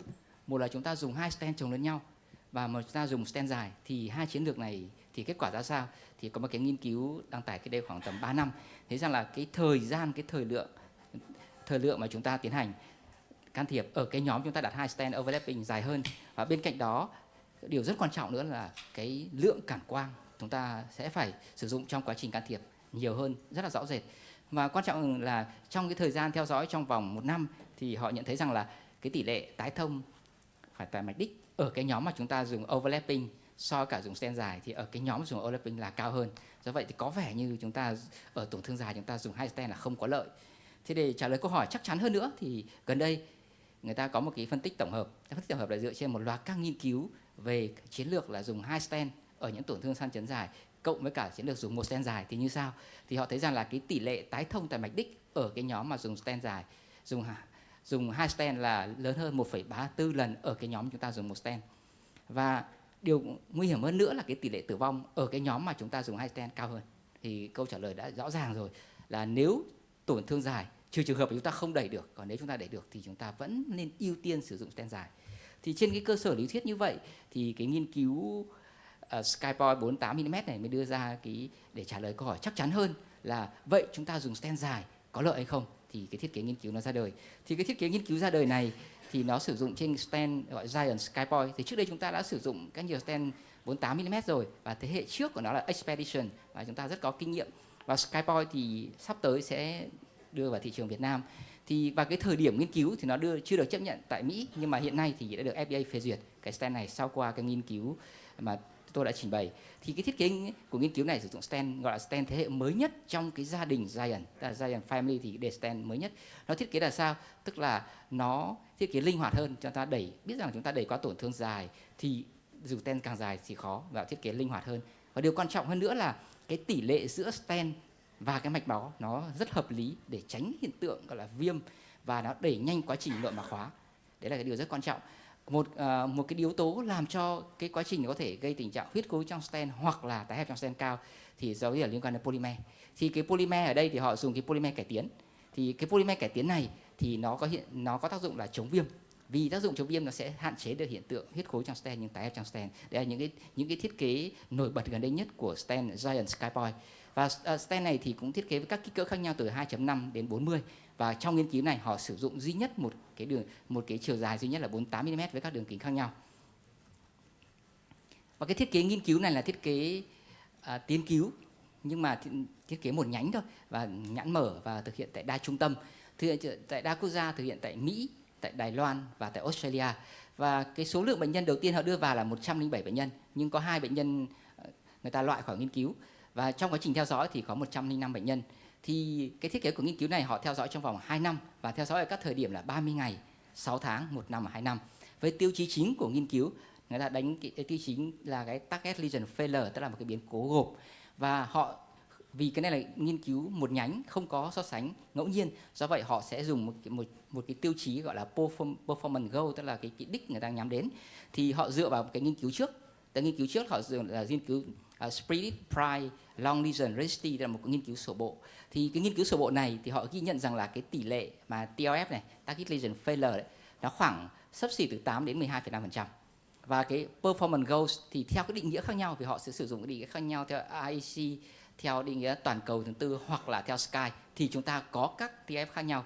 Thì cái TF khác nhau nó họ ước tính nó khoảng từ 8 xấp xỉ 12,7, và performance goal của cái nghiên cứu Spirit thì họ ước tính khoảng xấp xỉ 20%. Do vậy họ sử dụng cái performance goal, tức cái đích của cái nghiên cứu này họ cũng sử dụng 20% để họ ước tính, và cái target lesion failure họ ước tính khoảng xấp xỉ 10%. Đấy là tức trước khi chúng ta thực hiện nghiên cứu thì chúng ta không có so sánh nhóm chứng thì người ta sẽ thực hiện một cái phép tính để đưa ra cái ước lượng và so sánh với kết quả đối với cả số ước lượng đó. Thì nếu mà nó thấp hơn thì là nghiên cứu đấy đạt được nghiên cứu, còn nếu vượt qua thì tỏ cái chất liệu này là không được theo đúng cái thiết kế nghiên cứu. Ngoài ra họ có một số các tiêu chí phụ như là cái target lesion failure ở các thời điểm khác nhau, tức là 30 ngày, 6 tháng và 2 năm. Thì đấy là cái theo thiết kế các nghiên cứu. Thì đây là cái sơ đồ để chúng ta hiện đây có 107 bệnh nhân và chỉ đưa vào nghiên cứu thực sự là chỉ có 105 thôi, vì 2 bệnh nhân không tiến hành đặt được dụng cụ họ loại. Và trong quá trình theo dõi 1 năm thì có 3 bệnh nhân có biến cố, tức là tử vong là 1 bệnh nhân. Một bệnh nhân thì không tham gia vào từ chối nghiên cứu, một bệnh nhân thì không tiếp tục được nghiên cứu, thì có 3 bệnh nhân bị loại khỏi nghiên cứu. Và tính cái thời gian, tính cái tỷ lệ mà theo dõi theo lý thuyết ấy là 98,1%, tức là tỷ lệ này khá là cao. Và đây cái bảng chúng ta theo dõi các thông số chung thì để bệnh nhân trên 65 tuổi chiếm tỷ lệ khoảng xấp xỉ 65%, và chỉ số BMI là khá cao 28,97, trong đó tỷ lệ bệnh nhân béo phì trên 25 là 71,7%. Và các yếu tố nguy cơ khác như là hút thuốc lá 53%, tăng huyết áp 82%, rối loạn lipid máu 88,6% và tiểu đường là 34,3%.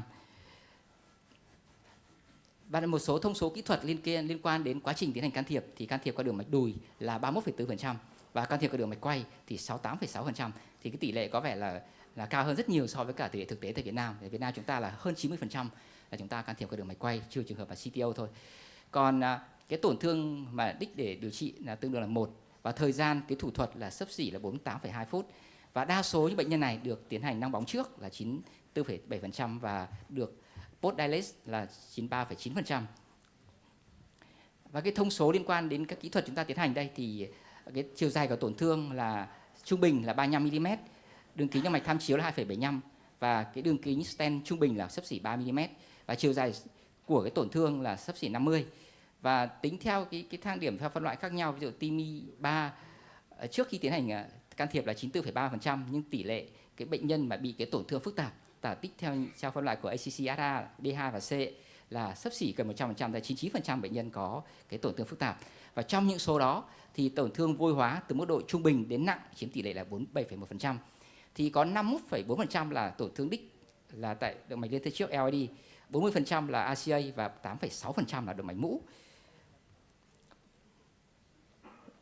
Đây là một cái bảng thông số liên quan điều trị thuốc, thì đa số bệnh nhân đều điều trị statin và các thuốc rối loạn lipid máu. Còn chẹn beta 57% và bệnh nhân tiểu đường thì trong đó có 32,4% phải dùng các thuốc tiểu đường. Còn DAPT thì 95,2% được sử dụng DAPT. Trong đó 1 tháng là 97%, sau khi xuất viện là 97%, sau vòng 1 tháng là 99% và sau vòng 1 năm là 82%. Vì cái số lượng bệnh nhân ở đây nó kết hợp cả những bệnh nhân có CCS, ACS và Stemi and non-Stemi, nhưng đa số là bệnh nhân là CCS, do vậy đa số cái tỷ lệ bệnh nhân dùng DAPT nó rút ngắn hơn so với cả các khuyến cáo thông thường. Về tỷ lệ thành công người ta định nghĩa như thế nào? Tỷ lệ thành công về mặt thiết bị, tức là chúng ta đạt được cái diện tích stent tối thiểu là ít nhất là dưới 50% theo PCI, và chúng ta không sử dụng các thiết bị khác, thì tỷ lệ thành công về mặt thiết bị đó là 97,2%, và chỉ có 3 bệnh nhân thất bại thôi. Thì trong 3 bệnh nhân thất bại đó thì 2 bệnh nhân là không đưa được hoặc là không đẩy stent vào đúng cái vị trí tổn thương, và có 1 bệnh nhân thì là stent bị lỗi, do đó phải thay thế bằng một dụng cụ khác. Thì đấy là có 3 bệnh nhân. Về cái tiêu chí chính của nghiên cứu, tức là nó dùng cái tỷ biến cố gộp là tactic lesion failure đấy, thì sau 1 năm là 5,7%. Thì so sánh với cả cái upper limit, tức là cái ngưỡng cao mà theo đúng theo ước tính lúc đầu tôi nói đấy, người ta ước tính ở đây là nghiên cứu này người ta ước tính là upper limit theo kiểm định một phía là xấp xỉ 10%, thì cái này thấp hơn rất nhiều, 5,7 so với 9%. Mà so sánh với cái đích là performance goals là 20% thì thấp hơn rất nhiều, và tỷ lệ này thực sự có khác biệt có ý nghĩa thống kê. Thế là chúng ta thấy rằng là cái tiêu chí chính đạt được và thấp hơn rất nhiều so với cả cái tỷ lệ ước tính mà khi chúng ta tính toán. Và theo dõi trong vòng 1 năm về các biến cố riêng rẽ, thì thứ nhất là tỷ lệ về nhồi máu cơ tim tại mạch đích theo phân loại Sky chỉ có 4,8%. Tử vong thì có 1 bệnh nhân thôi, một bệnh thì tỷ lệ 1%, và tỷ lệ tái can thiệp tại tổn thương đích chỉ có 1%. Và tính theo cái biến cố gộp đó tactic lesion failure thì theo các định nghĩa khác nhau, thì ở đây họ dùng khá là nhiều cái định nghĩa. Thứ nhất định nghĩa của Sky thì 5,8%, còn theo định nghĩa của ARC thì 6,7%, còn theo định nghĩa toàn cầu lần thứ 4 về nhồi máu cơ tim thì có 4,8%. Thế còn nếu tính cái biến cố gộp, người ta dùng là DMA, tức là viết tắt của 3 từ đó là death, tức là tử vong, chữ M là MI là nhồi máu cơ tim, hoặc là tái thông mạch đích, là gộp của 3 cái biến cố này. Thì theo phân loại của Sky thì là 5,8%, của ARC2 thì là 6,7%, và theo định nghĩa toàn cầu lần thứ 4 về nhồi máu cơ tim là chỉ có 6,7% thôi. Thì nói chung về tổng cái tỷ lệ bệnh nhân phải tái thông tại mạch đích hoặc là tổn thương đích chỉ có 1%. Tức là chúng ta theo dõi trong 105 bệnh nhân, sau 1 năm mà chúng ta dùng stent dài như vậy, chỉ có 1 bệnh nhân duy nhất chúng ta phải tái thông mạch lại. Thì tỷ lệ rất thấp, thậm chí thấp hơn cái con số vừa rồi mà tiến sĩ Vũ vừa đề cập đến là có 3,3%. Chúng ta nghiên cứu sơ bộ tại UMC, nhưng mà cái nghiên cứu này chỉ thấy rằng là có 1% bệnh nhân phải tái thông lại. Và tỷ lệ huyết khối chúng ta thấy rằng chỉ duy nhất có 1 bệnh nhân. Chúng ta thấy rằng là cái kết quả khá là ổn. Nhưng dù sao thì đây là một cái nghiên cứu nó cũng có một số mặt hạn chế. Từ đây là cái nghiên cứu không ngẫu nhiên và nghiên cứu kiểm định một phía thôi. Do vậy chúng ta sẽ phải sử dụng cái ước tính, cái estimate là performance goals với cả cái upper limit để chúng ta kiểm định. Do vậy chúng ta không có một cái đối đầu, ví dụ đối đầu nghiên cứu đặt overlapping chẳng hạn, thì cái này nghiên cứu này chưa đề cập đến. Thực ra là lựa chọn ở bệnh nhân tổn thương dài này thì nó cũng ảnh hưởng rất nhiều đến cái stent, đến độ hẹp của stent. Ngoài ra là có một phần rất lớn cái hạn chế của nghiên cứu mà theo đúng cái khuyến cáo của vấn đề của CCS đó gì là chúng ta phải sử dụng các thiết bị liên quan đến đo về sinh lý và hình học. Ví dụ IVUS và OCT thì cái nghiên cứu này có tỷ lệ khá là nhỏ, tức là không bắt buộc, do vậy nó cũng làm hạn chế một phần cái nghiên cứu. Để so sánh với cái hiệu quả của cái nghiên cứu này đối với cả những cái nghiên cứu trước đó thì chúng ta sẽ tham khảo. Tức là nghiên cứu trước đó họ dùng stent thế hệ cũ hơn, đó là Zence Expedition của tác giả là Gauthier năm 2022, trên 268 bệnh nhân thì cái tỷ lệ tactic lesion failure thì 5,3%, và có 4,1% bệnh nhân phải tái can thiệp lại, và trong đó tử vong là 2 ca, chiếm 0,7%. Và cái tỷ lệ bệnh nhân huyết khối trong stent thì 0,7%. Một nghiên cứu khác của tác giả Hitsao năm 2022 vẫn đã dùng Stent Expedition thế hệ trước thì tỷ lệ TLF là 4,2%, và tỷ lệ tái nhồi máu cơ tim tại mạch đích là 1,4%, và tái thông mạch đích là 3,2%, và có 3 bệnh nhân tử vong. Và tỷ lệ huyết khối trong stent là 0,9%. Thế để tổng kết lại cái nghiên cứu Split 48 một năm, thấy rằng là 97,2% là chúng ta thành công, chúng ta đưa thủ thuật vào đúng cái vị trí tổn thương. Và cái tỷ lệ tactic lesion failure, tức là biến cố gộp đấy, chỉ có 5,7%. Và trong đó cái biến cố gộp gồm có tử vong, nhồi máu cơ tim tại 1 năm chỉ là 5,8%. Thế để kết luận cái nghiên cứu này cho thấy rằng là nghiên cứu Split 48 thì đã đạt được cái tiêu chí chính của nó. Tức là chúng ta thấy rằng là estimate là 10%, performance goal là 20%, nhưng mà đấy thực tế chỉ có 5,7%, tức là thấp hơn rất nhiều so với cái ước tính. Và so sánh với cả các nghiên cứu trước thì nó không thua kém. Nói rằng là mặc dù là tổn thương dài, chúng ta dùng stent thế gần đây cái liệu tốt nhất và chúng ta không thua kém. Và cái nghiên cứu Split 48 thì đã bổ sung cho chúng ta rằng các dữ liệu rằng chúng ta dùng cái Giant Skypoint 48 này có thể điều trị được ở những bệnh nhân tổn thương de novo dài, và tất cả những cái bệnh nhân mà chúng ta thấy rằng là rất khó khăn. Thì kết thúc công nghiên cứu thì hôm qua tôi sau khi Fountain Dinner tôi đi lượn vào vòng xung quanh Sài Gòn thì thấy là nhà thờ Đức Bà đang được trang hoàng rất lộng lẫy và rất đẹp. Thì đây là hình ảnh chụp từ trên mạng thôi, nhưng mà thấy nhà thờ Đức Bà sáng rực lên. Và chúng ta vừa nghe một tin vui nữa, tức là nhà thờ Đức Bà Paris vừa đã phục chế thành công và tổng thống tái đắc cử là Trump sẽ đến cắt băng khánh thành.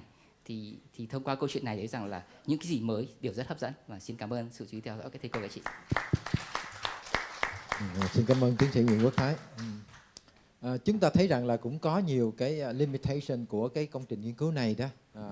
Nhưng mà cũng cho chúng ta một thông tin rằng là cái tỷ lệ mà thành công về mặt thiết bị đó là đạt rất cao, hơn 97%. Như vậy thì cái nghĩa là thủ thuật này chúng ta làm có tính cách khả thi, thành công được, và cái kết quả mà gọi là clinical outcome thì chúng ta thấy cũng rất là tốt, với những cái tỷ lệ mà chúng ta thấy thất bại về mặt sang thương theo cái định nghĩa đó chỉ 5,8%.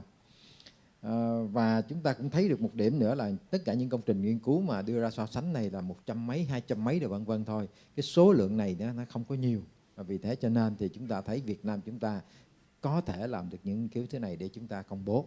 Dĩ nhiên là nếu tốt hơn chúng ta làm một cái trial thử nghiệm lâm sàng, và chúng ta phải gọi là chọn lựa bệnh nhân hai nhóm làm sao đó nó tương đồng với nhau để mà chúng ta có thể có được một cái kết luận tốt hơn nữa. Xin cảm ơn tiến sĩ Nguyễn Thái. And the last speaker of this section is Frankie Tam from Hong Kong with the ACS intervention. How can OCT augment treatment strategy? Yes, ladies and gentlemen, so I'm Dr. Frankie Tam from Hong Kong. So today I would like to talk about the use of OCT, how it can help the treatment strategies in ACS intervention. So I will use English to present this talk. So this is my disclosure. So I'm not sure the penetrance of intravascular imaging OCT in Vietnam, but I can tell you that after nowadays, the ESC actually recommend is a class 1 indication for complex PCI. So actually OCT is very, very useful, right, for us to do PCI in ACS. So first of all, ACS allow us to understand the pathological insights of the underlying mechanism of ACS. For example, we can see whether there's a plaque rupture, plaque erosion, whether there's a calcified nodule. For stent failure, we know whether the stent thrombosis, the mechanism. Sometimes we can see whether there's a scat, the spontaneous dissection, or is it just an ectatic thrombosis. Besides the pathological insights, OCT actually is very, very useful, just like a day in a PCI. For example, before stenting, after stenting, we can use OCT to optimize our PCI procedure.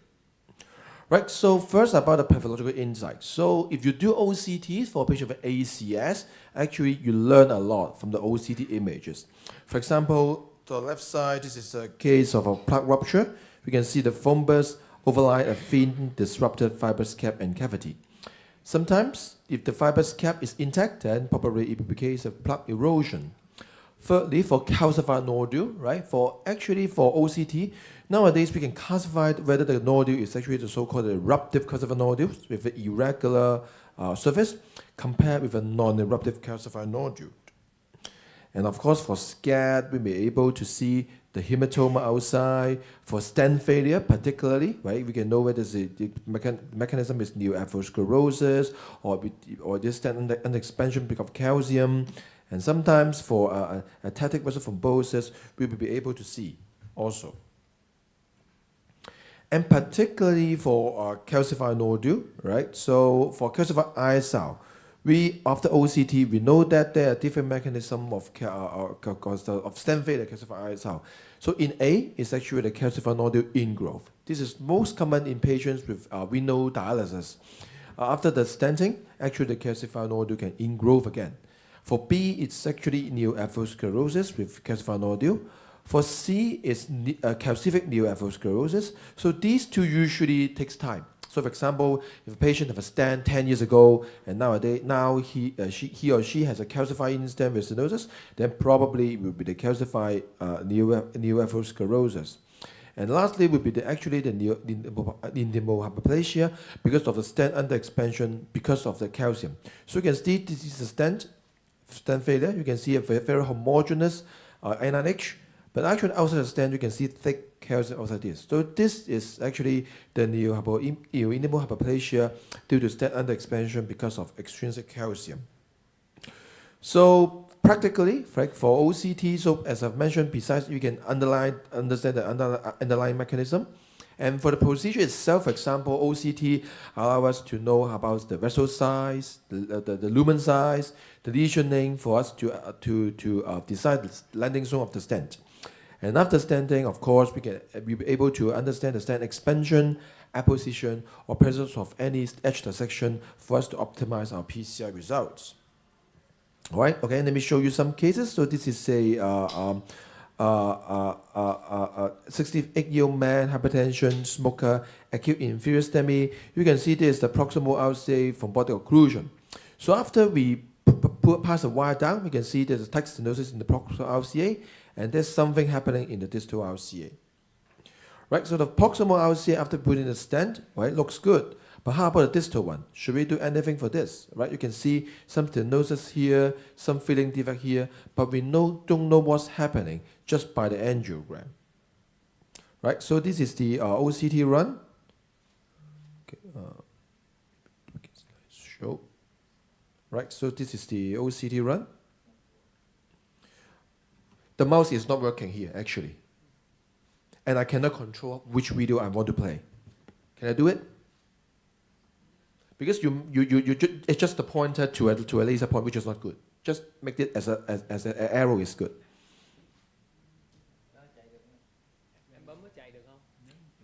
You switch the pointer mode to the arrow mode, then it's good.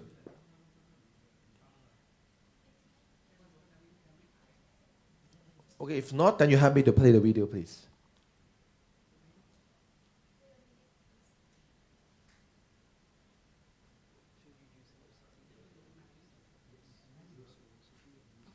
And this mouse is not working.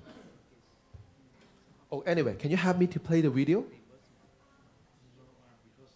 No, it's not working here.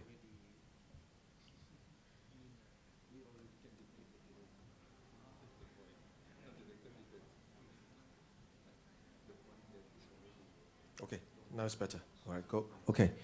So actually the pointer mode is better, yeah. So now actually you can see this is the from PL to the distal RCA. You can see actually what happened here. So this is the ruptured plaque with a thrombus overlying the distal RCA. So now we know there's a ruptured plaque here because of OCT.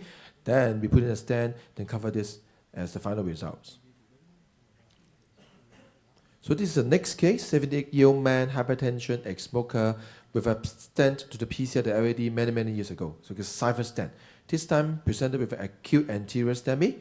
So we can see that there's tight stenosis at the LAD stent with TIMI 2 to 3 flow. So this will be a case of very late stent thrombosis.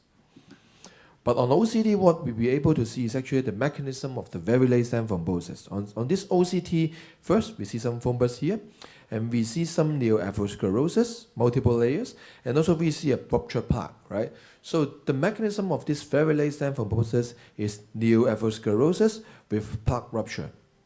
So this OCT allows us to understand the underlying pathological mechanism of this stent thrombosis. So of this, we use DCB, and this is the final results. And we can see this is a very, very beautiful result as shown by this OCT. So this is the third case, 70-year-old man, hypertension, PCI to distal 7 years ago, again, acute inferior STEMI. So you can see again, very late stent thrombosis in the distal RCA stent. But without the OCT, we will not be able to understand why this stent gets thrombosed. But on this OCT, you'll be able to see, so for example, in the proximal edge, it's quite good.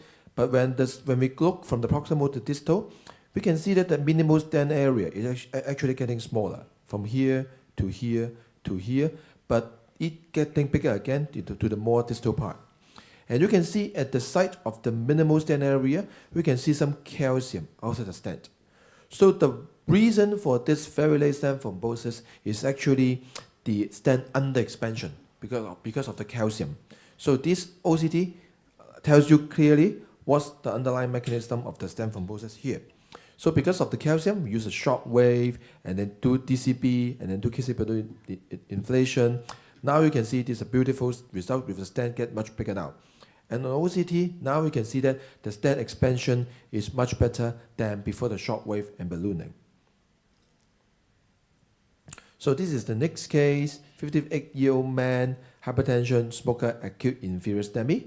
So you can see, so this is a tight stenosis in the dominant circumflex, and then we balloon, stent, and this is the angiogram, right? Looks very good, right? Seems we can go home.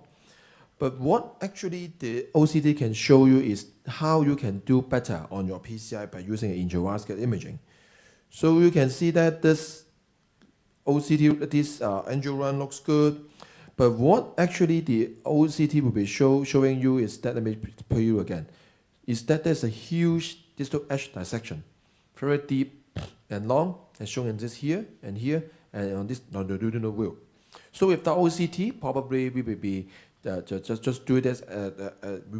We may not be noticing this, and on this OCT, we can be able to clearly see this big and deep distal edge dissection. So what we have to do, we put another stent here, and this is the final result. So you can see now the distal edge is much better, and the stent expansion is very good, and this is the final angiogram. So in this case, we stage the patient, we get the patient 1 month back to have a restudied coral, and OCT actually show you that it's a very beautiful result, and also the stent healing of the stent of this on the circumflex artery. Okay, this is the last case, 55-year-old man, smoker, acute anterior STEMI. So this is an occluded LAD, we pass a wire down, we do some balloon, we put in the stent, and everything looks good. But what you can observe is that there's something here. There's something happening around the distal stent edge. And what's this? Is that a thrombus? Is that an edge dissection? Is this a plaque? So without OCT, we cannot tell for sure. But what actually the intravascular imaging is good is that because this allows you to see what actually is happening on this on the coronary vessel. So let me play this again. So we come from the distal. All right, so you can see there's actually a filling defect here around the distal edge extending to outside the distal edge. So what this is actually an intra-stent thrombus. So without OCT, we may not be able to tell for sure what's that, but after OCT, now we know that there's a thrombus there.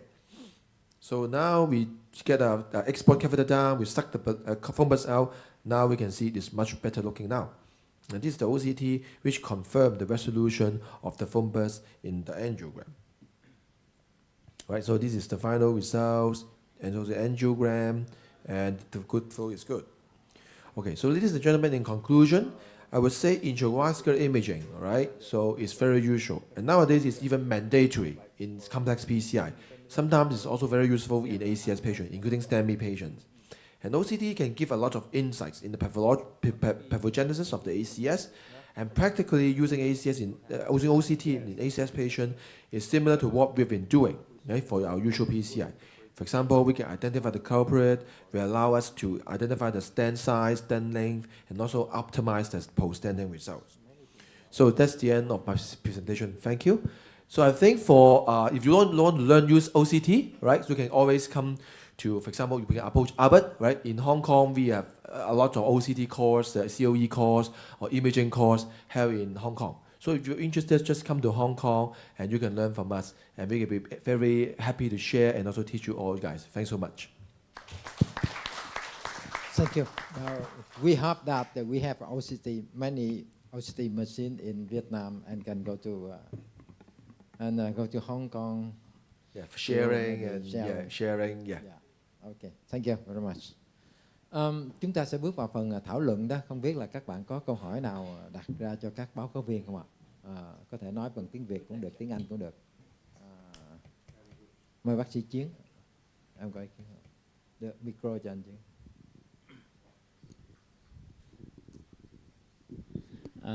Kính thưa Thế Bình, kính thưa hai báo cáo viên, rất là thú vị cái bài của báo cáo của hai báo cáo viên. Tuy nhiên thì chúng ta ở đây thấy có vẻ mọi thứ tương đối là ngọt ngào đúng không ạ? Kết quả rất là tốt. Tuy nhiên là chúng ta biết là stent dài không chỉ có của Zence mà của các cái công ty khác cũng có. Báo cáo với thầy là nhiều lúc là đẩy được cái stent dài nó cũng toát mồ hôi chứ nó không dễ dàng đâu ạ. Cho nên là trên thực tế thì chúng ta làm những cái can thiệp mà nó phải đẩy stent dài ấy, thì đúng là như thế, nó là tiết kiệm được cho người bệnh cũng tương đối. Nhưng mà cái kỹ thuật của chúng ta đôi khi nó cũng phải có nhiều cái tip và tricks ở đây để chúng ta có thể overcome, chúng ta vượt qua được cái khó khăn như vậy. Các anh cũng mới giới thiệu cho chúng ta kết quả rất là tốt đúng không ạ? Và chúng ta cũng còn có nhiều cái follow up hơn nữa. Tuy nhiên là cũng tùy từng trường hợp mà chúng ta áp dụng cho nó chính xác và cho chúng ta đạt được một kết quả mà chúng ta mong muốn. Chúng ta cứ cố đẩy một cái stent dài thì đôi khi nó cũng không hẳn là dễ dàng về mặt kỹ thuật. Và cũng xin hỏi thầy Thái ở đây là người cũng tương đối là nhiều kinh nghiệm, anh Vũ cũng nhiều kinh nghiệm, chia sẻ một số các cái tip and tricks để anh em làm cho nó tốt hơn ạ. Xin ạ. Cảm ơn bác sĩ Chiến. Như vậy thì với stent dài chúng ta đẩy sẽ khó đó đúng không? Xin mời anh Thái có thể chia sẻ làm sao anh có thể làm cái chuyện này nó thành công. Mời bác sĩ Thái. Xin cảm ơn câu hỏi của thầy Chiến. Và thì liên quan đến cái kỹ thuật khi chúng ta đặt stent dài thì đối với stent dài thì chúng ta sẽ đối mặt với nhiều cái khó khăn hơn. Mặc dù về mặt kinh phí, về mặt thời lượng cũng như cản quang chúng ta có vẻ là ít hơn, nhưng mà chúng ta phải dùng một số các kỹ thuật.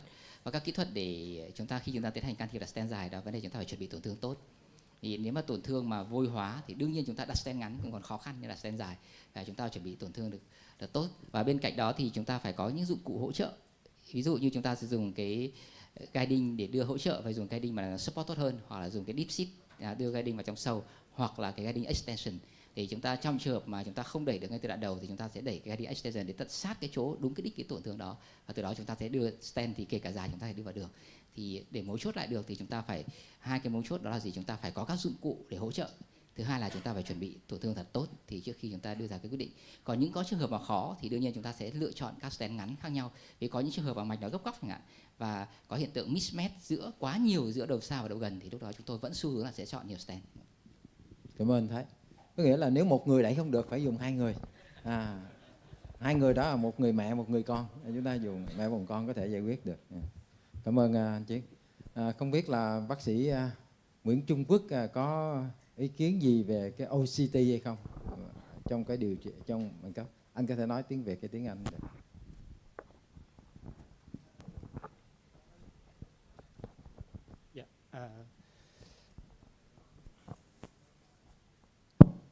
So about the OCT, I feel that it's very interesting.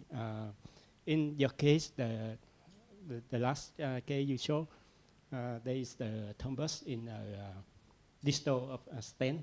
So if we cannot suspect the thrombus, so what should we do in that case? Yes, thank you very much for your question. So I think for that case, so we try hard to suck it out, right? So if we cannot suck it out, right? So there's several possibilities. So sometimes people will just give drugs like 2B3, integralin, heparin, to make it dissolve. And some people may put in a stent. So sometimes a stent or a balloon can try to dislodge the thrombus out. But of course, the best is to suck it out because we don't have to put in another stent, and we are very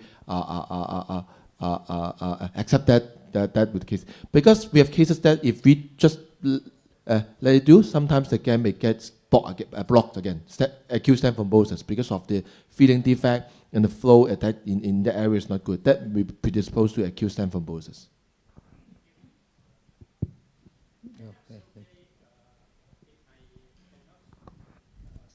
Thrombus, maybe I use the anticoagulation and then we check it's also resolved. Thank you. Chúng ta cũng nghe qua bài báo cáo của anh Thái về cái nghiên cứu Spirit 48 đó. Không biết là có bạn nào nhận xét về cái nghiên cứu này thêm không? Biết bác sĩ Quang của UMC em có đọc cái nghiên cứu này chưa và có ý kiến gì không?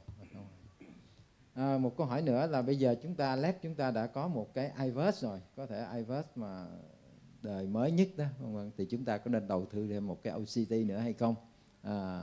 Mời bác sĩ Vũ Hoàng Vũ. You can speak English.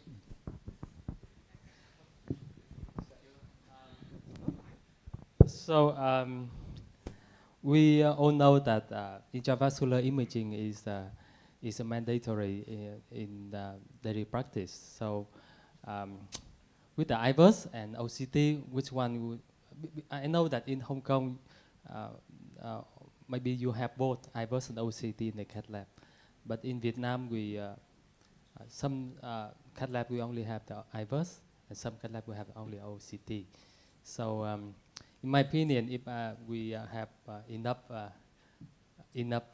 money, we will have both, because we know own advantages and disadvantages of both devices. So we need both. But I will ask Frankie from Hong Kong that in daily practice, how often do you use IVUS and how often do you use OCT in daily practice in Hong Kong? Because we know that Hong Kong is very rich and can use both, and maybe reimbursement, right?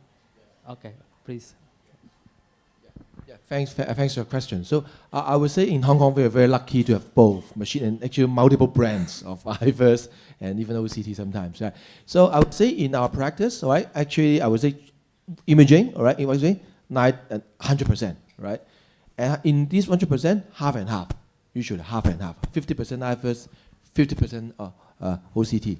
But of course, as you have mentioned, there's some case that maybe IVUS is much better, for CTO, osteo left main, then probably IVUS is the best one. And there's some case OCT is better, stent failure. So stent failure is much better OCT. So say 50-50 in Hong Kong. How about the cost of IVUS compared to OCT in your country? Yeah, in Hong Kong, IVUS is cheaper. It's cheaper than OCT. We have to ask Albert to reduce the price. Yeah. But even for STEMI, we like to use imaging. Yeah, most of the time is OCT. I have a question to Dr. Tom about the advantage of OCT and in using PCI. So I have a disadvantage of OCT and ECKD patient have a contrast volume increasing. But recently about some trial in Illumin 4 or in some trial in ESC Congress talk about the routine using of the OCT in practice.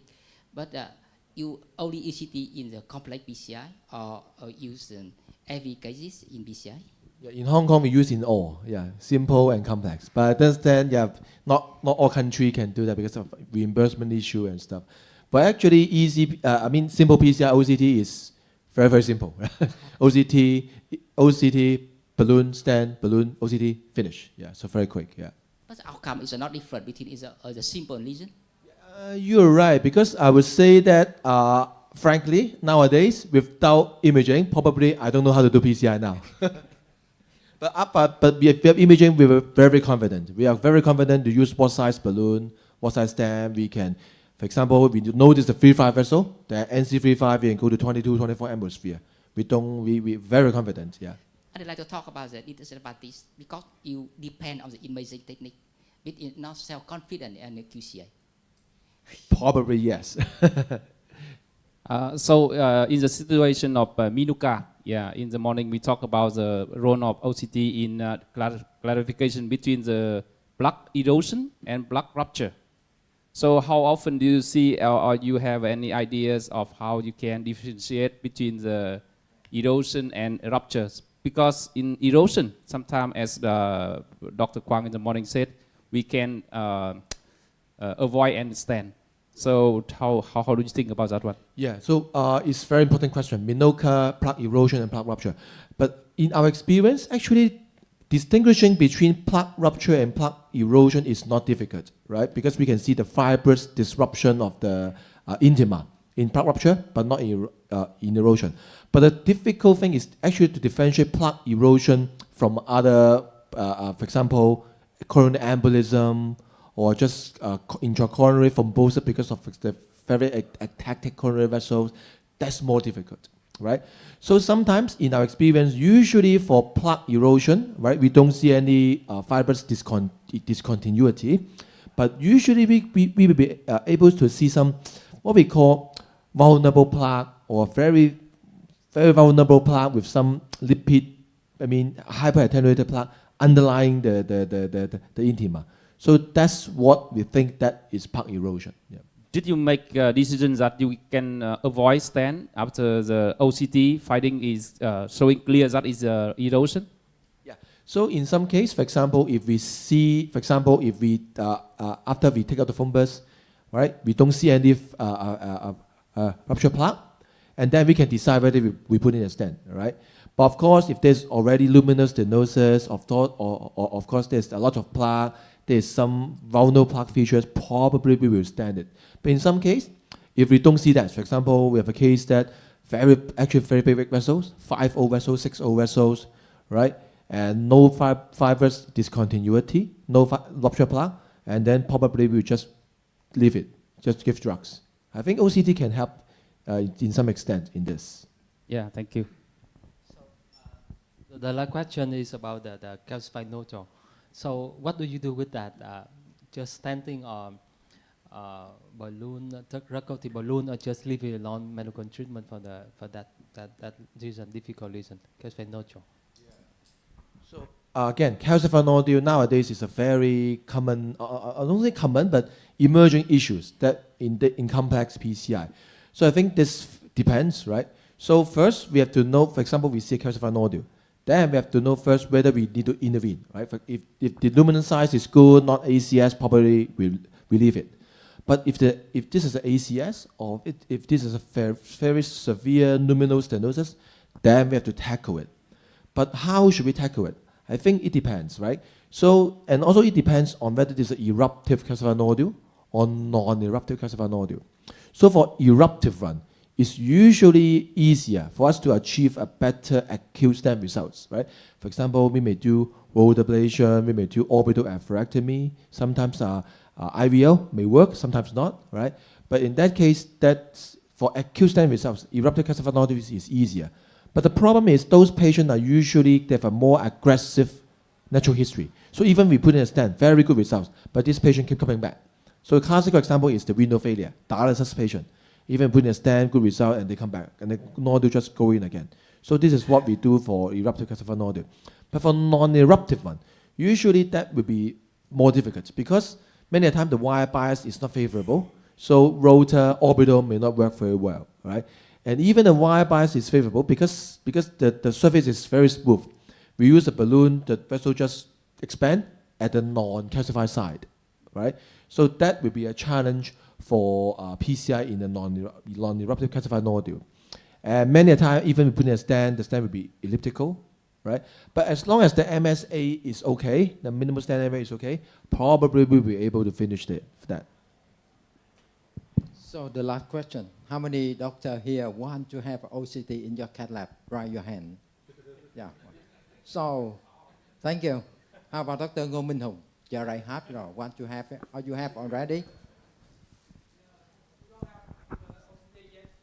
But we hope that we have it You don't in the raise near your future. hand. It means that you don't want to have OCT in your cath lab. I'm just texting, so texting message. So, but I want to have that. How about Dr. Dak? 115 hospital. You have already? Sorry, until now we don't have the OCT, but now I think if the interventionist, all of them will move forward. So they need every weapon like OCT, IVA, or even rotator or IVL. I think so. Yeah. So you want to have. So Kitabida company, you have to prepare enough the OCT machine to have to give the cath lab in Ho Chi Minh City in Vietnam. Thank you. Yeah. And today, this session we have three presentation. Two for the long lesion. We say that long lesion very common, maybe more than 20% of the case, and the long stent, such as Science 48, very useful for that lesion, and very useful of the OCT. Yeah, we need to have OCT in our cath lab. I hope that in the future, the Ho Chi Minh City, the cath lab Ho Chi Minh City in Vietnam may have, and we can learn more, share the experience between another speaker from another country. Thank you very much for the three speakers and the audience here. We finish our session here and see you next time. Thank you.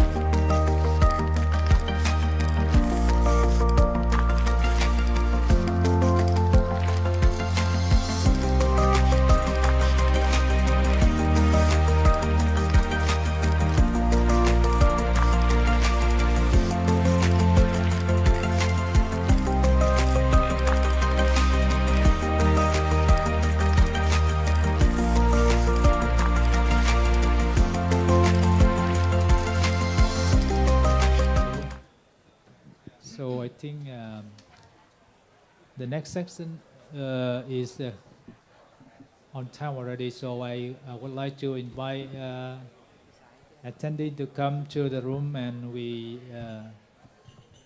in order to start the section.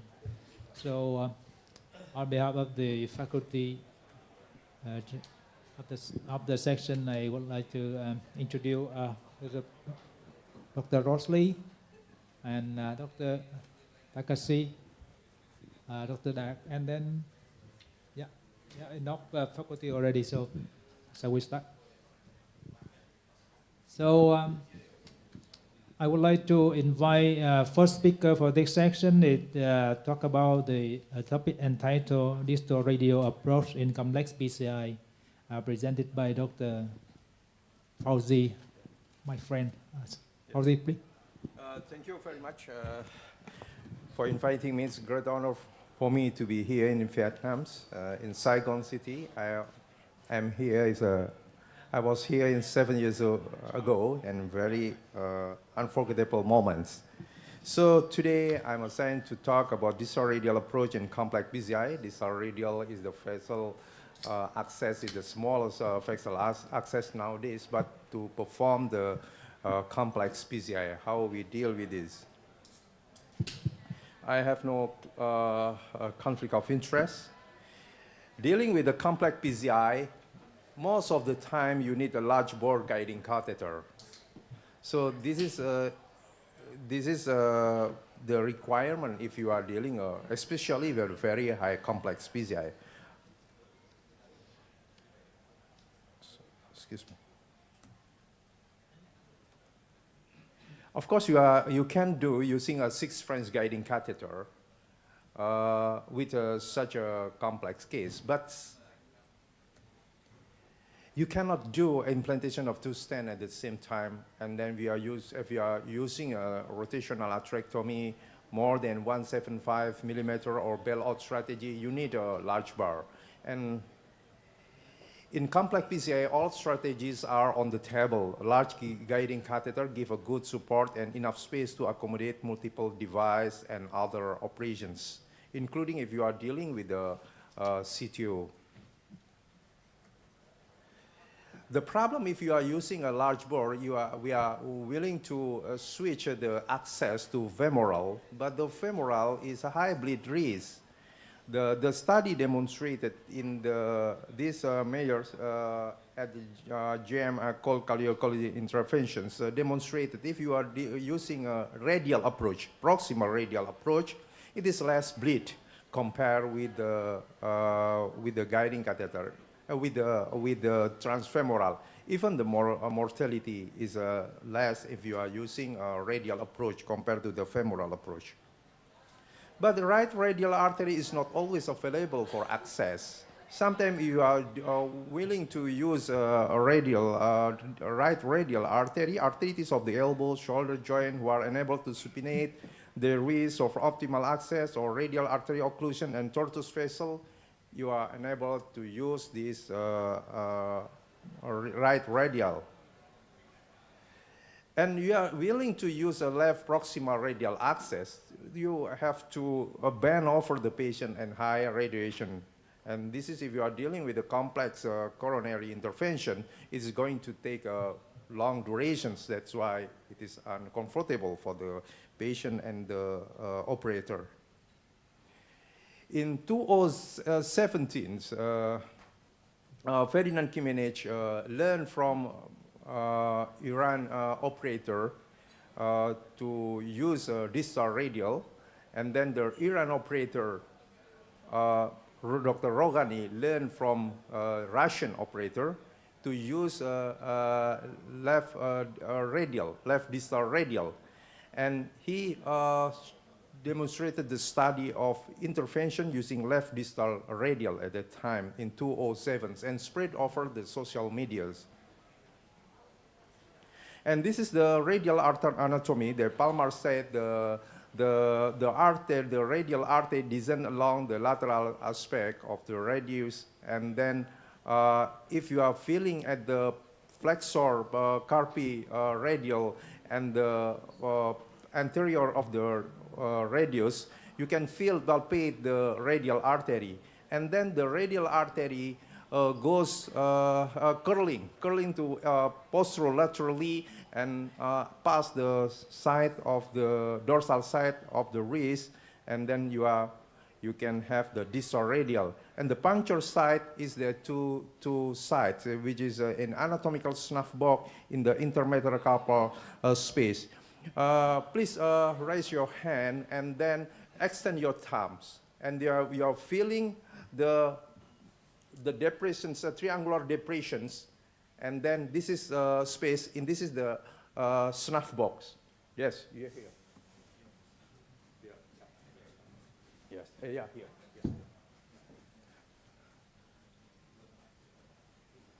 So what is the advantage of using a distal radial access? Of course, you have a similar advantage of proximal radial access plus favorable ergonomic, favor complications, and another non-femoral option for access and rapid hemostasis. And this is left distal radial access that we did in our hospital, which is a natural walking position for the operator. Even my fellow doing distal radial is very comfortable. But the constraint of distal radial access, there is some constraint, longer access time if you are not familiar with, length of catheter for tall patients and the paucity of data. And the other one is small vessels.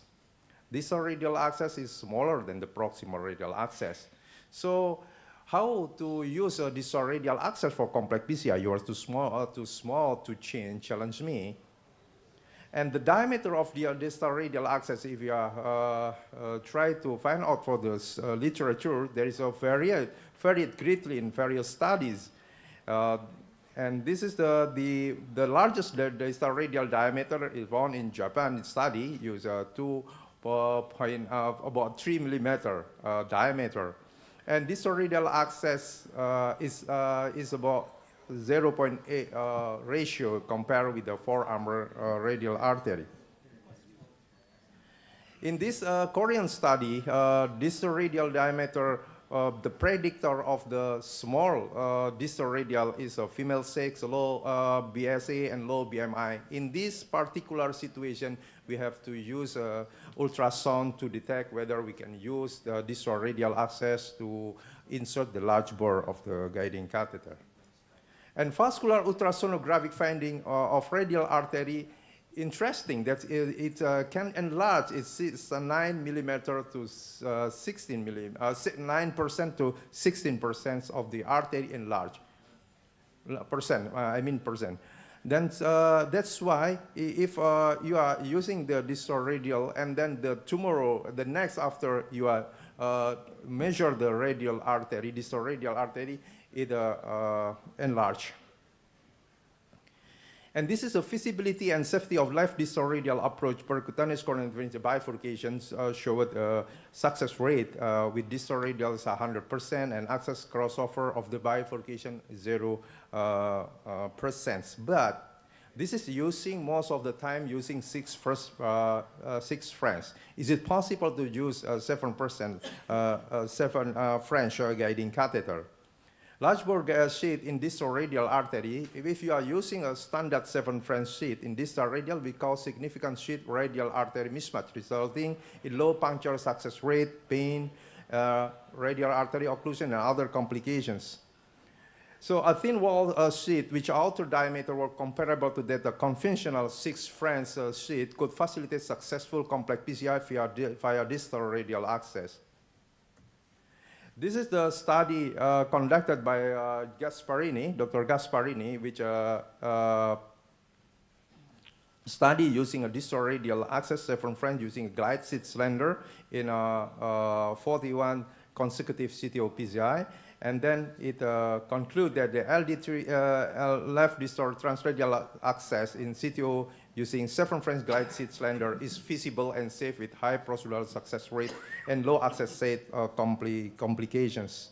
And this is the study from China demonstrated using the 7 French thin wall sheath via distal transradial access, which is showed that the high puncture success rate, high procedural success rate, and low post-operative radial artery occlusion rate, and low incidence of local hematoma and other complications.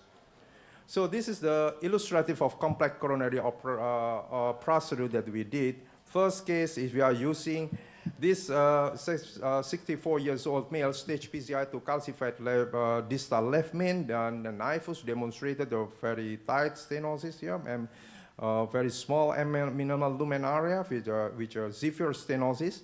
And at that point, based on this IFUS finding, we use a 2 millimeter burr to radial artery, and then after burring, we use a balloon dilatation until 3.5, and it showed that the crack, and then afterward, we putting the stent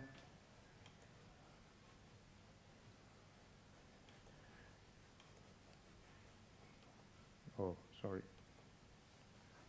which demonstrated a very good result. So this is using a slender sheet of, from the thermo.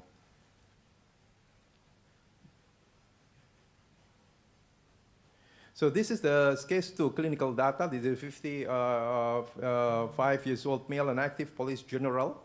BMI 31, CVRF diabetes mellitus.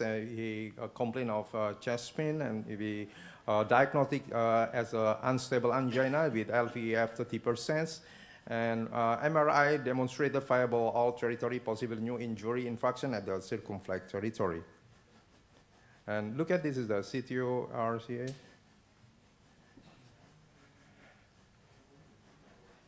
And this is the CTO of the LAD.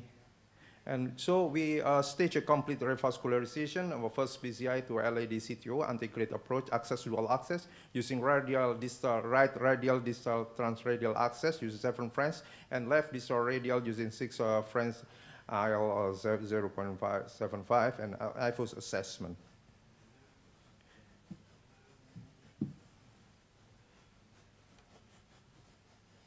So we successfully crossed the CTO, and then we use IFOS evaluation. We demonstrated huge plaque burden involving all cell LAD to left main. So we have to perform left main LAD stenting, but before, after stenting to LAD, distal meter LAD, we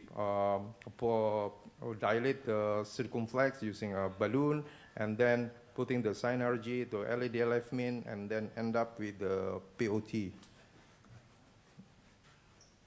So final angiography demonstrated how we use both of distal radial access in CTO.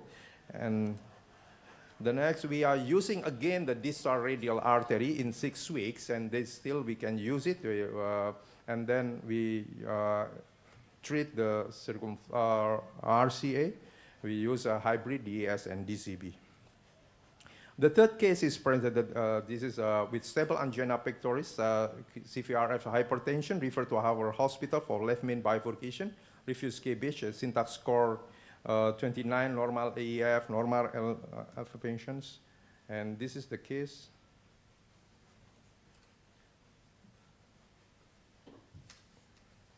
So we use a distal radial, transradial, right transradial artery, guiding catheter EBU 3.7 French, and provisional left main PCI, OCT guided, and we use MCS to IBP. And this is the OCT show. There is, lucky there is no calcifications. And then we are prepare the lesions and put the, afterward we are using a DCB at the circumflex and crossover left main to LED using 3.5 38 millimeter resolvers and POT, and rewiring to circumflex using crusade guiding catheter. Then 3D OCT run after left main crossover stenting, but you see that is the wire goes to the proximal part, and this is the link connecting here. So we have to rewire, goes to the optimal strut. And then after reroute the wire to optimal strut, we are finally using skin balloon inflation. And this is our OCT result, no gel start preserving while preserving the stent geometry. This is the study, then this is the result. The last case is a male 53 years old, CCS planned for stage PCI to left main, left coronary artery, left main, prior PCI to another hospital. And echocardiography demonstrated EF 41%. And this is we use saffron France, and we're dealing with the problem with this guy. When we are delivering the OCT, there is a dissected at the ostial part of the circumflex. So what happened is so rail of our OCT catheter knocked the proximal left circumflex and dissection at corresponding segment. Luckily, we are using the 7 French guiding catheter. Patient experienced for chest pain, and then dissection proximal circumflex with reduced antegrade flow. And then we end up with the, I think I have to move forward. We end up with the left main decay culotte stenting. this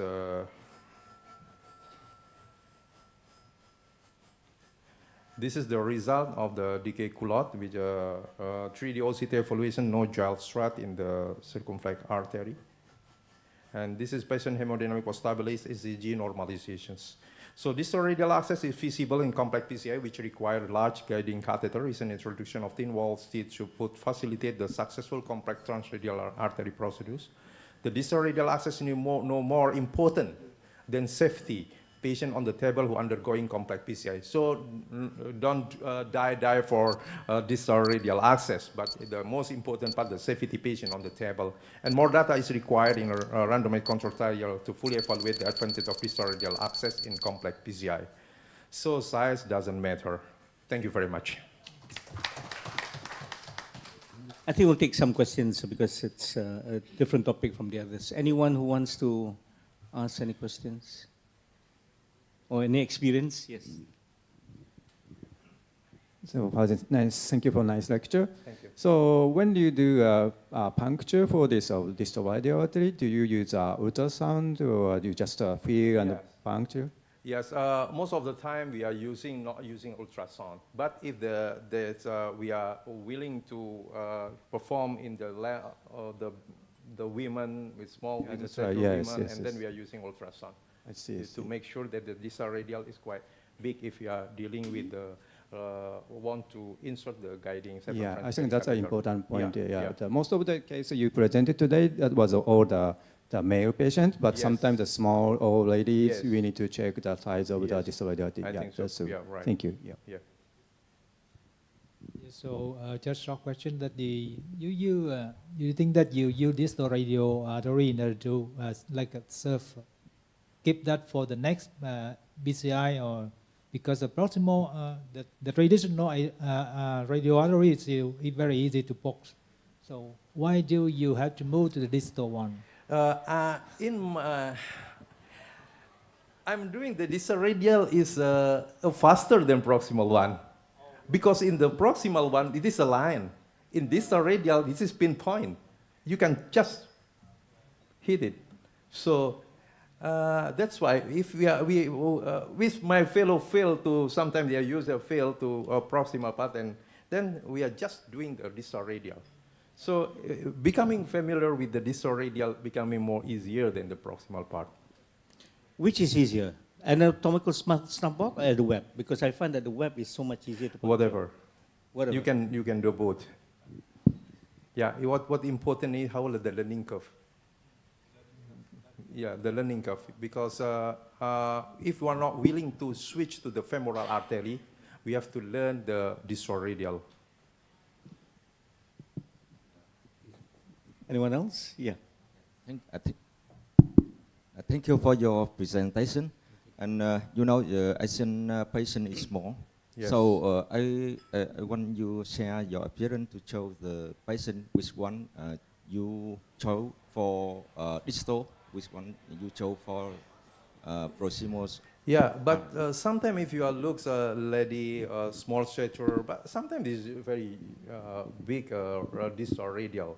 But other part is demonstrated by study by Dr. Kim that this is a indicator for the less than 2.3 millimeter diameter. And at that time we are using ultrasound.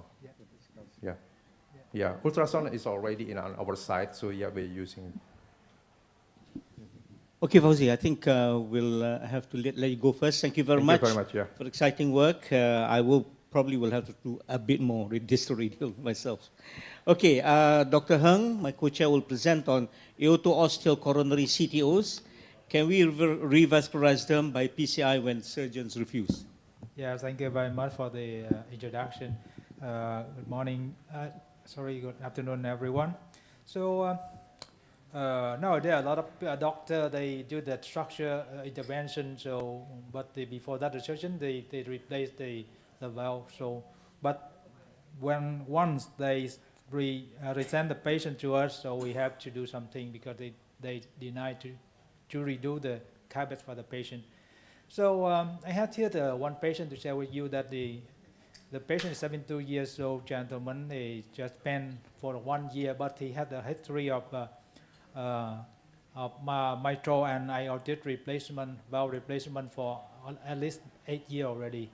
So cardiovascular risk factors, ex-smoker and dyslipidemia and past medical history, as I told you that the very long history of the mitral and aortic replacement.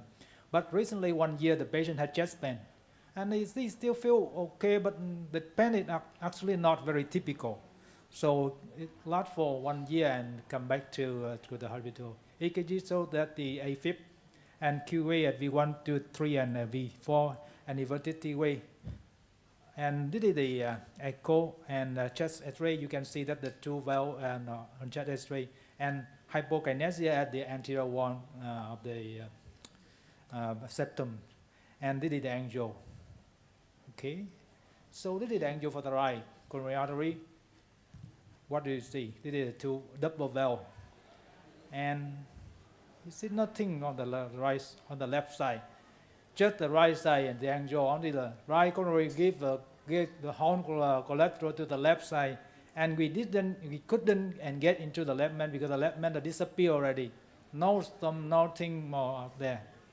So we did the angiography with 6 friends, 3 transradial, 7 friends for the femoral, another 2 cup with us.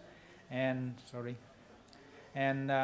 use at first we use the AL Saigon 0.75 85 centimeter and the dual injection again, and make sure that the left main disappear, because before that you are not convinced that the left main disappear actually.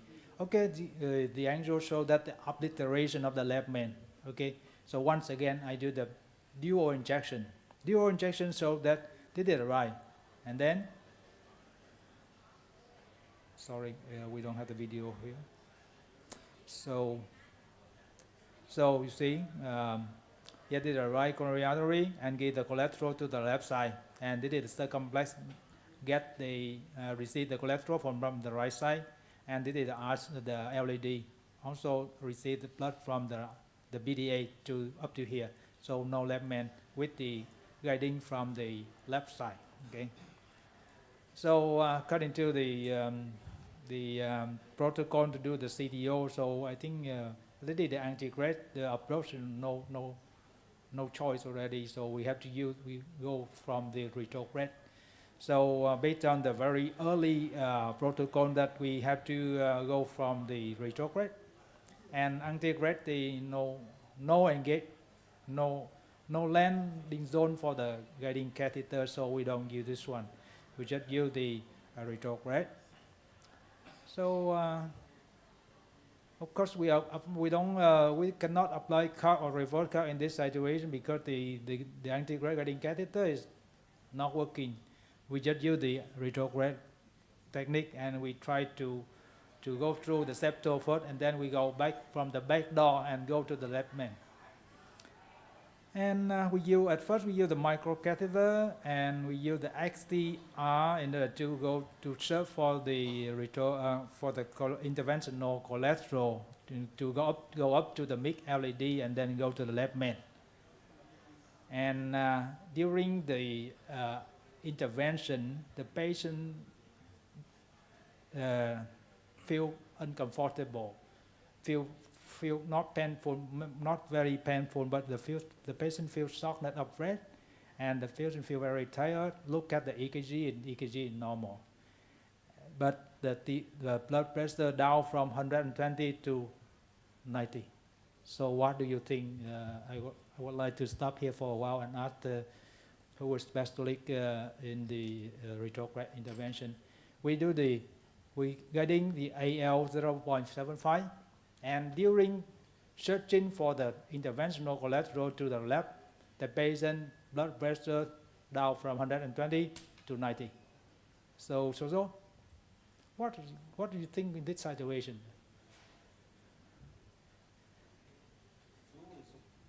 Flow is okay.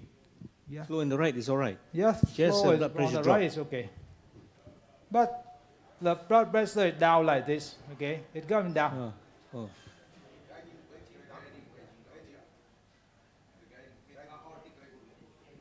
The guiding again?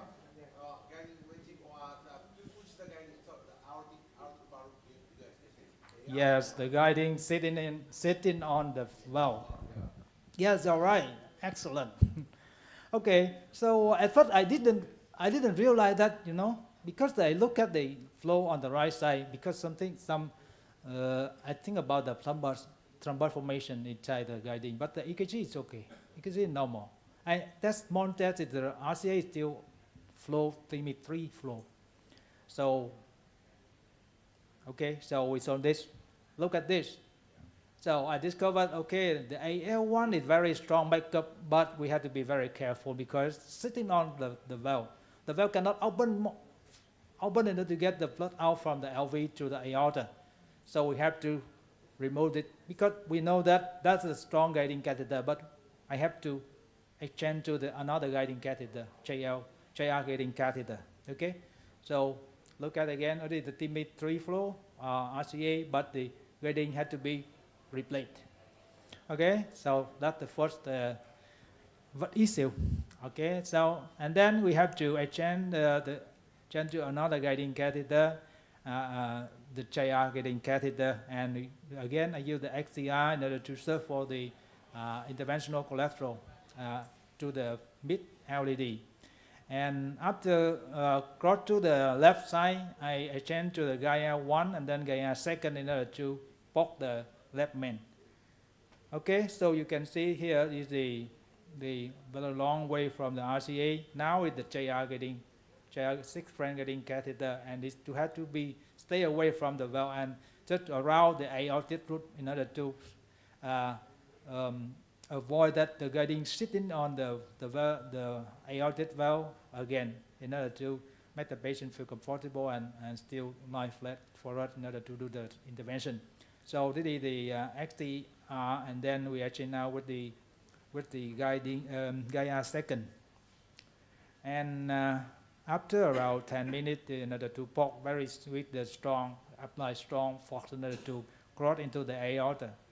So now it's go, but the guiding, the left guiding catheter is still there, but we cannot, of course, we cannot go into the lumen of the guiding catheter on the left side. So how to capture it? Some operator, they will stop here and then they use the snare and capture this at this, but I did quite a little bit different. I keep pushing the retrograde wire to the subclavian artery. Yeah, so the externalization also a problem because they keep pushing. Look again, see? So the guiding is just here for fun, not function. But I don't want to capture the wire here because it can cause it makes the wire like a rupture or something like that. So I keep pushing and go into the left or the right side, both sides. But I want to wire to the right side because guiding on the right side already. So I just thinking about how to externalization that. Okay, so this is the JL on the left side, and RT330 will externalize to the radial sheet like this. Okay, keep pushing and then easy capture here because here narrower. So even you use the two wires to stick together and driven the retrograde wire into the guiding the left guiding catheter. So I capture here. I didn't capture at the aortic root because there's the wire keep floating and take time. And when we keep that, if we pull down, we can call the dissection of the left main also because the microcatheter had to be outside the left main first. Okay, and then now we already capture at the subclavian artery, and then now we just do the intervention at usual manner. Okay, so use the 2O balloon, and then we do the balloon inflation, and then we do the 3.5 by 18 millimeter DES in order to from the left main for the left main trunk, and then we do the final. But unfortunately, we don't have at that time we don't have the IVAT catheters, so we don't check the what is the mechanism underlying this situation? Because the patient had the symptom for 1 year, but the procedure, the surgery already lasted for 10 years, almost 10 years already. So I don't know what is the mechanism of that, but that is the limitation of this case. So okay, finally, you just add the normalization to the radial artery, and then just put the balloon in and do the stenting, and then post dilatation. So now the left coronary artery to get the itself blood from the antegrade to the distal. So this is now it appears again, and the valve still functioning like this. And this is my conclusion. And chest opening after mechanical valve replacement for CABG is so complicated operation. Percutaneous intervention is an alternative method. Once the surgeon don't want to do the bypass or even the mid-cap, we have to try to open it by PCI. Through and through controlled retrograde technique is the only one for obliteration of left main coronary artery. I also have some cases like this. Not really only the one case, but after that we have also some cases. The patient replaced the aortic root with the Bentham procedure or something like that, so the left main disappeared. And then we have to use the Conquest 20. At that time we still have the Conquest 20 in order to poke to the aortic. So very strong, apply very strong force in order to poke into the left main, into the aorta. So it's not very rare, but sometimes we have to do the through and through technique like this in order to conquer this kind of obstacle in order to finish the procedure. So thank you very much for your attention. Excellent job, Hung. Any comments or anyone? Kirk?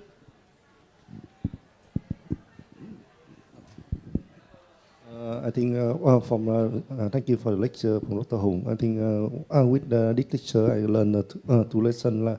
The first of all is about the guiding catheter sit on the valve, the mechanical valve, so the blood pressure go down. And the second thing, I think most of aorto osteal lesion like that, if we don't have the collateral, we cannot do anything. And the third case, I think in this case the mid-cap can do because it did not like open the chest like before, and they can do easier and easier than we do a long case with that CTO like that. But not at all. Dr. Hung finished the case very successfully, and thank you. Actually, I received the patient from the surgeon, so they refused the procedure already because they see that in order to dissect the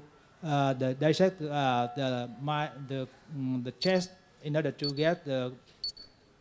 get into the LED and get the graft in is not easy because the patient already had undergone a very big procedure by replaced by two valves. So that's the reason why we have to do something that. So sometimes we have to do, like nowadays we have a lot of TAVI procedure and left man maybe disappear like that. So I think one day we have to receive the patient like that in order to do the procedure. Rosalie? I think the only thing that I can probably want to add is that you got to be careful because sometimes there is no left main stem. So my colleagues who does CT scan, I remember this last 1 year, he showed me 2 cases when he did CT, and there was actually no left main stem. So it was actually coming and supplied by the left. So I think if you're not sure, a CT is also very important for you to define. Otherwise, you're going to try, but it's actually not really there because patient doesn't have any left main. So that's the only thing that I think to remind ourselves. Yes, sir. Just one comment. I think concerned about the guiding over the right side. I think it's just not commonly seen in the aortic valve replacement case, but it's more common in the native aortic valve. So Usually when you're doing CTO, you have bilateral injection, you have two catheters, right? The warning sign usually is for both tracing, you will see the vascularization, not just the right side. I mean, not just the one from the AL1 engaging the outside, which is in difference to those only the damping of the pressure from the AL guide towards the outside ostia, right? Because the quadrilateral guiding will also give you hints. Both pressure is going low, then something is happening. It's not just because of the deep engagement of the guiding. So you just take out the AL1 guide and then the pressure will relieve, and then this is the pains to help you stop the patient. Thank you very much. But the mechanical valve is easy to get trouble like that. With the the original one is not it's not like clear like a mechanical one. So when I replace to the JL, I make that like a U-turn. The U-turn to the altitude, not directly in the central. So we escape from that, and the patient blood pressure go up again. That's just the tip and trick in this case. So I think if we don't have any comments, so I would like to introduce the next speaker. Dr. Rosley will give us the presentation entitled Essential in Management of Heavily Calcified Coronary Lesion. Dr. Rosley, please. Thank you very much for the kind invitation. So we have something on us, so I'll just touch a bit about the calcium modification afterwards. Can I move this? Yeah. Okay, I just want to start with the case. Essentially, this is a lady that was done, and you can see about pre-balloon dilatation, there was a waist, and upon using a 2.5 non-compliant balloon at 26 atmospheres, it was full. So he decided to use a 3.0 non-compliant balloon. At 30 atmospheres, there was still a wasting, and he thought at that point in time, I will put in stent and it will be solved. Obviously, it did not. So the first thing one must always remember is that when you have an underdilatable lesion, do not implant the stent. You've got to pre-treat it. You must make it fully well dilated before you implant the stent. Obviously, it's not surprising the lady came back with stent thrombosis a week later, and when we analyzed that, she came to our side, and you can see that there's, at a point where the tip is, the stent was not expanded. So that is the first essential I want to remind you, is that always respect calcified lesion, especially if the calcified lesion is severe. And you know that the challenge of treating calcified lesions, the more severe it is, the delivery devices, the immediate complication, you tend to use more devices to get better results, time and cost. And the results definitely will not be the same as in a lesion that is not calcified. And the stent can be underexpanded if you implant a stent, and there you have the risk of stent thrombosis, in-stent restenosis, and increased TLR. And the calcium severity is that you tend to, when you have mild, moderate, and severe, it's clear that when you have the more severe calcification you have, the higher the event rates. As you can see, death, cardiac death, MI, TLR, and also the total MACE is much higher in calcified lesion. So the question is how best to assess a calcified lesion. It is well known that angiographic assessment tends to underestimate calcium. So in this study, that's well often quoted is that calcification is seen in about 38% of patients during angiogram. But when you do intravascular imaging, and in this case, an intravascular ultrasound was used, you can see much more. 3 out of 4 patients by IVUS they can actually detect calcification. So this is something that you need to understand. There are various types of calcification. I'm just showing you 5. There's actually another differentiation of, or rather different calcified nodule. Deep calcium, what it looks like in intravascular ultrasound and OCT, superficial, concentric, eccentric, and calcium nodule. And we now know that there is a non-eruptive and eruptive calcium nodule. There are certainly differences between OCT and IVUS. It depends on what you have. I think apparently in Vietnam, I hear that there's no OCTs. But you really have to know the advantages and disadvantages of one or the other.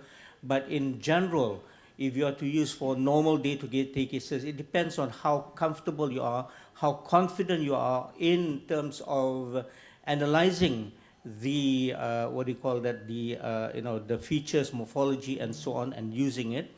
And what Professor Tan Hui Chim mentioned today is that what is important is not just assessing and analyzing it and interpreting it.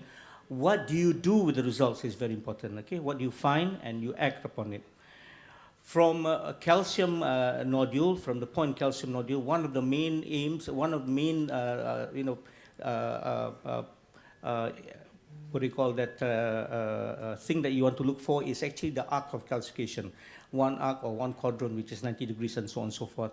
And we know that the higher the number of arc which is involved, then the stent expansion will be worse. So the more concentric the lesion, the more calcified lesion, the more poorer in terms of stent expansion. And you find that as the lesion goes up more, then the use of atherectomy increases over time. Then there are ways that you can actually score this and then decide on how you want to act upon it. So this is what we call it as a calcium scoring system, an OCT base looking at the angle or quadrant, the thickness and the length, and then you come to a scoring. Intravascular ultrasound also gives the same way, but the advantage of intravascular ultrasound that is incorporates the calcium nodule into it, and then you can even score. Now, the calcium score actually helps us to predict stent expansion and therefore how you want to go on and treat this patient. A calcium score of 2 and more would necessitate more than just balloon angioplasty. It tends to calcium modification by debulking, and this is where you know that if you don't do well in vessel preparation, the risk of stent expansion being poor is much higher. So that's the second essential. The third essential is that how do you want to treat a calcified lesion, whether calcium modification or calcium removal or debulking. This is a slide that was given to me by Hui Chim, and he said that intravascular imaging, I feel, and I think this is something that we should inculcate, is that it is essential in terms of how we manage calcified lesions. I know that not many centers have intravascular imaging. Not many centers can actually do it because of cost, but at least we try to understand that yes, it is essential, and we try to work towards it.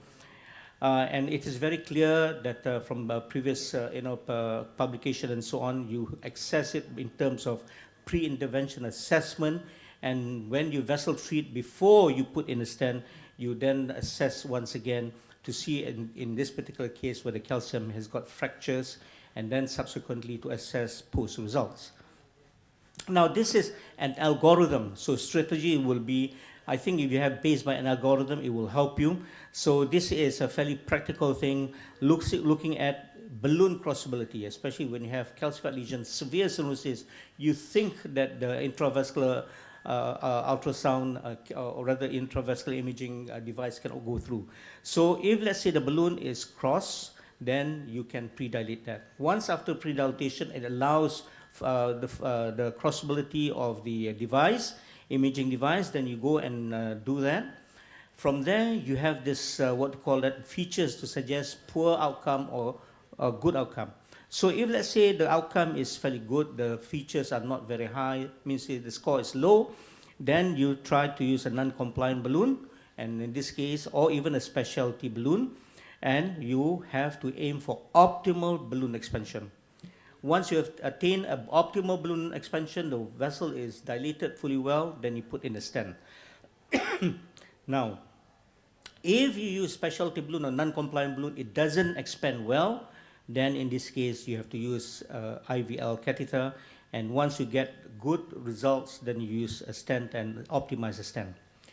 On the other hand, if you cannot cross with the balloon, which is on the right side, then you use a microcatheter. If you can pass a microcatheter down, then you atherectomy, and you then following atherectomy once again get an optimal balloon expansion, and if you say yes, then stent expansion. If no, then once again you think about IVL. And in the beginning, if let's say you cannot cross microcatheter, then you go direct wiring, and now the wires are much better. You can directly wire, and then again go on through the same algorithm. What is important after stent expansion is to see the stent, the results, and then treat whatever which is not normal appropriately. So that's a fairly simple, straightforward algorithm for approaching calcified lesions. I once again want to stress to you the balloon expansion, balloon to artery ratio at least 1:1. If you use imaging, then you might want to take 1.1:1.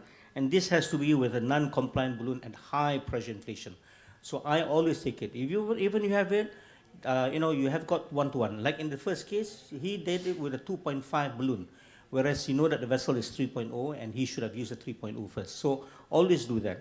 Even it is routine for me that if I have to, I put an IVL, I still tend to use an optimal balloon expansion following the procedure.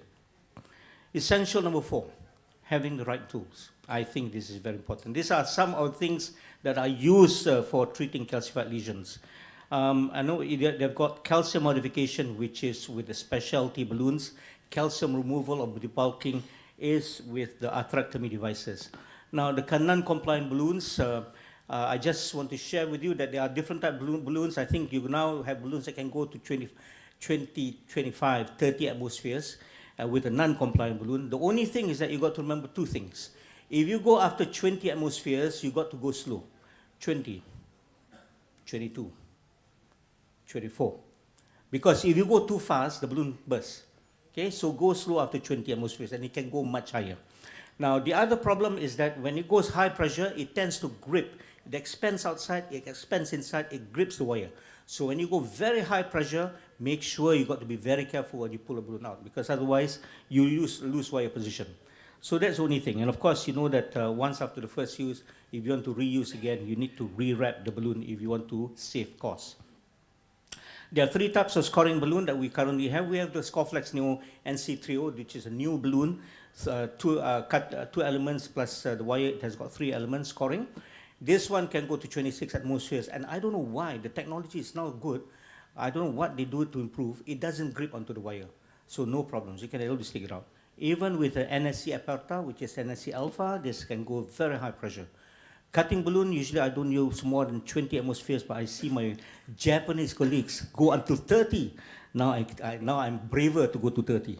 But remember, if the vessel is 3.0, don't use 3.0. Use a 2.75 or 2.5. Otherwise, you can have perforation. Now, the OP and NC, obviously, once again, you got to go careful. Even though this the nominal pressure, I think the rated burst 35, you can go 45. I've seen people going more than that. But again, you got to be very careful. The higher you go, the more it grips onto the wire, right? The atherectomy system, I'm not going to touch much, but perhaps it is going to be mentioned afterwards. But this is something I learned, is that when you want to go, it's very difficult to go through. You can go very high RPM, 190 to 200. And what it does is just create a path. So the bulking amount of area which is debulks is very small according to what the size of the rotablator is, the burr size. Once you have done that, you go slow speed, and this gives you a better debulking area. So fast and then slow. But obviously, the faster you go, the higher that risk. OAS, we've had it for a couple of years. I think it is quite useful because one size so-called fits all. And this is an example of a person with severe calcification, osteostenosis. And I find that with the OAS, the risk of the slow flow risk is much less, the risk of bradycardia is less. This patient actually had a slow bradycardia, but it can easily be treated. And I don't put a pacemaker, even in a large dominant right coronary artery. And once again, that was done at high speed, low speed and high speed. We just lifted up the catheter to try to ablate the ostium much better. And that's the results after. Shockwave is something that has also made life easier, and it's interventional is like it because it's like a balloon. The only thing is that it is fixed to a machine outside. This is an old device that can give 80 pulses. The new ones can give 120, and you have the ones coming up from China trying to compete in the space. So this is an example of a patient, a left main stem that was significantly stenosed, and IVUS showed only 4 mm squared. This we just put in is quite easy because it's not very severe, inflated to about 4 atmospheres, give pulses, and you can see over time the vessel actually gave way. So since it's very expensive, we try to finish off all the pulses for this patient. And that's where you can see the cracks in the calcium. and that's after treatment with Stent, and that was the results after. So I just briefly say a bit about the comparison. Plaque ablation is not seen with IVL, rather it's seen for rota and also OS. And then the effect on deep calcification perhaps is a bit more for IVL than compared to the others. I want to just touch briefly with something which is new, and we should be watching out for this space, the Hertz contact intravascular lithotripsy. And this is very interesting because when you have two surfaces which is, meet up together, the force, the stress will increase, and therefore you can actually have a high stress area. So for example, if you knock a windscreen with a hammer, it's very difficult to knock. But when you have like a hammer with a small surface area, when you crack it, it's easy to crack. So with this is what it looks like, microspheres on the balloon catheter, small microspheres. When you have at 5 atmospheres, there's nothing there, it's just inflation of the balloon. It is equivalent to about 60 atmospheres, and at 12 is equivalent to about 80 atmospheres. And it doesn't do much with the soft tissue. So this is something that's been shown to be useful for nodular, eccentric, and concentric. And the first in men study shows that the fracture of the calcium is quite deep, and the expansion of the stent was about a bit more than 90%, which is very difficult to find. So last but not least is remember to assess results post-PCI. And these are the defined criteria. You want to expand the stent very well. Don't leave large plaque burden greater than 50% at the edges. Aim for complete stent position. Obviously look for edge dissection and treat significant tissue prolapse. Now, to summarize, ladies and gentlemen, you need to respect all calcified lesions, especially the heavily calcified lesions. Assess the severity of calcified lesions, very important for you to consider imaging in this case. Follow treatment algorithm. It's simple and you can remember. Have the right tools ready. Assess the results post-PCI well. And if you need to, refer out if it is in the best interest for your patients. Thank you very much. Yes, thank you very much for the excellent presentation. Actually, I would, please come here. I think I want to get some comment from the panelists on the right side, Dr. Alan Chang and Dr. Marida about this presentation. Very comprehensive and nice talks. So concerned about the effectiveness, I think recently there's some update clinical trial, especially on talking about calcified lesions, talking about the comparing the OAS versus the traditional balloon. Surprisingly, the result is negative. So so I just want, of course, we already try to fit in different devices in a different clinical scenario, right? So what do you think? I think the future direction. So any comments and. Okay, I think it all depends also on how comfortable you are using with one device or the other. I feel that number one, the atherectomy will still remain. Sometimes it's so diffuse, long, severe calcification, you can't put in any devices too. You have to do atherectomy. And for the severe calcified, it's not uncommon for you to combine two devices. For example, atherectomy. I've had two patients, I remember, atherectomy and OS, and the other way around. Of course, it's common with atherectomy and then with IVL. So it's going to be there, but in the end, I'm putting a bit of hopes in the lithics balloon because it sounds interesting. It's a bit more difficult to go in because of the microspheres, so it's not as trackable. But the first in men shows that it's quite easy to use, and you don't have anything there. So I believe it works. Then you have an added armamentarium, added device that will help you to treat calcified lesions. Can I have a question? Can I have a question? Yes, Dr. Nam. Yeah.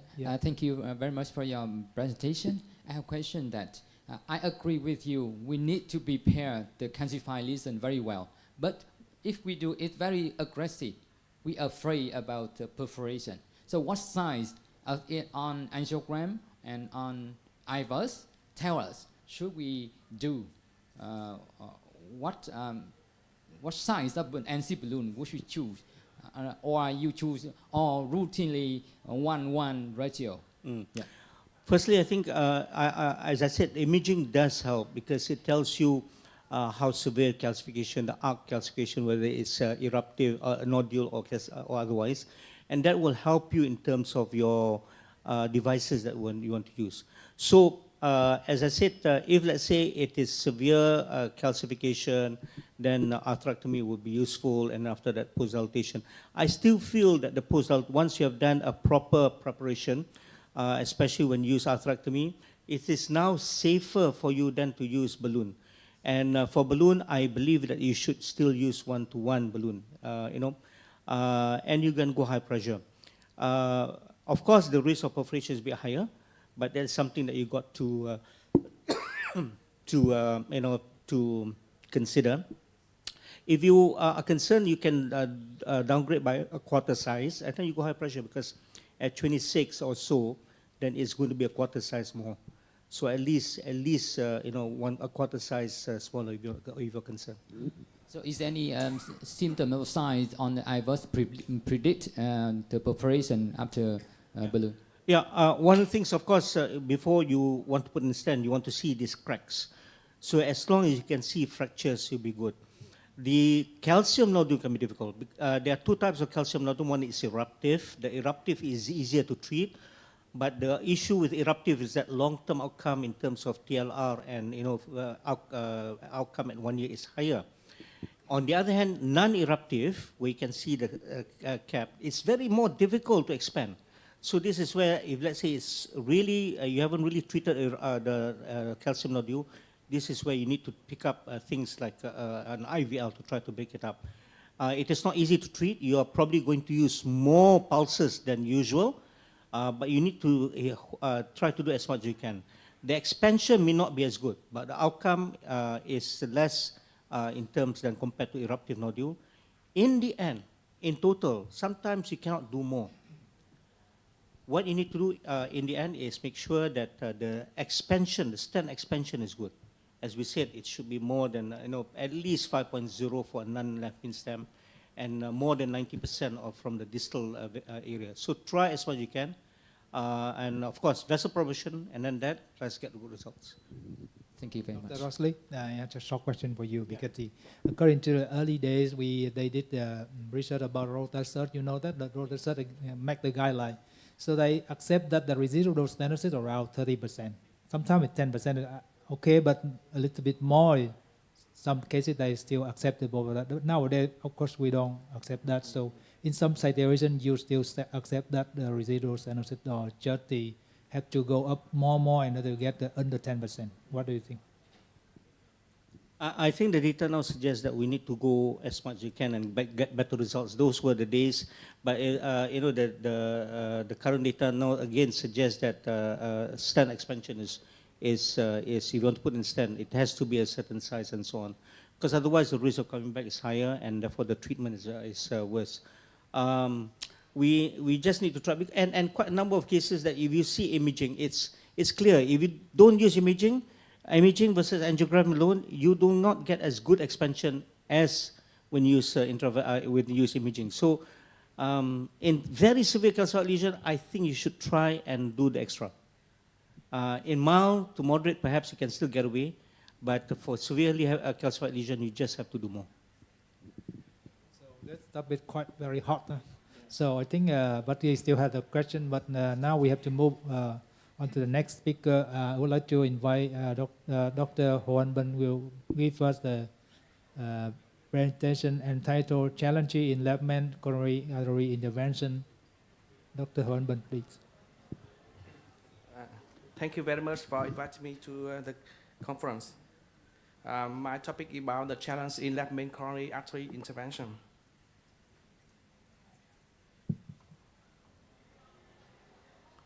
As you know that at the first left-main intervention in 1979, since then a lot of interventionists want to do the left-main intervention. This has become a very interesting challenge.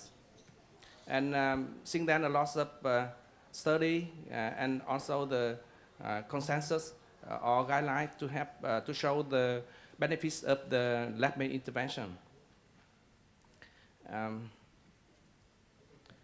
But the most important thing is that we need to have the heart team approach. If the lesions favor for the cap or the favor for the PCI, we have to choose. This is the algorithm to help us to do the intervention, need to do or not. And especially we have to have the IVUS or FFR to do the lap intervention. It's very important. And we need to do to use this emergence in doing the lap intervention. We also know about the anatomy review, about the anatomy of the lap vein, the lesions in ostium or the middle or the distal, because we can choose the strategy or plan to do the lap intervention. And a lot of people get high risk if they had the stent thrombosis, especially if we have the malappositions of the stents or the protrusion tumors stent into the outer or the medial tear, etc. So we had to prevent it. Optimal use of IVUS is very important, and it also helps us to reduce the mortality after doing the PCI. Or in some time we can avoid the unnecessary PCI or cap intervention for the patient. And the roles of IVUS and the roles of FFR very clear, even before the PCI or after PCI.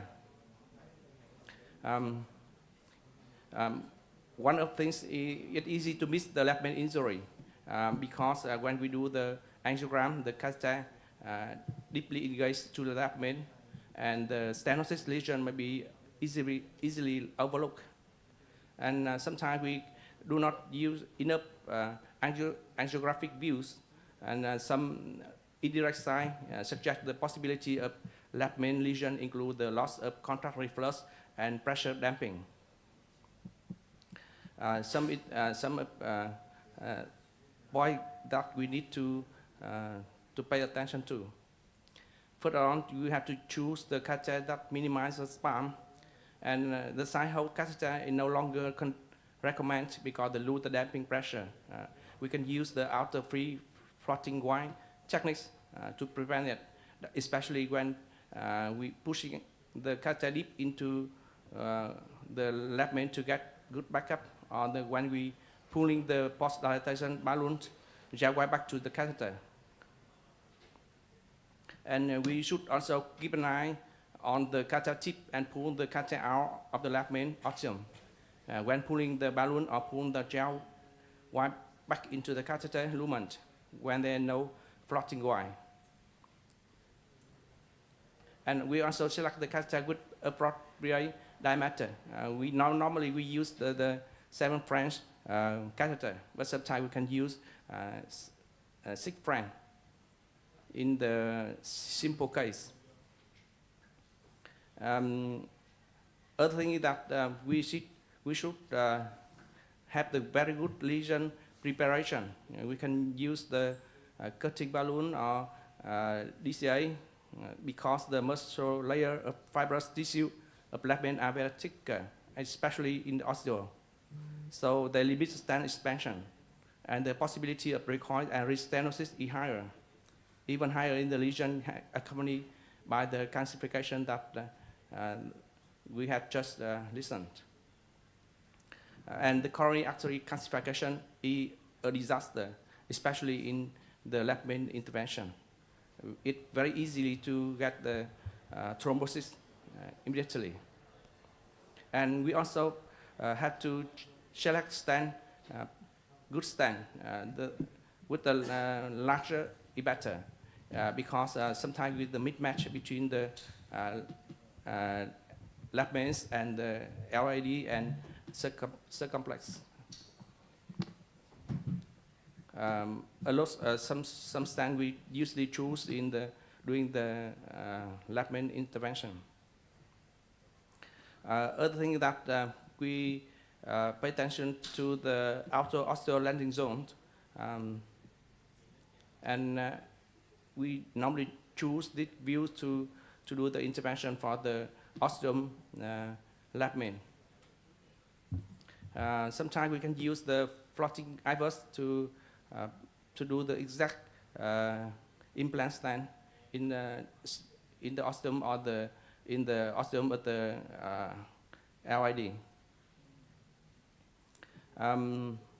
We optimize the POT and IVUS OCT to check after doing the PCI using two criteria, music and criteria and IVO criteria for evaluation. And also we have to do the post after osteal labmen stenting to prevent the wrong ways when we insert rewise or doing stent. And this is the IVUS criteria for optimal stent deployment. We have to finish on this. And about the DAPT strategy, if the patient can continue DAPT without major bleeding event, we need to prolong DAPT over 12 months, and it had a better outcome. And this is some research that help us to do this.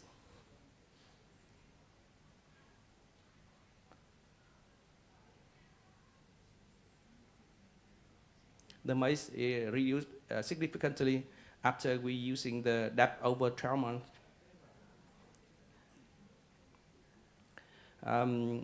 And the last thing is that we do the angiogram or CT scan after labmen PCI before some recommendation from ESC.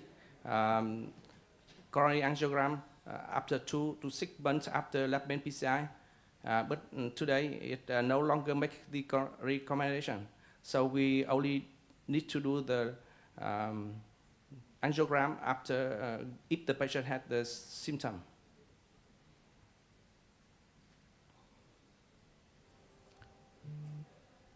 And also we should pay attention to the labmen distal bifurcation lesion. We choose the form bifurcations or true bifurcation. This is rather complex, and the doctor need to have at least 2 techniques of 2 stent techniques to do, and also we have to use the IVUS OCT or apparatus for guiding.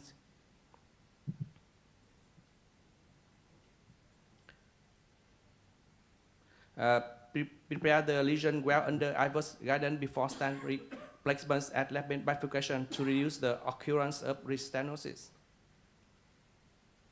This is my case study. 62 years old male with non-STEMI. He has the hypertension controlled, hyperlipidemia uncontrolled.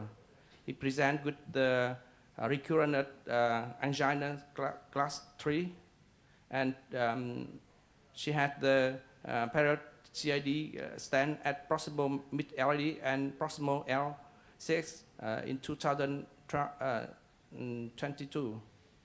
And we use on CAT 20 July.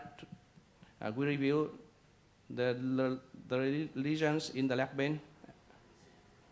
You can see in this view, we nearly normal lesion, but in the right side we see 99% of stenosis at the labmen in very severe. And unlucky, the patient had also the CTO on the right side, but the patient refused to do the bypass surgery. So we choose because it's lucky that it seems that in the ostium of the circumflex there are no lesions, so we choose the crossover labmen LID. After we use balloon, and then we check by IVUS, and we see the very tiny lesions in the labmen. And after that, we do the implant the stent. And we check TB views to see the very clearly the osteum of the left main. And at that we do the IVUS, and then we see that the patient rather good the result. 1 week later, we do the CTO at the right side, and we use the Fuder ST and Cochlear to do that. And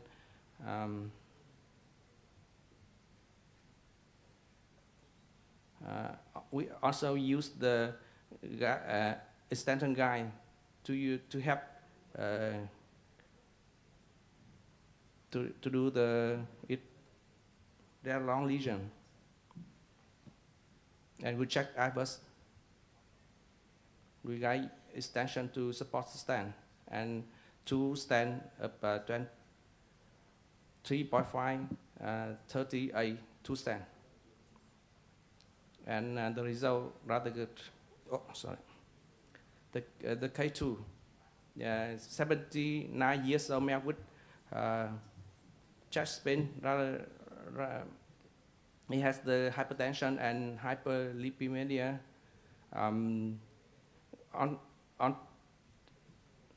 We do the angiogram, and we see a lot of calcified in left main, and the lesions are rather long. We decide to do the 2 stent techniques at bifurcation, and we also use the IVUS to do. After you check the IVUS in the LIDs, and then change to the LCX to do the intervention.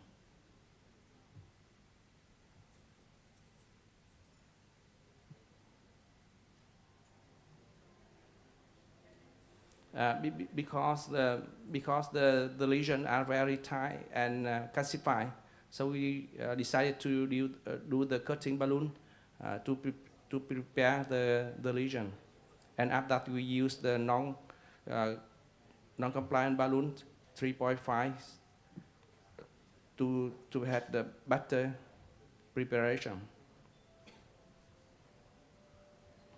And we check the angio again. And we do the IVUS.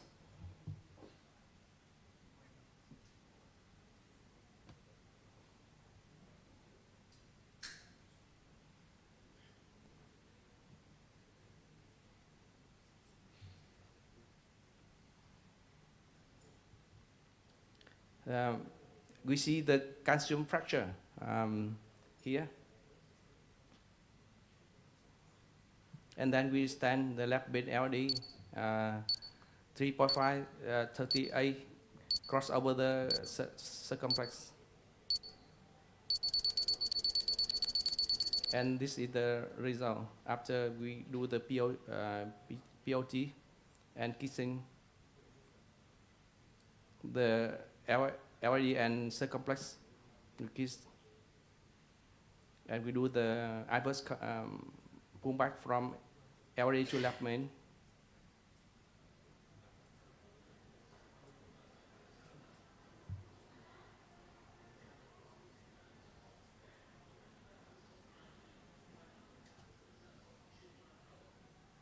The results are rather good.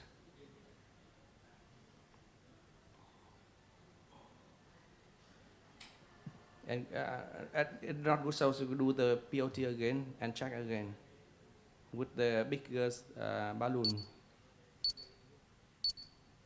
And this is the final result.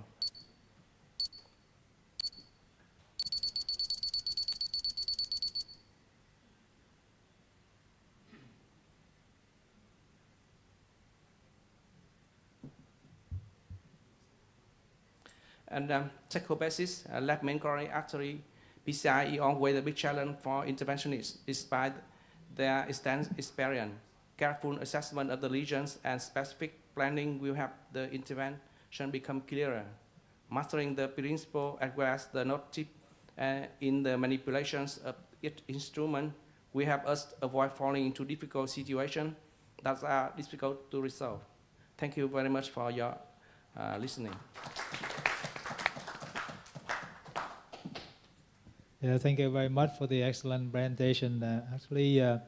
I think in this room we are the interventionalists and we involved in the PCI for laymen. So I had a short question for you that if you have the true bifurcation, layman bifurcation, so what technique do you prefer?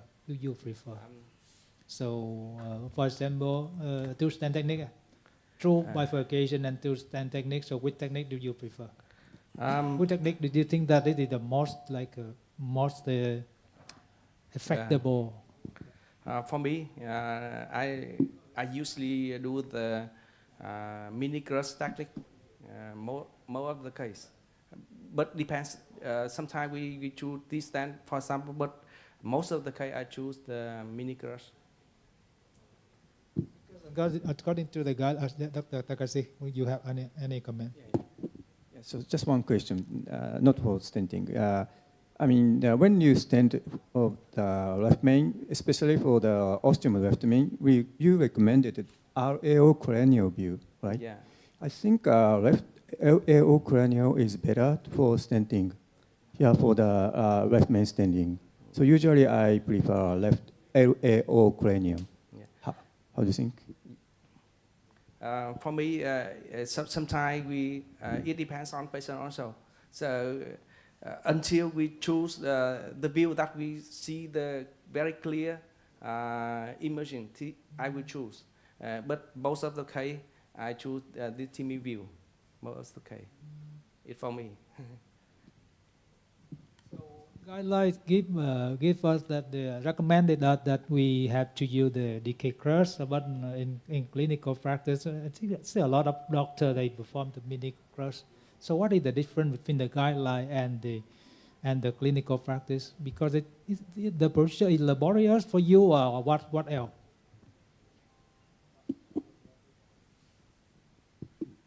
I don't know, because I think I would go for double kissing crush because that's where the data is. You just need to have about 2 or 3 steps more. But I think because of all the advantage of decay crush, you need the crossing over is much better. You get a much better position and carina. That I tend to use really a double kissing crush, mini double kissing crush. I don't go for nano. I think nano is a bit too challenging for me because you might miss the ostium. But I on a personal basis, I'm moving away towards 2-stand strategy to single stand, really, because it makes things easier. Plus the fact that there's only one stand structure. One stand rather than 2 stands. So in long term, I believe that it's probably better to try and think whether you can do just provisional. I think we'd like to say thank you very much for the great work you do in Hui. I'd like to invite Dr. Shozo. We will definitely give you a bit time, Dr. Shozo, and you're going to discuss calcium modification techniques for CTO PCI. Thank you, Dr. Losri. So Dr. Losri also already talk about the calcium lesion and the problem of the calcified lesion. So today I talk about the calcium modification, even especially for CTO and also complex PCI cases.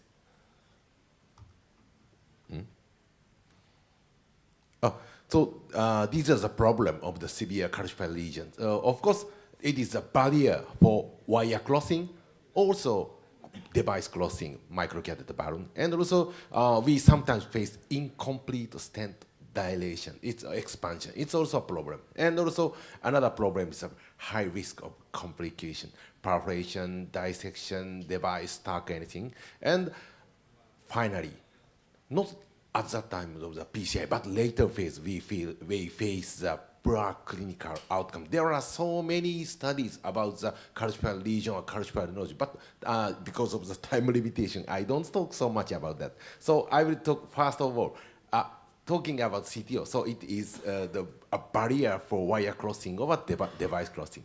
So we sometimes use balloon anchoring technique, as you know. And also, of course, guide extension catheter is one option. I will show one case of very severe calcified CTO lesion. This is our area CTO lesion, and we can see the good collateral from left coronary. And so in the mid part of the CTO, we see the very severe calcified.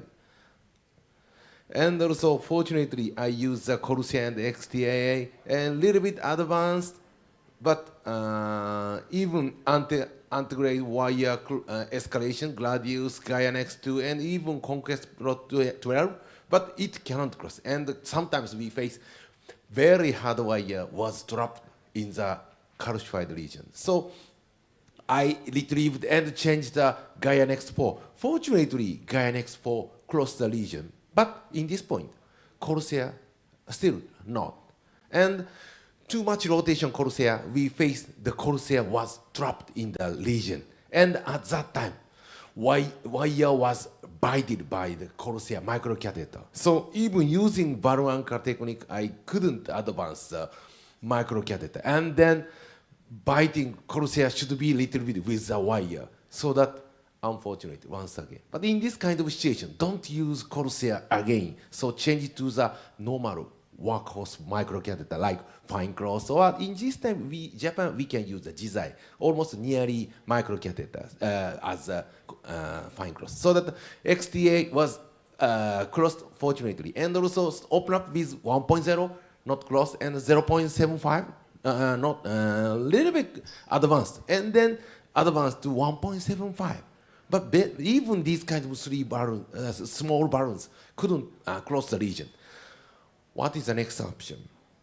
So guide extension, but if we use guide extension, we should retrieve the balloon anchor. And also change guiding from 8 French again, and so once again make a system, or try to cross the rotor wire directly. It is the one option. So advancing microcatheter as far as possible, and then change rotor wire floppy. These days, Boston's rotor wire drive is a very crossable wire. So fortunately, rotor wire drive floppy was closed, and also in this situation, we can do the small bar rotor ablation. And then after crossing the lesion, microcatheter was passed. So, and check the distal part and check the IVAS. We see still very severe calcified like this. And then, like this kind of calcified lesion, I use the open up with the non-compliant balloon, as Losley mentioned, very high pressure. But unfortunately, a high pressure balloon makes like this kind of balloon rupture. And then after that, I checked IVAS, but unfortunately, even like this, I could not pass yet. So that the next option is bar size up. And I used the 1.75 millimeter burr, and it was closed. And then we can advance a cutting balloon like this. And this is a 2.5 cutting balloon. And after dilation, we see maybe we can see the calcified lesion around here. So calcium was nicely cracked. Now we can see that 3 direction. We see the very nicely cracked with the cutting balloon like this. So then deploy the drug editing stent, and so final result is very acceptable. Like this case. So of course, calcified lesion in the CTO is a very, very difficult problem. So that balloon anchoring, guide extension, and also so last option is a rotor wire direct close. And another topic about the calcified lesion in CTO. This is a relatively senior age female, and she received many times of PCI for the proximal RCA. And so many, 3 times of the stent was deployed at the proximal lesion. And so she moved to our lesion city, and also she feels still chest pain, so that we checked the angiography. Unfortunately, proximal stent was occluded at the ostium like this. So already stented many stents. We can see the stent very clearly because of three times of the stent. So what we can do?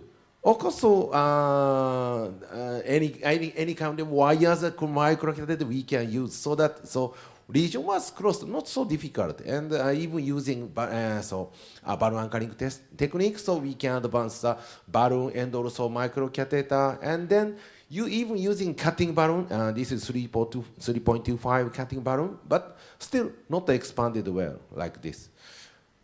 Why not so expanded? Because in calcified lesion, the previous doctor put in so many stents like this, so it's a problem. So that, do you put stent? No, only DCB I did it in this timing. And so I was showed like this, in one point, still calcified lesion and also the expanded stent we can see.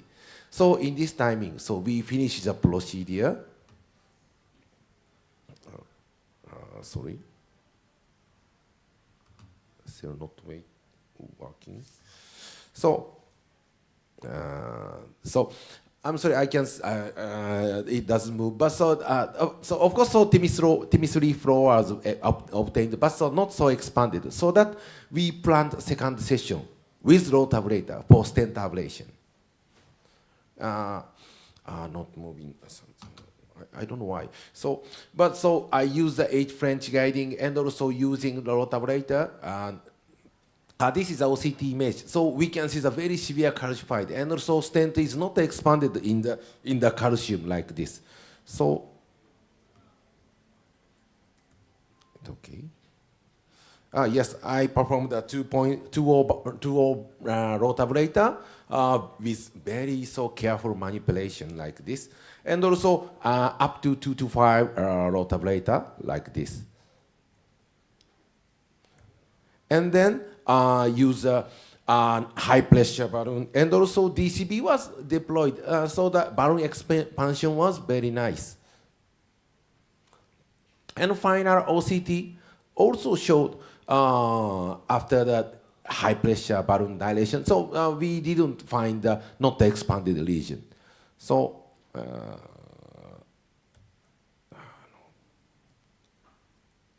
this I'm sorry, but so final result is very nice, and also this is also the 9 months later. So I did the follow-up angio. So fortunately, the result is very nice. I'm so sorry, it doesn't move. So there are some reports about the stent ablation, but stent ablation, of course, might be one option in situations, but safety and efficacy, and also appropriate rotation speed, and also optimal artery ratio is still unclear. And also, of course, we should be careful of the complications. And also, the most important thing is not putting stent for enough lesion, without enough lesion preparation, or not expanded lesion. It is a very bad outcomes. So incomplete stent dilation makes very poor outcome. So that appropriate calcium modification is mandatory, and also stent ablation is a final option. It is a problem of the calcified lesion. So another topic is complications. So we can see the severe calcified lesion at the circumflex ostium. And for this case, I performed the rotablator with 1.75 millimeter burr, but unfortunately, rotablator was stuck there. So soon I insert the additional guiding catheter. Already we can see the double guiding, so it is a kind of ping-pong technique. And so fortunately, very sleepy wire, Sion black passed beside the stack bar. And so using with the balloon dilation, fortunately successfully retrieved. But we sometimes face this kind of complication in the severe calcified lesion or CT or a complex situation. And another problem is a perforation. So bending lesion, and also if there is a very severe calcium at that time, it is a very high risk of the coronary perforation. We should remained. And so there are some, so that we need any kind of lesion modification. So of course, high pressure balloon and scoring or cutting balloon is sometimes effective. And I mentioned about the low tabulator. But another option is IVL. Today is another topic. Yes, so IVL is of course very useful. Even in Vietnam, it is still yeah. But so of course the IVL is very easy to manipulate. Even young doctor can do easily. And also it is a very big advantage. Avoid slow flow in diffuse region, long diffuse region. Sometimes we do the low tabulator. At that time, slow flow we face. But disadvantage is poor deliverability and also very expensive. And also availability in some countries. It's also a problem. I will show one case of IVL. We can see that subtotal occlusion of the proximal LAD and the severe calcified lesion. And then XTR and Caravel microcatheter was passed, and I open up LAD and diagonal branch, both small balloon, and then after high pressure balloon. But even high pressure, but balloon is not expanded well like this. Long and bend lesion, if I perform the long tabulator, it might be a very high risk of perforation. So that I use shockwave like this. This is a 2.5 shockwave IVL. And so then we can use IVL for the diagonal branch. Even so, crossing two wires, it is okay. If we do the long tabulator, at that time, we should pull out another side branch wires. But fortunately, so we can do like this. And then after high pressure balloon dilatation and put stent, Yaculot stenting and post dilation, and the final result is very acceptable. So this is the last case. So do you put stent or not, like this case? So this is a left main and circumflex severe calcified lesion. I'm sorry, but it doesn't move. How to, so I cannot show. How to, I'm sorry. So it doesn't move. I'm so sorry. So also I will explain. This is a circumflex very calcified lesion, and so I cross the to cross the CTO for the circumflex. First of all, I perform the low tabulator for left main to LAD, and then cross the wire with the reverse wire technique like this, and so finally I advance the wire to the circumflex, but after that, I perform the circumflex because this is a very bending lesion and very severe calcified nodule at the circumflex ostium. So that I perform 1.25 millimeter burr, only small burr, but it was enough. And then open up with the balloon. But after cutting balloon, shall we put the stent or not? Because there is a very big calcified chunk, calcium nodule at the circumflex ostium. So that in this kind of situation, DCB, drug coating balloon, should be considered. And this is the final angio. But so, it doesn't. So if we cannot get enough lesion modification or balloon expansion, at that time, we should avoid stenting, or we should consider drug-coated balloon. So there are so many lesion modification for calcified lesion, including low tabulator and also IVL. And so this is the final slide. Role of the calcium modification, it is important to make support for the device cross. And also it makes better stent expansion. If we cannot get enough expansion at that time, we don't put stent there. And so improve clinical outcome and also, but still challenging even with low tabulator or IVL, because we should pay attention for complications, low tabulator stack or perforation. Thank you for your attention.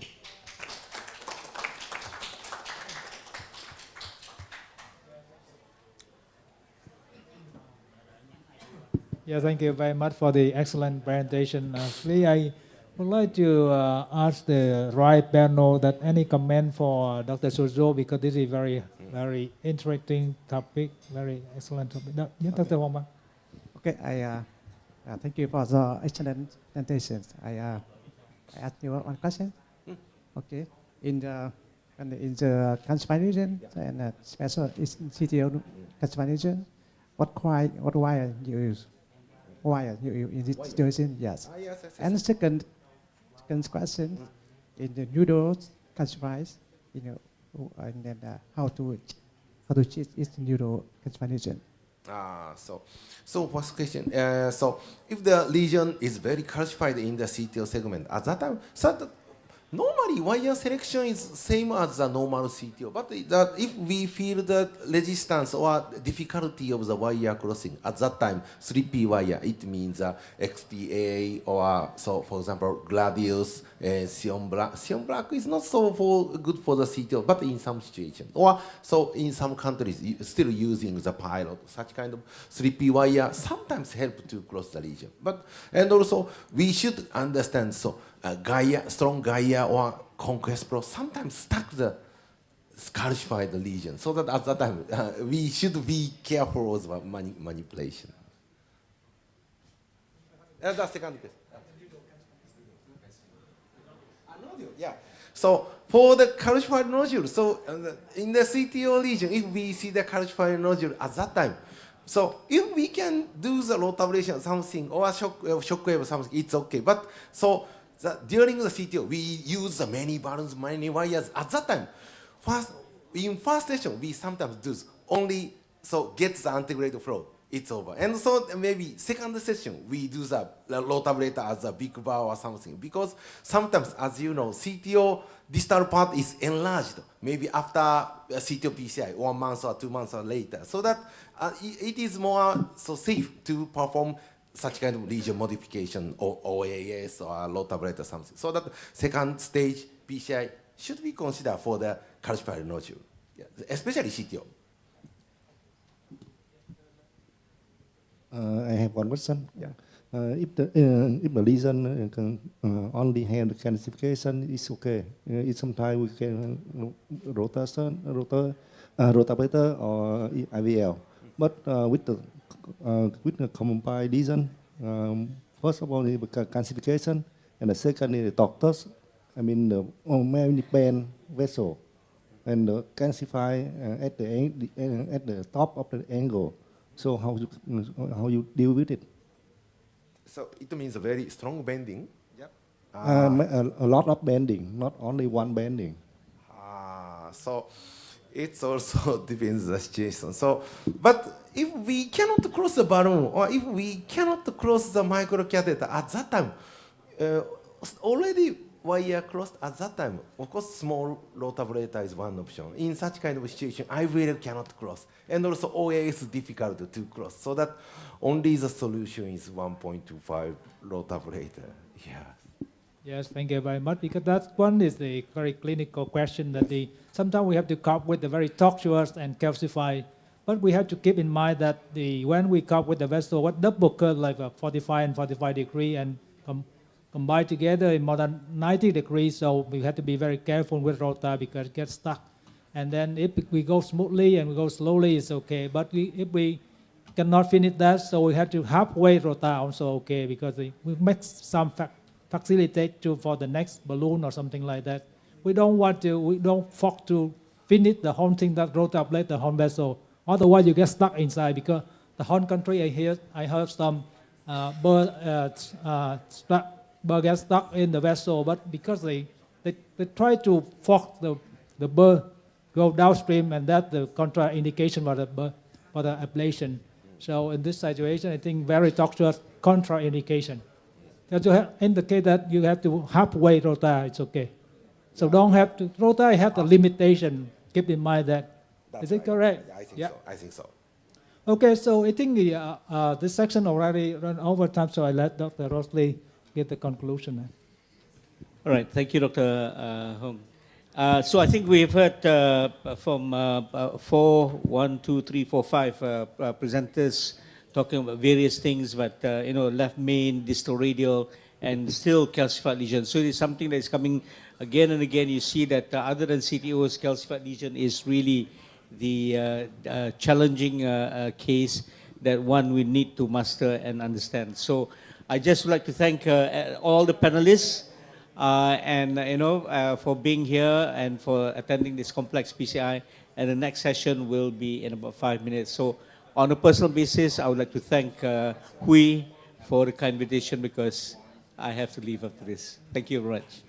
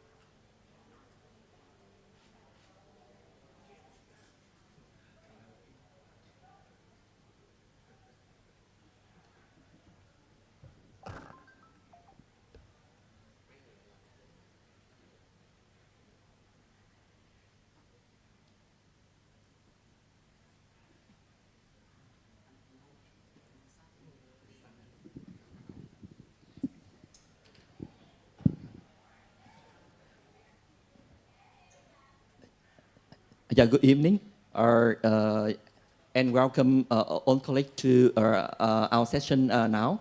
For our first speaker, I would like to invite Dr.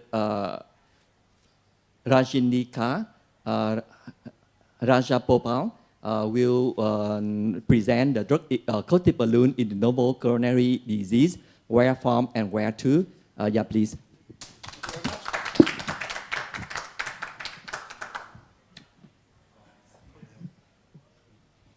Thank you very much. My name is Raj. I'm from Brunei.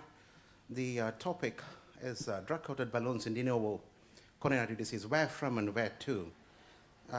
Figure this out. Is it the mouse? Yeah. Okay, so no disclosure. So we'll start by looking at a piece of art. Let's just slow things down a little bit. So this painting is what inspired the topic. It's by a French artist called Paul Gauguin. It's called Where Do We Come From? What Are We? Where Are We Going? So looking at the painting from right to left, it talks about life, being born, growing up, getting old, and dying.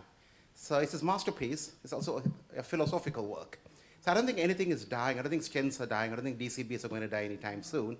But I think there's a change in philosophy when you go from DES PCI to DCB PCI. And that's why I thought this could be interesting to look at. So we're going to look at it the same way, looking at DCB PCI. Where do we come from? Look at the evolution of PCI with respect to DCB. What are we? Look at an overview of DCBs. How do we do it? Existing indications, and move on to expanding indications and evidence that's coming in the near future. So where do we come from? So if you look at PCI, this is absolute basics of DCPCI. I thought it'll be useful for people who are really new to the concept. So we have a lesion, we do balloon dilatation, angioplasty, we get a good result sometimes. Sometimes we get dissections or residual stenosis. If we have dissection or stenosis, we need to put in a stent. Sadly, even when you have a good result, we tend to put in a stent, which is probably unnecessary, mainly because we can get instant restenosis and we can get stent thrombosis. In addition, we cage the vessel and we get loss of vasomotor function. We can't have late lumen gain. So we need to go back, take a step back and look at why we are doing this. We worry about vascular injury that can lead to neointimal proliferation. And for that, we need a drug. And that can be hypersensitivity to the polymer or to the metal, inflammation. For that, we just need to avoid metal and avoid polymer. And thus, we have drug-coated balloons. So we rethink PCI. So if we have a problem with dissection or flow limitation or stenosis, we put in a stent. But if you have a good result, we don't need to put in a stent. A DCB to deliver the drug is adequate. And we are, leave nothing behind. So if we get good, adequate angiographic result, and we can end up with a DCB with less late lumen loss and even positive remodeling at times. So that's that's a philosophical shift to DCB PCI. So what is a drug-coated balloon? It's a balloon catheter with a drug coating, either paclitaxel, sirolimus mostly, and an excipient or a carrier to regulate the drug delivery. So remember, a DCB only delivers the drug. It is not a mechanical device as such. Lesion preparation is completely separate. So there are many DCBs in the market, and you can see the difference. There are paclitaxel and sirolimus DCBs, and the doses are different. The additives are different. So each DCB is different and need to be understood on its own. There is no class effect for DCBs. So the difference between the two drugs, sirolimus is a safer drug in a way. It's not cytotoxic, and it's got a broader therapeutic window. Paclitaxel, though, is lipophilic, which is a good thing because it binds well to the vessel wall, and there is more evidence of late lumen gain with paclitaxel. So in a way, sirolimus is probably a better drug, but paclitaxel makes better DCBs. There are no major guidelines at the moment for DCB in de novo disease. It's mostly based on recommendations and consensus documents. So we look at the technical aspects, how to do a DCB PCI.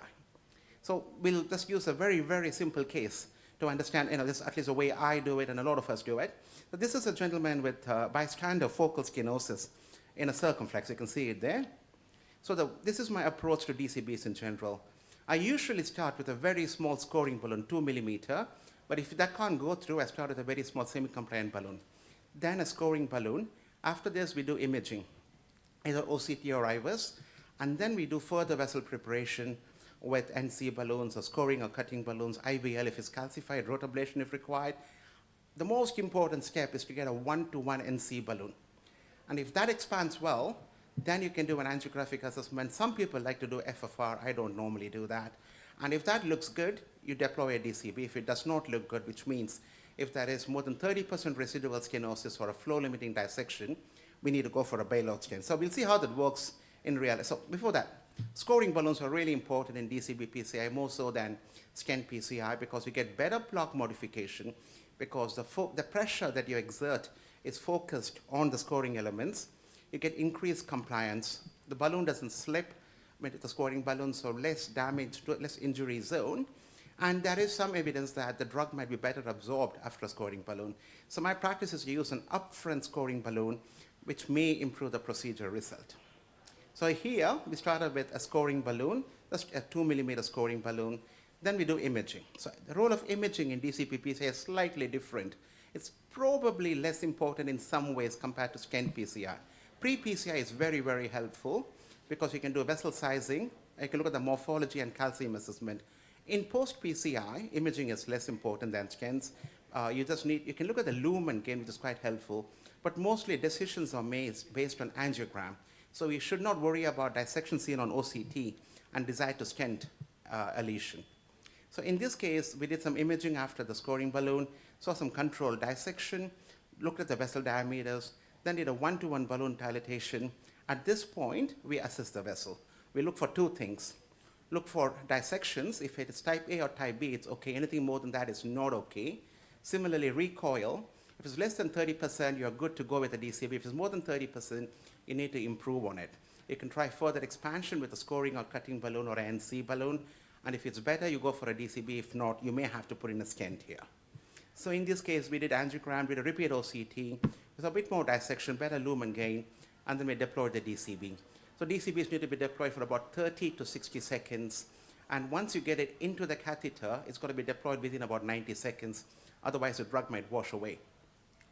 Guide extension could be helpful. Distal lesions, tortuous lesions.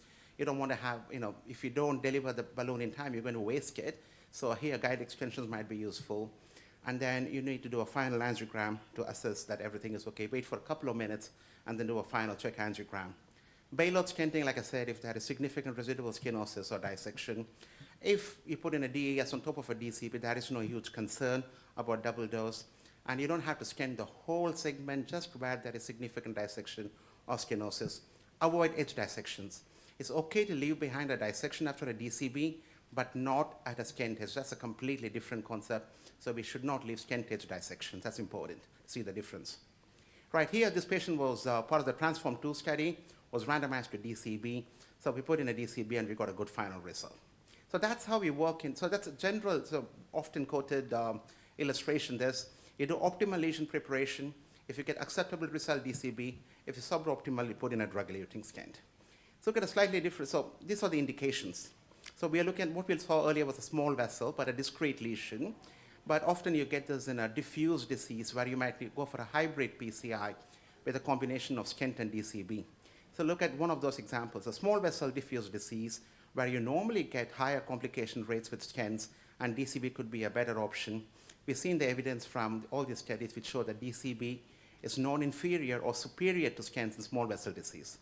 So this lady was a 44-year-old lady with an STEMI, severe 3-vessel disease. You can see that LAD is horribly diseased all the way from proximal mid to the distal, as is the circumflex. She was turned on for CABG. And so we decided to pursue a hybrid strategy here.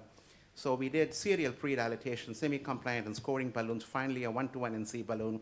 We did IVUS sizing, and we did a hybrid PCI with 2 drug-coated balloons in the distal and mid LAD and a long stent in the proximal vessel. And we got some dissection in the distal stent edge. We put in a second stent just to cover the dissection, and later finished PCI to the circumflex with a stent. So this was a final result. So here you can see that we put in a stent only in the proximal to mid LAD, and we put in 2 DCBs in the distal LAD. It was satisfactory because we had good lumen expansion, no significant dissection. A month later, she came in for a stage PCI, looked at the LAD, it looked better. And what we did here was we avoided metal, and we not just saved a target for lemur, we created a target for lemur. She's only 44 years old. In the future, if she has some ISR in the proximal stent, needs a lima, it becomes an option. Different patient, a 71-year-older lady here, with again diffuse disease but heavily calcified. So the whole LAD is severely calcified. It's some ostial stenosis. Here we did rotablation to the LAD, and then we did assessment with angiogram, and IVUS showed some good result from the rotablation. Further vessel preparation with NC balloons in a size DAPT to 3.5, assessed again on IVUS and angiogram. So here, if you put in stents, we're going to have a full metal jacket all the way. And in a patient like this, that's a very high risk of ISR or stent thrombosis. So what we did was we put in 2 DCBs in the distal LAD and the mid LAD, and just put a stent from the left main into the LAD. And we got a very reasonable result. Here, sorry. It's my time over already. Thanks. Right. So we brought her back about a year later, and we could. Yeah, doesn't it? Check. All the mics, okay. I'll just talk, it's okay. Oh yeah, it's working again. So there was, we brought her back a year later. We saw some ISR in the left main LED which we fixed. And in the DCB treated segment, we saw focal restenosis, and which we treated with a short stent, 30 mm stent. So eventually she did end up with about, a stent in the left main LED, but all the distal LED we were able to just manage with the DCB, which is a good result for her in the long run. And so that was a follow-up result. All right, so the concept of DCB in small vessels, it's non-inferior, hybrid strategy in long lesions, reduced stent length. You could get late lumen gain. CT or PCI is particularly suited for this, and we could follow up with angiogram or CT in selected cases. Bifurcations is a really strong indication for DCB PCI. Broadly, 3 situations where we can use it. In the side branch alone, where you can use it along with the stent in the main vessel, or after you put a stent in the main vessel if you have some compromise instead of an NC balloon. You could do main vessel PCI with DCB, or which reduces your risk of compromising the side branch because of avoiding metal, or you could do in both side branch and main vessel. This is a young chap, a 49-year-old with posterior MI. He had ostial occlusion, and after restoring flow, we just did DCB, and we got a good final result. He came back for a stage PCI for the LAD, and at that time the OM looked bigger, which you would expect following an MI, and had a good result. And this is a chap with LAD D1 disease, where we did, after good vessel preparation with a cutting balloon in the diagonal, did a DCB in the diagonal, stent in the LAD, good final result. And when we checked him a year later, diagonal looked even better. And there is a new study called the DCB BIF trial, where this is after provisional stent in the main vessel. If there is compromise of the side branch, instead of an NC balloon, a DCB might actually improve the long-term outcomes. And main vessel, this is a very simple case where a lady, 54-year-old lady, had focal stenosis in the LAD. Diagonal had no significant stenosis. We just did a DCB in the LAD and I had a good result. Now this is more interesting. Main vessels and side branch, bifurcation stenosis. I think there is good reason to think about DCB here. So here we prepared sequentially with scoring balloons in the main circumflex and in the OM. And after looking at the result, we deployed sequentially, first a DCB in the OM and then a DCB in the circumflex, then pulled the balloons back a little bit and did kissing balloon at low pressures with the DCB and got a very good final result. Some people like to deploy both the DCBs at the same time. So that's also an option. I think it's individual preference. And this can be applied in trifurcations as well. This is an ostial circumflex trifurcation where stenting would have made things really complicated. Had to come back to the left main and so on. Using a similar principle like the last case, we did imaging-guided preparation and 2 DCBs, and we got a good final result, and 2 years later, the result was still good, avoiding metal completely. So these are the various indications where DCB could help in bifurcations. High bleeding risk. This was a lady with cancer who was did LAD treating, but also might need surgery. So we just treated the whole LAD with just DCBs, and we could give her a permission to stop DAPT even after 2 weeks if required. And so she has done quite well subsequently. Aspirin allergy is another indication, straightforward case. So I was going to skip all this. So that's CTCA is a good way to follow up after DCB PCI. So ACS, I think in the interest of time, I'm going to just say the summary. DCB and ACS could be useful to simplify procedures. Apart from usual benefits, it can be good because when there is large thrombus burden, you can do thrombectomy, bring back a couple of days later and just defer PCI with this DCB. And in erosions where you don't want to put in a stent, a DCB may be a good option.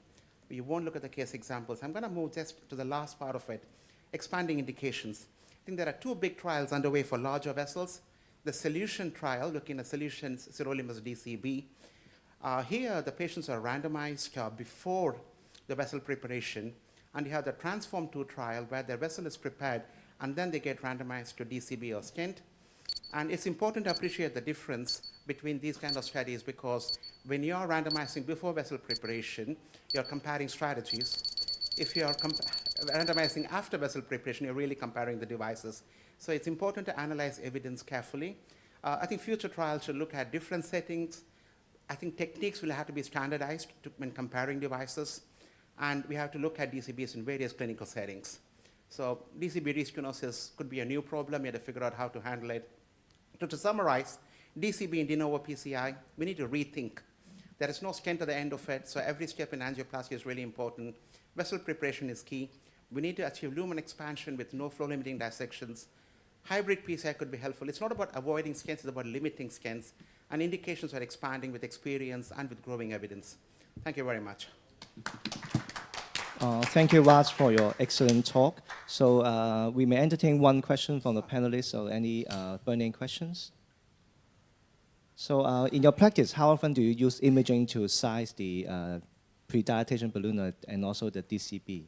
So almost every case. So generally, 90% of my PCI is done with imaging, and it's mostly OCT. So I don't make a difference whether it's stent. I start every case as if it's going to be a DCB case. So I do about 60–70% of my cases with DCB.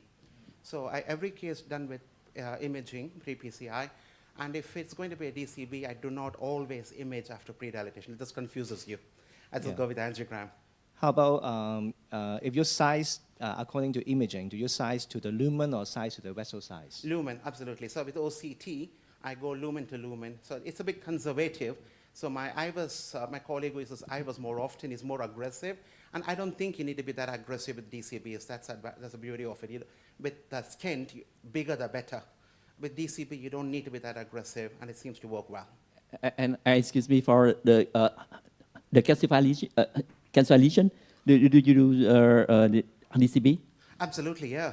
So I didn't bring the cases here.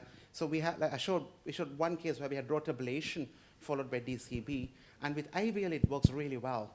So once you have done IVL, if you've got a good lumen expansion, DCB is all right. But it's important to remember that if the calcium is superficial, it will impair the absorption of the drug.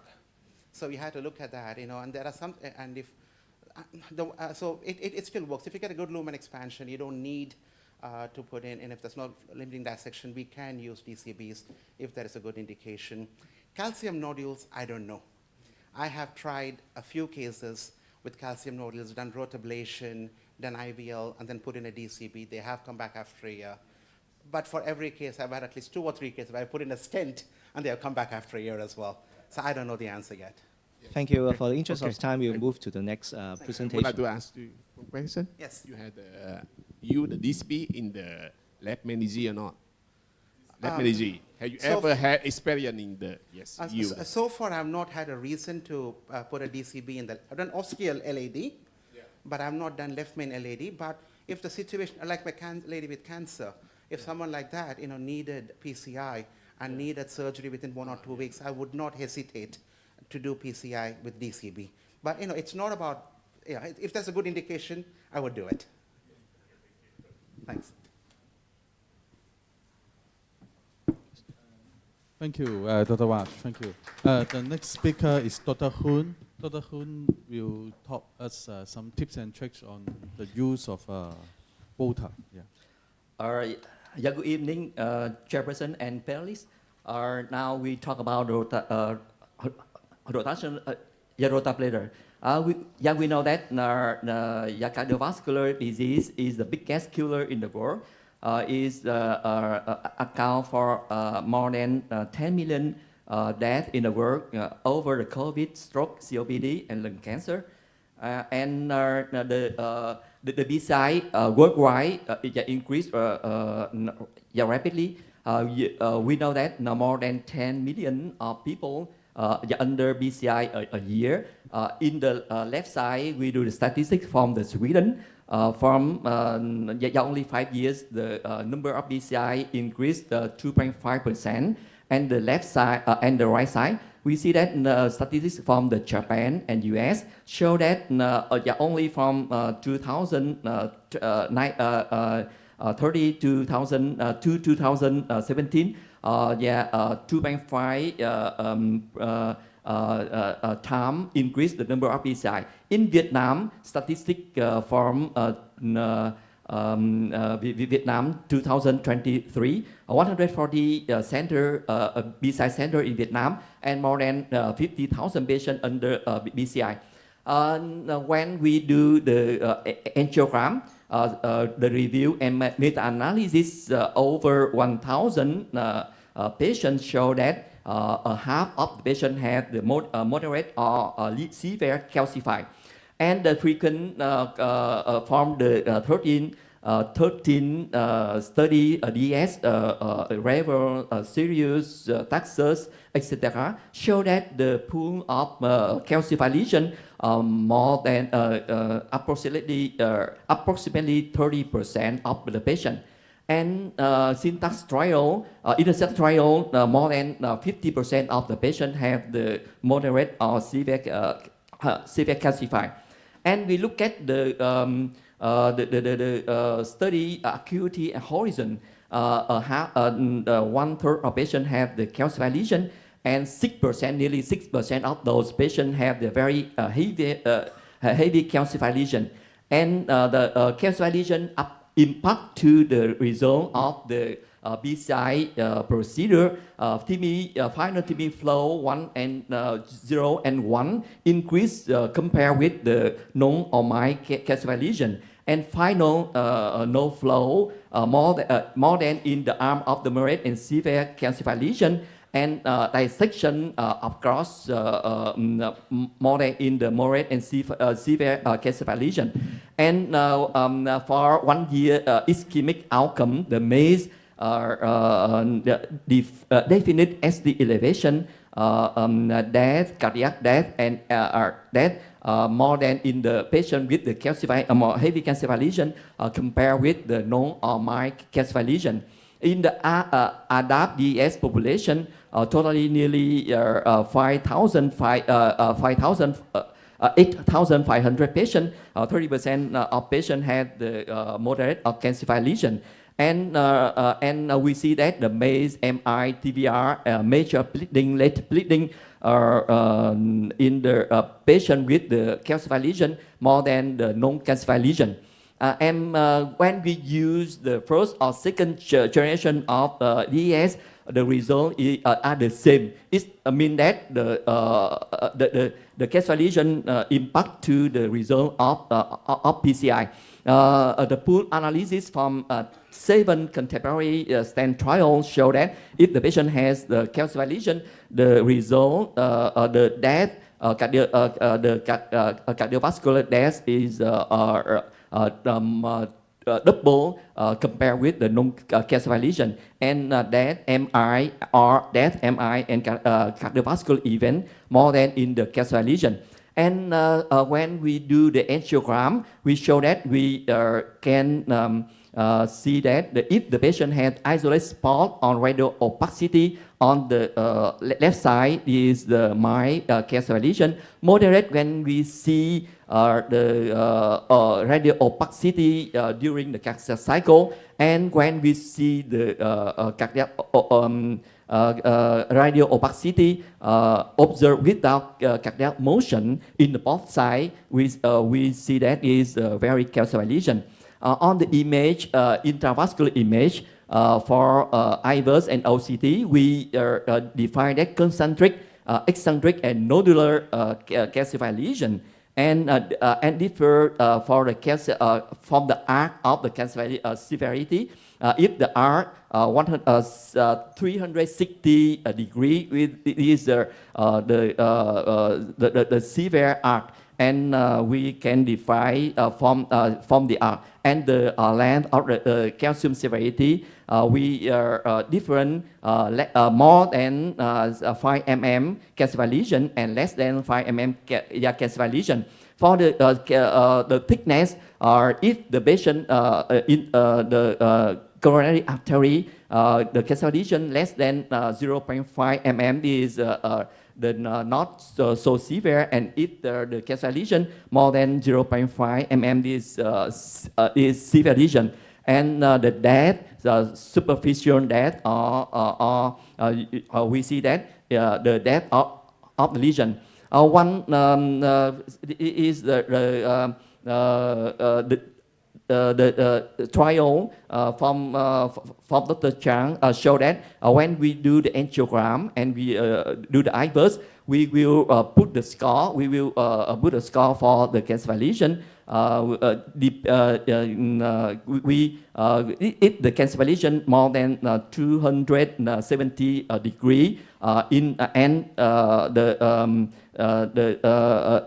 more than 5 mm, then this is one point.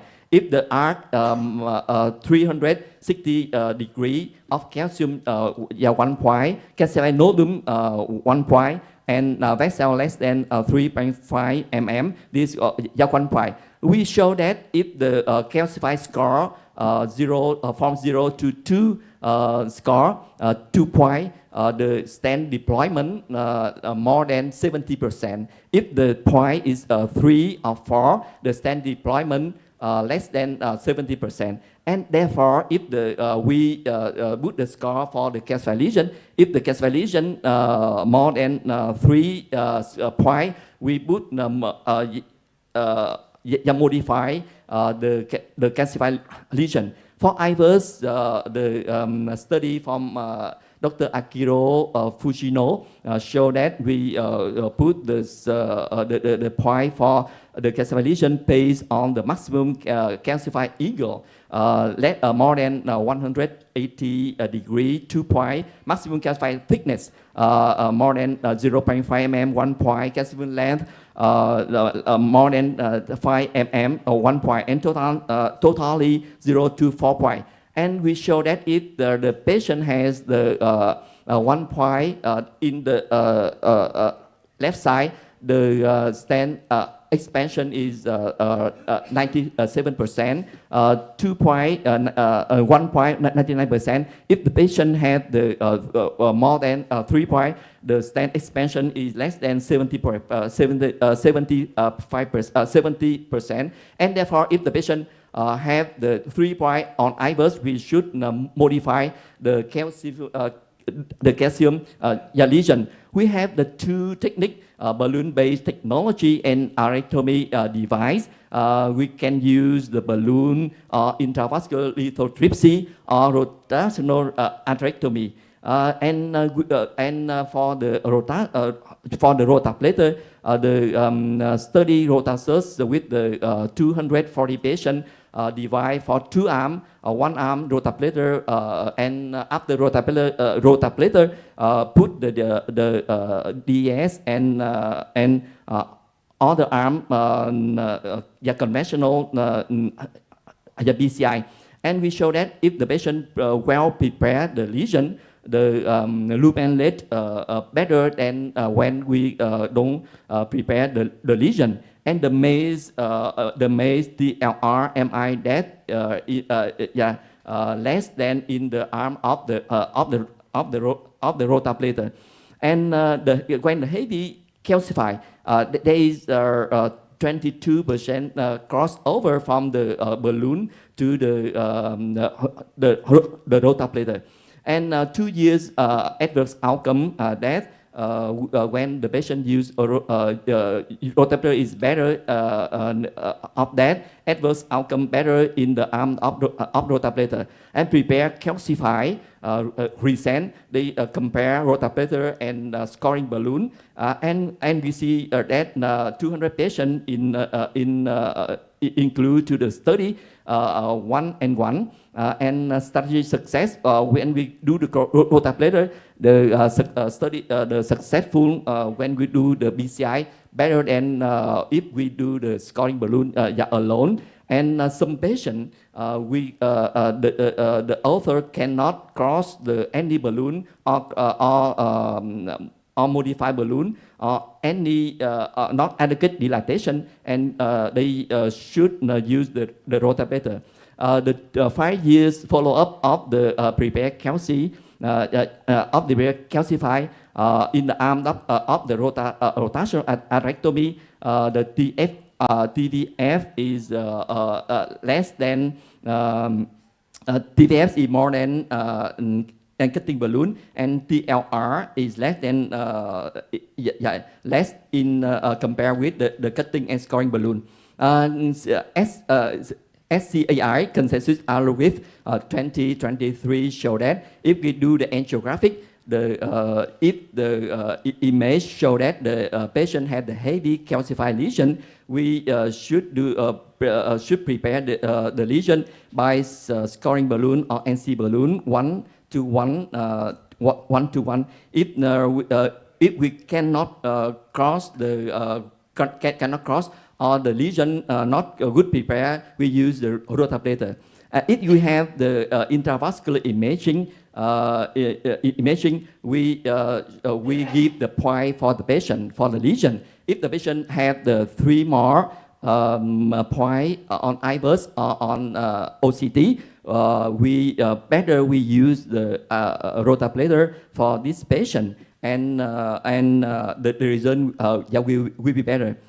This is one patient with when we do the angiogram, we show that the patient had the very heavy calcified. We see the image opacity in the both side of the coronary artery from the from a left main to the mid of LED and the circumflex. And when we cross the wire, we cross the wire.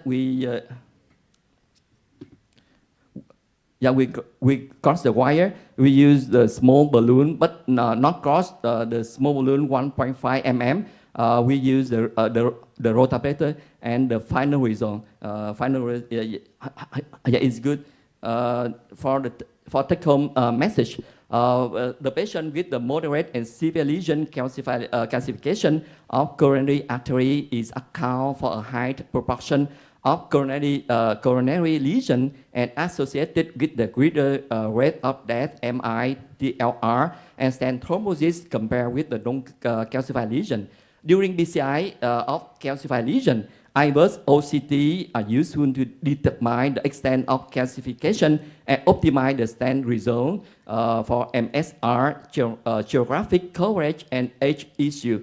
We use only the scoring and cutting balloon in the situation that if the lesion have the moderate calcified lesion. If the patient has the severe calcified lesion, with my experience that better we use rotator upstream for the patient, better we will have the better result. Atherectomy provide effective lesion decalcification and improve vessel compliance, facilitating stent delivery and expansion, decrease rate of death, MI, TLR, and stent thrombosis. And we don't forget that for rotator, the first if the very severe calcified lesion, the burr 1.25 mm. We don't use the burr 1.25 mm because it could be stuck in the lesion. Normally, I use the 1.5 mm for the first use. And in some patients, and we use the cutting balloon or NC balloon dilate before we deploy. I deploy the stent, And if the result not achieve the good result, I upgrade the burr 1.75 mm. Thank you for your attention. Thank you, Professor Hun. Any comments about social?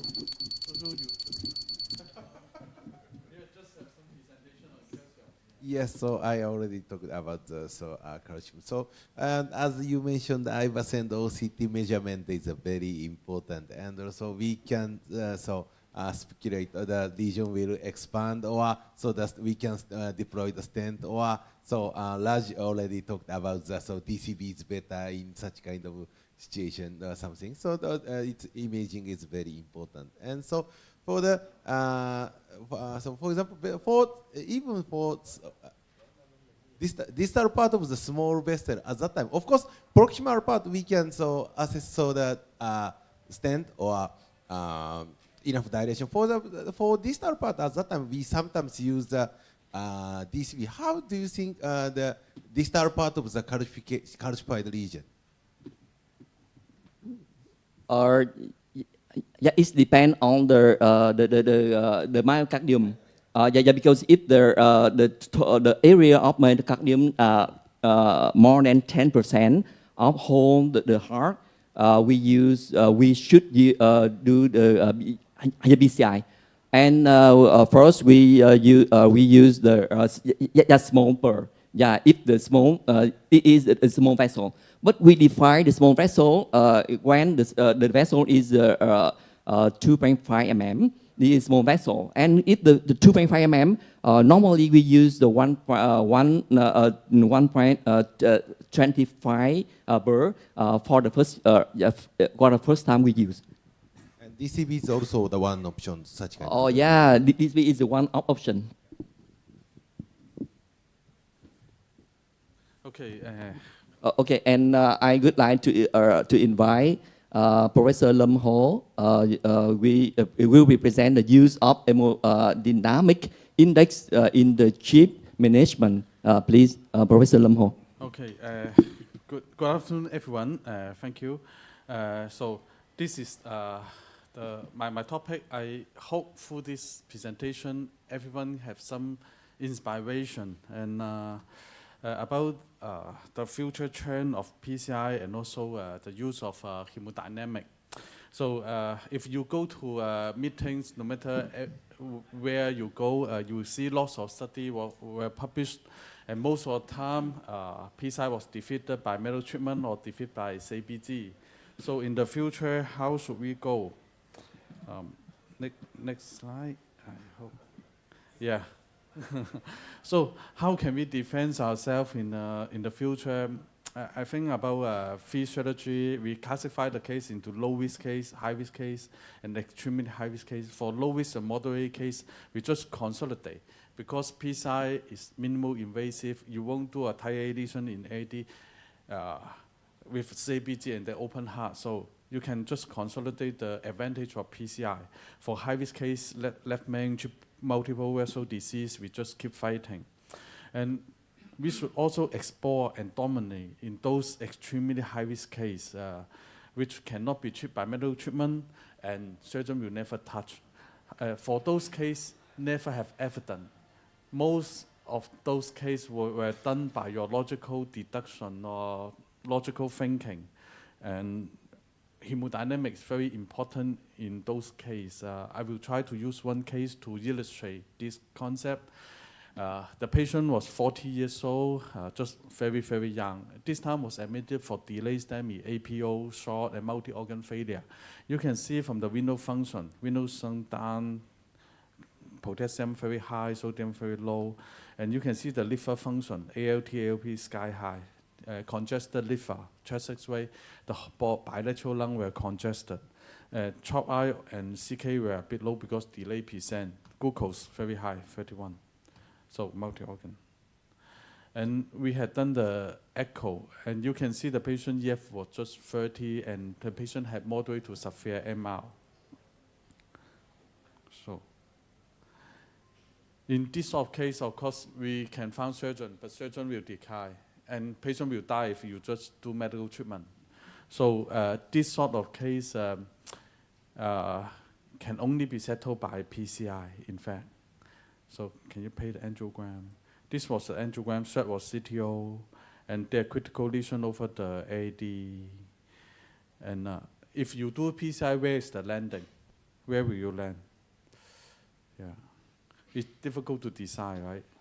Will you land over here, here, here, or where? And this was the angiogram on the outside, yeah, also outside, and then like that. We actually with the IFAS, we found also AD and also SHRED are also very tight with heavy part burden. So, of course, impossible. Surgeon won't touch, never touch those cases, right? Anyone see surgeon touch this case? Never, yeah. But yeah, we have to save it by PCI. But how can we save it? Yeah, the first thing you must have MCS support, either ECMO or impeller. Without MCS support for those cases, just dreaming, you touch and the patient will arrest on the table. Yeah, and then with support, and then we finish the PCI on the outside first. Okay, and then if we want to have good outcome on those cases, imaging is very important. Like this case, it's difficult to judge where to land. However, by IFAS, you will know where to land. Like this case, we decide to land here. It's based on the IFAS finding. And you need to choose a stent with least homogeneity. That's very important. And then we finish the PCI on the AD.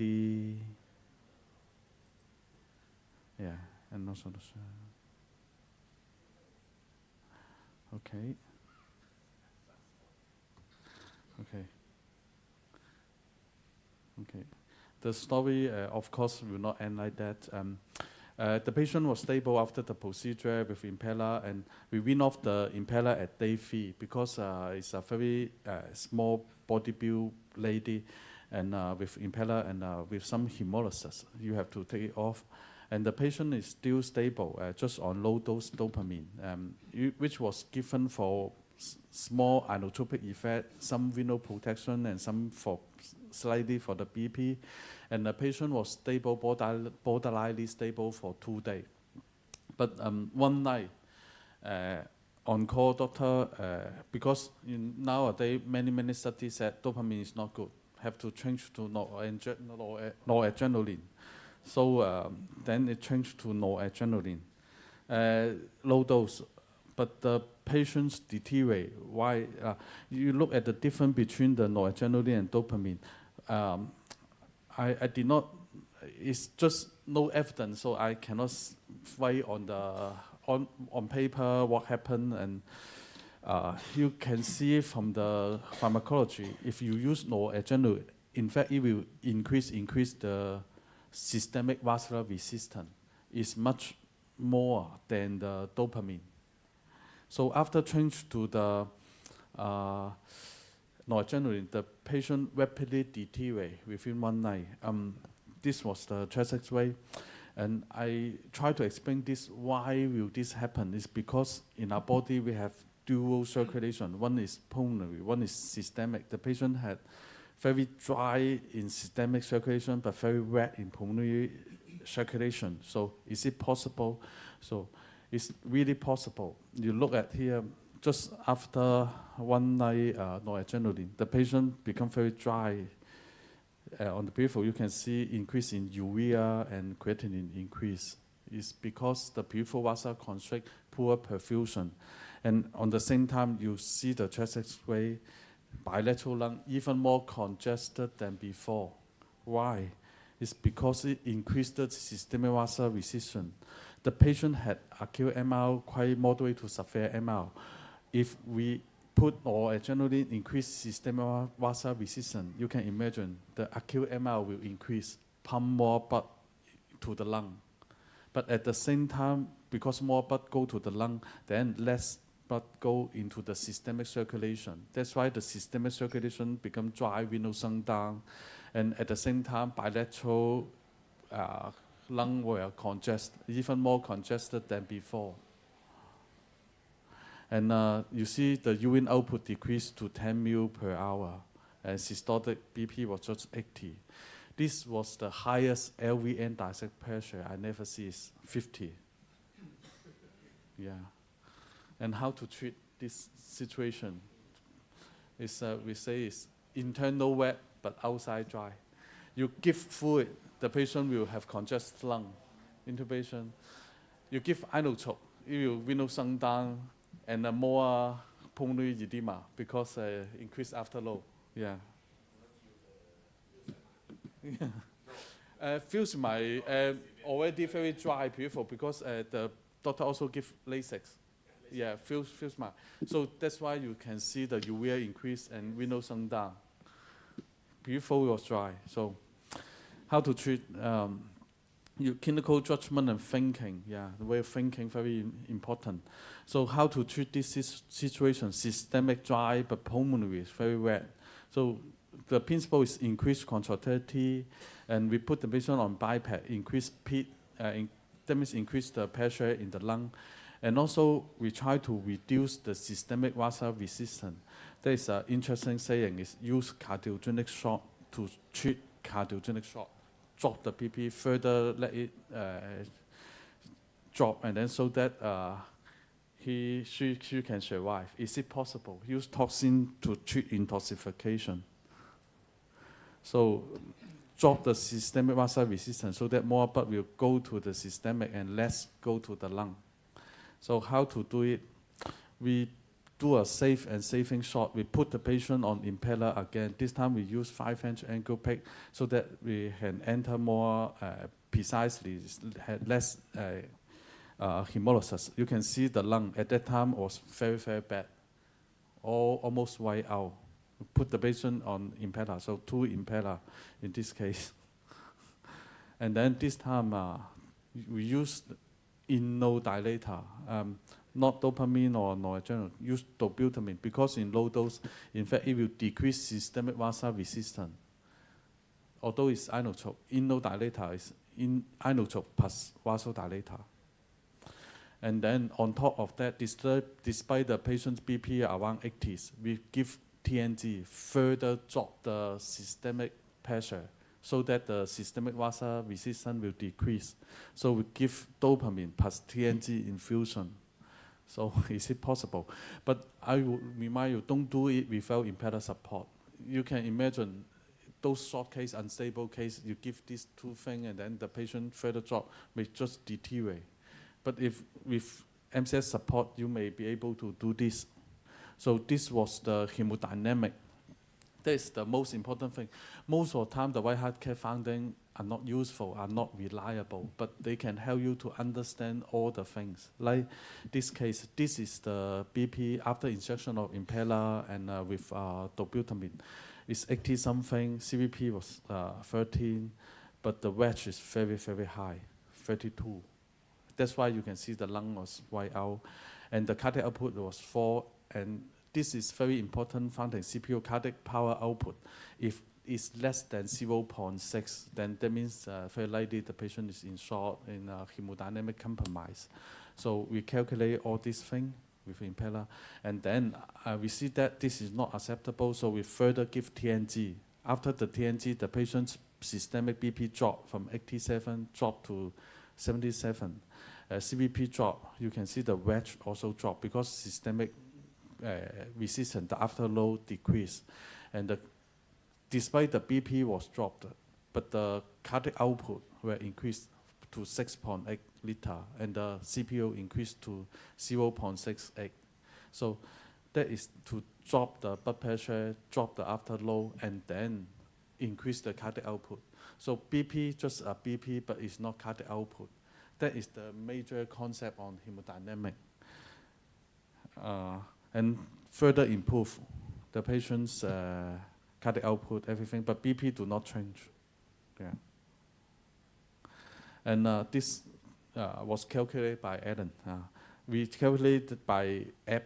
You can go on internet and then try to just take the photo and then calculate the systemic vascular resistance. It really dropped after the TNG, and cardiac output increased. So afterward, you can see we really give dobutamine and TNT infusion at the same time, low dose dobutamine plus TNT. So the urine output increase back to normal.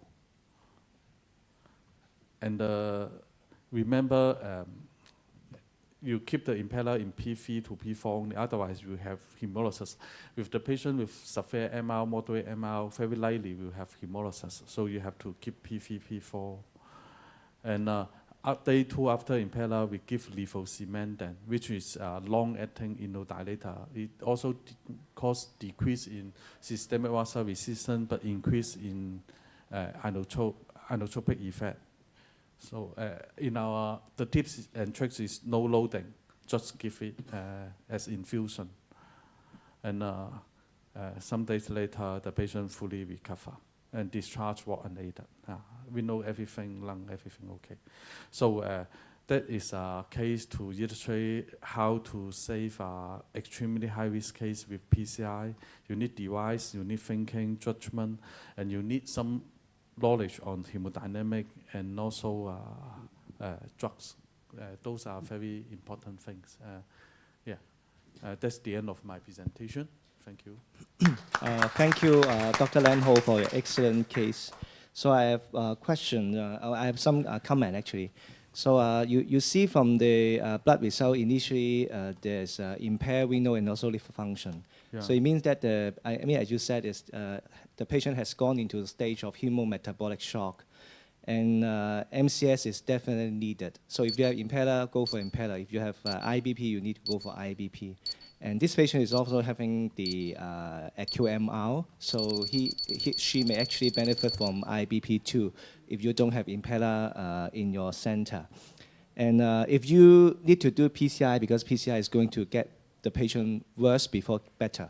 So even though you see the guiding, you wire the balloon, everything is the insult to the heart. So you need some support before you can do the PCI. So always IBP first before you touch the coronary. So the other thing is, because you know impeller very expensive, once you remove it, you reinsert it, you double the cost. And of course, alternatively, you can also try IBP as you have already hemolysis from the first impeller. And if you have IBP, you then, of course, noradrenaline is good. It's good because it's actually from a sub-analysis of the SOP2 trial that in patient with shock, in a subgroup analysis, is cardiogenic shock. The dobutamine may have more AF and also VT. And noradrenaline is not always good. You need a central line sometime. Although you have peripheral formula, you can use a diluted form to do it in the peripheral line, but you need to central line most of the time. And the other thing is increased afterload. And in the acute MR patient, afterload increase would worsen the case. So you have to support the blood pressure and then give some vasodilator to decrease the afterload and improve the cardiac output. So this is the main point Dr. Lam Ho is trying to convey to us. Excellent case. About the noradrenaline, if you have some acute MR case, if you may try and you will see the effect is quite dramatic. After noradrenaline, most of the case will deteriorate. Yeah, sometimes ischemic MR won't improve after the intervention, especially for delayed presentation. So sometimes if it doesn't improve, we may be end up difficult because if you have triple vessel disease, you fix the coronary, but you can't fix the MR, and you may end up like the surgeon won't do.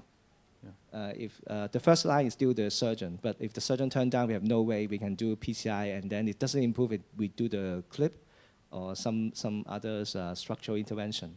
So this is the comment. So, I have a comment. So I totally agree that in this kind of situations, I think mostly 100% of surgeons will refuse the case from the very beginning. Or they just tell us, you stabilize first, and then I will do surgery. But how to stabilize? Really no. And then I have few cases of like this one. We try to save the patients by IBP because impeller is not available in Vietnam. And yes, we do PCI, but I see most of the case die a few days later because of multi-organ failure a few days after all. So But we don't have Impala in Vietnam, but ECMO, we have some, because after the COVID, then ECMO becomes more popular in Vietnam. So my question is that in case of Impala is not available, then can we use ECMOs from the very beginning?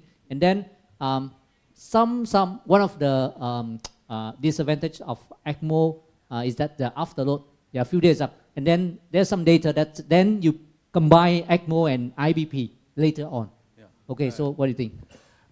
Regarding the question for ECMO, I will recommend you not to use ECMO in those cases. Most of the time, you just worsen the situation. The ECMO increase the afterload much more than noradrenaline. The aortic valve won't open, it just force all the blood to the lung, and then you will have a very completely wide out lung.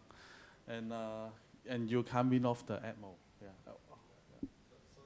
So if you cannot use Impera at that time, the another option is only IABP. IABP is somehow supportive, but so it depends. If the blood pressure is too much low during the PCI something at that time, so of course we mandatory use ECMO. But so just for PCI, so IABP is one option. If we can use Impera, of course it is the most effective in this situation. But depends on the financial cost or anything. For ECMO use, really need to be careful if there's MR. Yeah. So let's have the next speaker, Dr. Nguyen Chuang Kyu. He's going to share with us the must-know technique to protect the side branch in bifurcation PCI. So good afternoon, Chairman and everybody.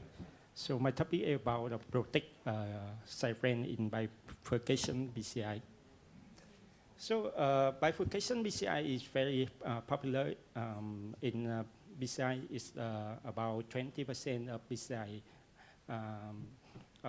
They are bifurcation lesion, and the side branch occlusion happen about up to 16% of bifurcation PCI. So according to the COVID-2 study, 1/3 of cases unable to restore blood flow, and it's increased the myocardial infarction or death more than 2 times. So the mechanism of side branch occlusion, there is 5 mechanisms.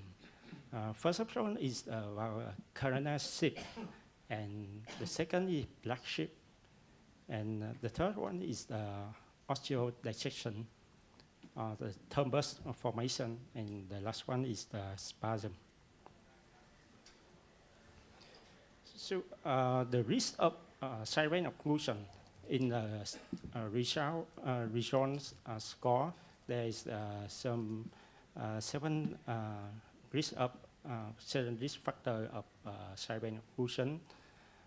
First is Plaque distribution. If the Plaque distribution at the same side of side branch is increase the risk of side branch occlusion. And the main ratio is TIMI flow.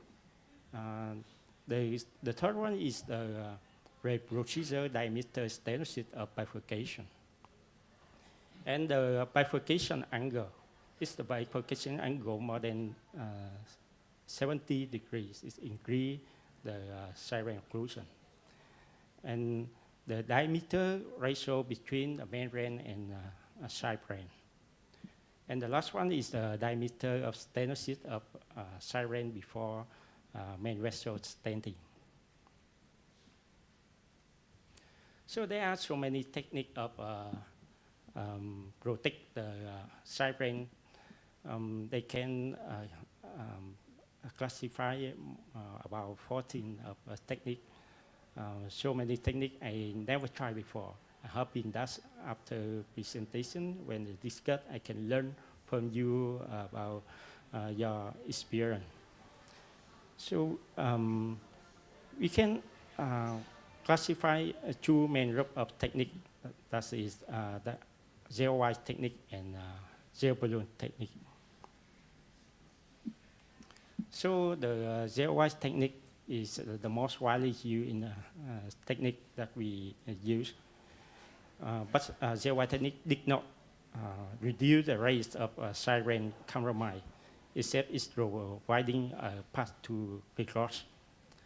And we can use a low profile balloon to expand underneath the truck to the siren ostrum to rescue the siren occlusion. So after that, we can do POT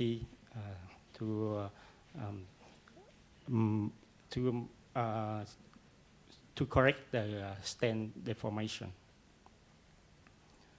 So gel balloon technique. Gel balloon technique, we put the balloon in the siren and deploy the stent. After deploy the stent, we can inflate a balloon in the siren and then do the kissing. The other technique after balloon in the siren and they do post-dilatation. One randomized trial compare ZY technique and gel balloon technique. They show that gel balloon technique is superior than ZY technique, reduce the siren occlusion. In gel balloon technique, the siren occlusion only 9%, and gel Y technique is almost 20% is occlusion. However, there is no significant difference in 1 year of MACE. So, ZY technique, we can, after ZY technique, we can use the balloon to dilate in the siren and the POT. That's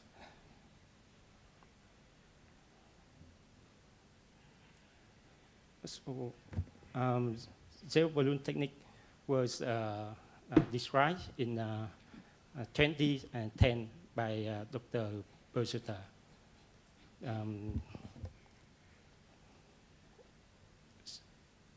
Sorry, I go back. And this is the gel semi-inflation balloon technique that we use the balloon in the siren and dilate to in the membrane stent with a in the siren, we go up with a low vessel, about 3 to 4 atm. In the membrane, we deploy the stent at a normal vessel. When we deploy the stent,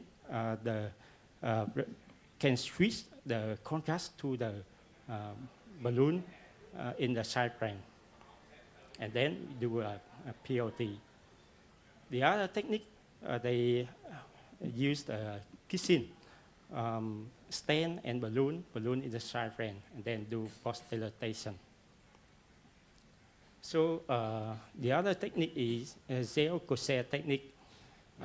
We use the corset in the siren, and then deploy the stent in the membrane and rewind to the siren, then post-dilatation.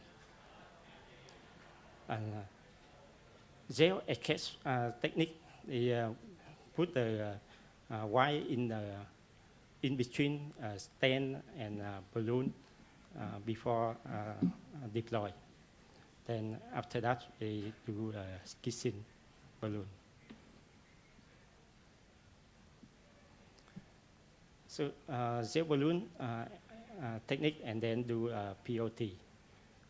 We balloon in the siren and deploy the stent, and after that kissing, and then do POT. And rescue balloon gel technique, they use the balloon in the siren, and after deploy the stent, you can inflate the balloon and then do a POT. And rescue inverse cross technique, they put the balloon in the siren and deploy the stent. After deploy the stent, they inflate the balloon in side brain, and then put the stent in the side brain. After that, we cross the wire to the side brain, then do kissing. So the one of the technique that's introduced in 2022, they do the proximal optimization and with the kissing balloon inflation technique.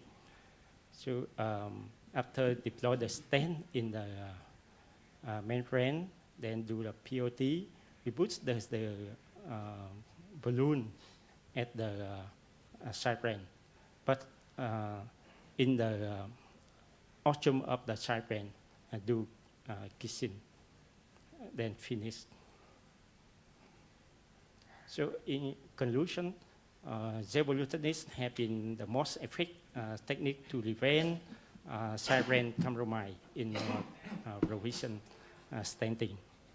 So zevolutinists were further modified many techniques according to the balloon position, inflation pressure, and inflation timing.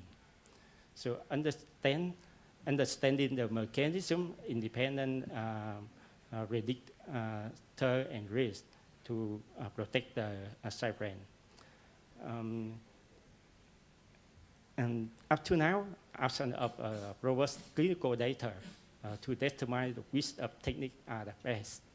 So alternative technique to choose when dealing with treatment of bifurcation lesion.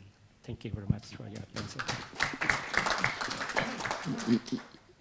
Yeah, thank you very much for a very interesting talk of Dr. Nguyễn Trung Quốc from Heart Institute Ho Chi Minh City. Most known technique to protect the side brain in bifurcation PCI. What do you think when the most important risk of the side brain occlusion? What do you think is the side brain, ostimal side brain stenosis, or the diameter between left main brain and side brain? This first question. And why don't you use the technique that you kissing balloon before you put the stent in main brain and you rewire the wire in the side brain? This is my favorite technique. Yeah, because when the stenosis of the ostium of the side brain is 90%, normally we will lose the side brain. And if we do the technique kissing balloon first before we put the stent in the side brain, we avoid to gel the balloon in the side brain. Yes. So thank you for your question. According to in my opinion, I think that the stenosis of ostium side brain is the important to the risk factor of side brain occlusion. We can do a kissing balloon before deploy the stent, but when we balloon the side brain, it may make a dissection. When it have a dissection, we cross. We require the stent. Maybe it go to intima, but it's very popular to do kissing first. Yes, thank you. Yes, can I have some technical issue regarding the gel balloon? So first is that if you decide to use a gel balloon technique, then any recommends of the guiding, it should be 6 or 7. So and the second thing is how do you choose the balloon for the side branch? Can it be a 2.0, 2.5? Is it a short balloon or long balloon? Because some operator, they say that they will choose a long balloon. So that's a gel balloon in the side branch will be longer than the stent. Yes, so what do you think? So very good question. Thank you. For the gel balloon technique, they have 2 risks. One risk is the malformation of the stent, and the other risk is balloon were trapping. So the balloons, we should give a very good balloon. Small balloon, the size of balloon is less than the size of siren and a half of membrane. And the length of balloon is long enough to the proximal of a balloon have at the same level of the proximal stent edge. Yes. And I have some comment on this because we try to use this technique is try to preserve your ostium of the side branch.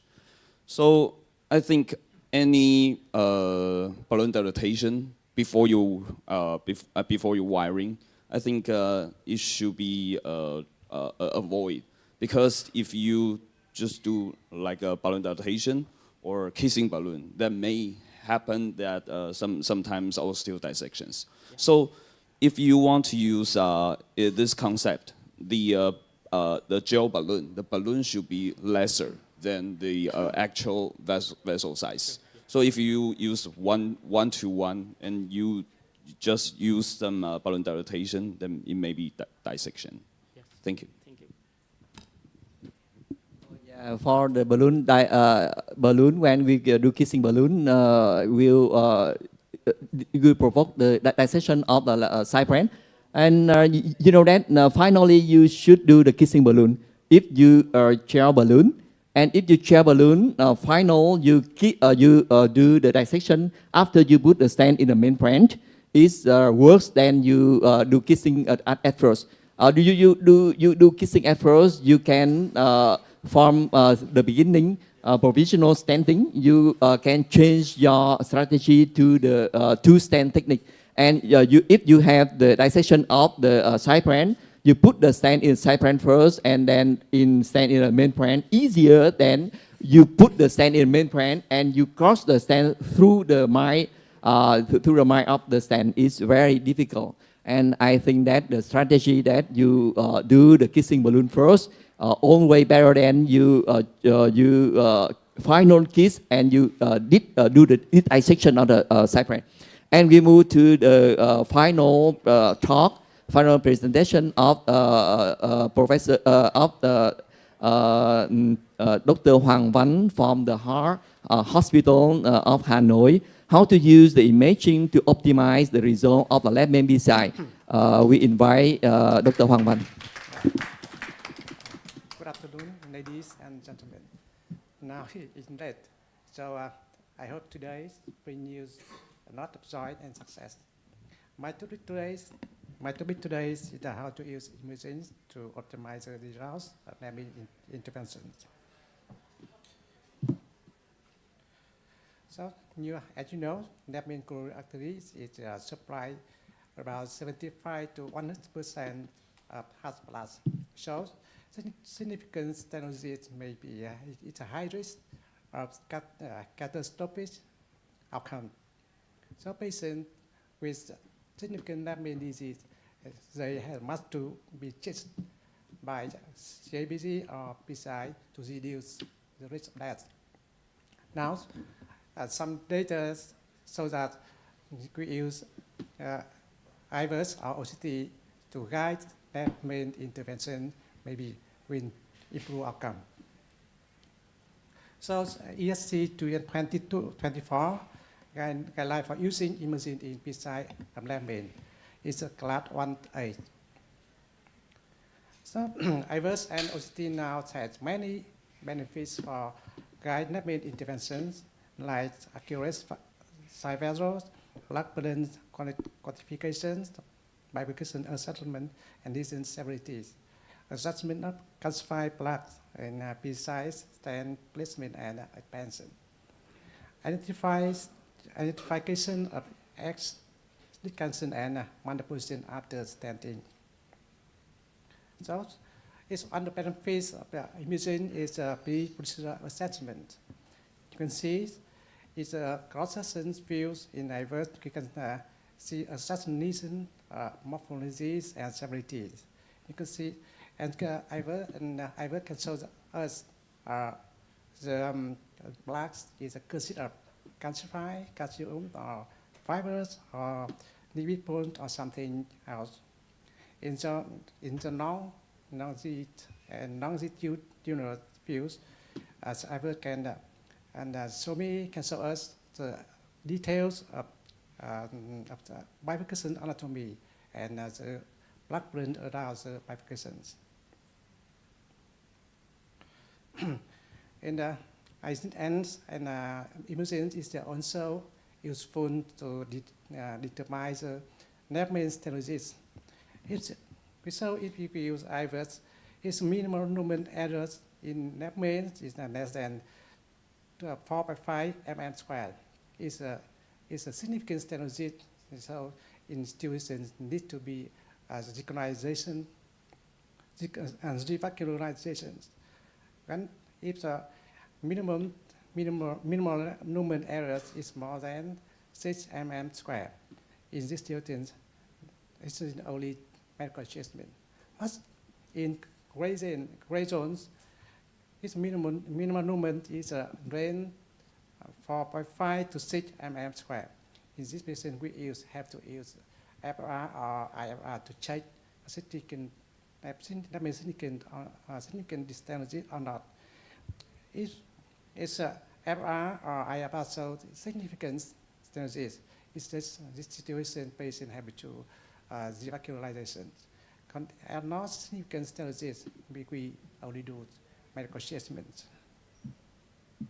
So OCT PCI is the same ways compared to IVER, but OCT is the much better solution.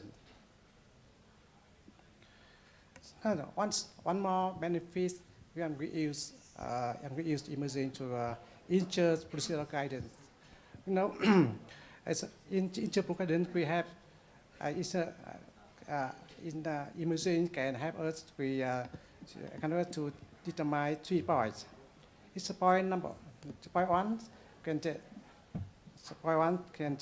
the imaging can show us where the landing zone is good. The good landing zone is defined as plaque burden is less than 50%. And second point is the imaging can determine the diameter of stent size.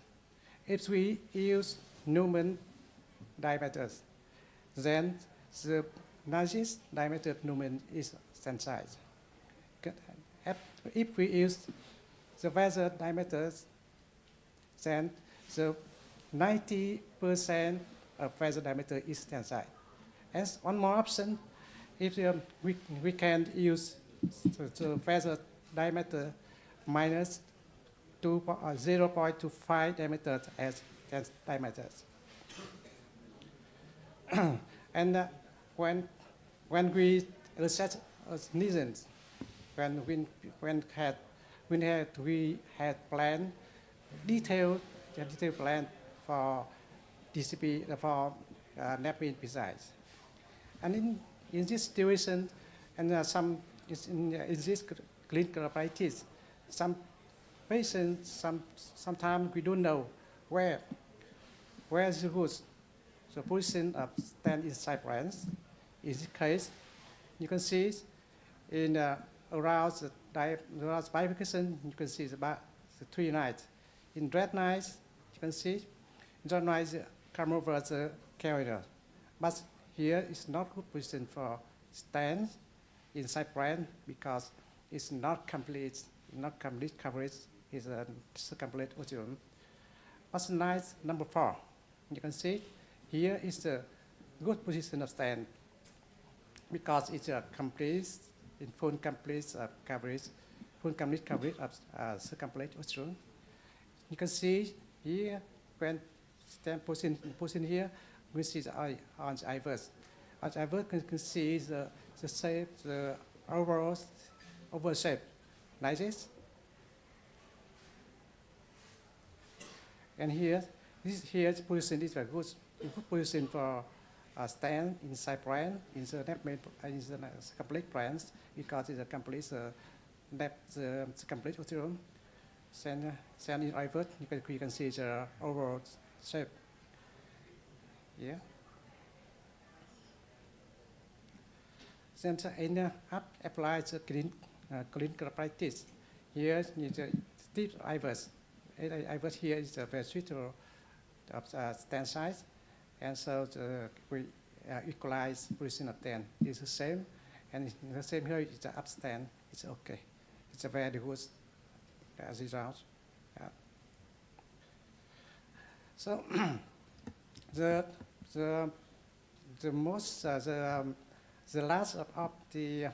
last benefits when we use the imaging to judge after stenting, we had imaging could have to 3 points to check 3 points.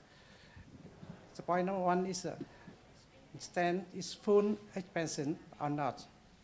Is good expansion or not? Is good expansion defined as the minimum stent errors is more than 90% of Newman reference. If not good expansion, we have to both dilate one more time with higher pressure, with NC balloon higher pressure. And the point number 2, we can see the stent good apposition or not. Good apposition is defined as no gap between stent and vessel rod. If not good apposition, we have to post dilate again with semi-complete balloon. And the last point is we check the stent in the X digestion or not. If the digestion is little or medial digestion heavy. Heavy here is defined is digestion more than 60 degrees. In this situation, we have one stent to shield this digestion. So OCT support besides is the same way. Digestion much better resolution. Right. So it's a summarize. It's time to summarize and touch on some points. So imaging is useful for our precision in lab main intervention. IVERT and OCT guide lesion assessment, PCI plan, and post-research optimizations. And imaging tries intervention, improve outcomes, and reduce complications. So that's easy guideline now. Is as you comment, use imaging to guide napping PCI. Is class number 1. Thank you for your attention.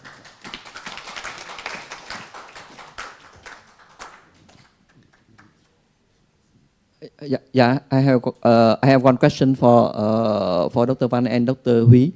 All the patients you do the left main PCI, you use the IVERS or OCT, or some patients you use only the angiogram? Yeah, so in my class, in my centers, we have the IVERS available. So when we do left main PCI, we always check by IVERS before and after. Yeah. Okay. And Dr. Huy? Yes, I think the IVERS OCT now must be a part of left main interventions. So OCT is not available in most of hospitals in Vietnam, and we are still in the learning curve of how to use OCT for left main. IVERS becomes more familiar. So I think now IVERS is a must. Yeah, I think if you want to have a good result of left main PCI, then you should not just base on angiography. Yeah. And Professor Lâm Ho, you prefer to do the IVERS or prefer to do your OCT for left main PCI? For left main, definitely I will choose IVERS. Honestly.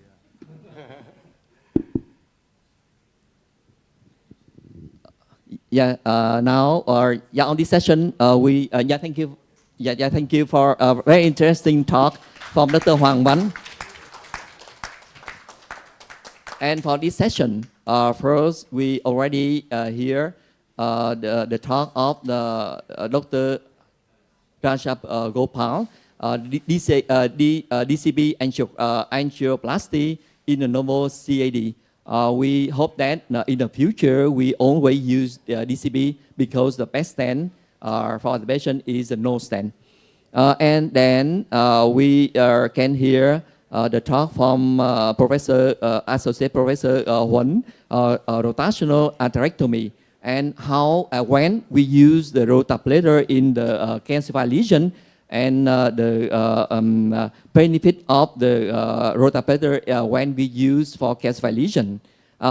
Professor Lâm Ho gave the very interesting case, the case of the cardiogenic shock after PCI, and I think that it is a very challenging case. Professor Lâm Ho already resolved for this patient how to use the mechanical support and drug for this patient. And then we hear Dr. Nguyễn Trung Quốc give the talk, the most know the technique to protect side brand. Because side brand is very important when we do PCI. The side brand, big side brand, we should not lose when we do PCI. And we have so many techniques to protect the side brand. And final, we hear Dr. Hoàng Văn is how to use the imaging to optimize the result of left main PCI, because now the guideline, American guideline, Vietnamese guideline, European guideline show that imaging technique, IVUS and OCT are the best when we do the class 1A, when we do the left main PCI. Yeah, thank you, chairperson, co-chairperson, and all panelists, and all of our colleagues here to attend this session. Yeah, thank you. And now we're closing this session.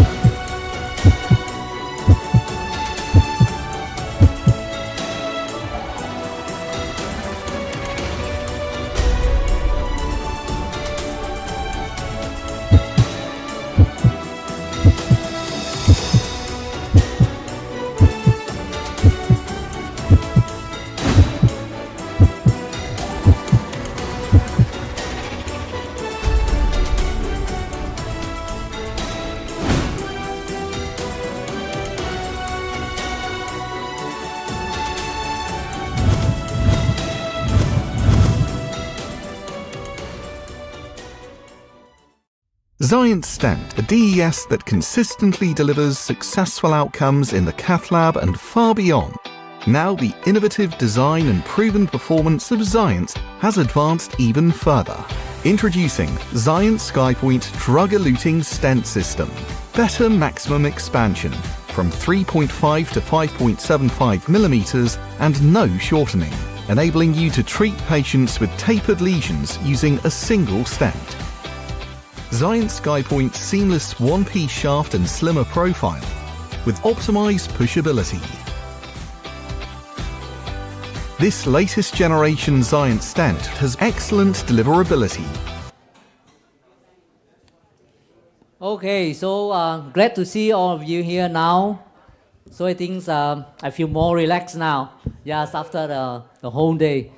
So we come to the closing of the first Saigon Cardiovascular Interventional Forum. So thank you very much for supporting us. So I think it's one of the most important things to help us to have this forum is support from industry.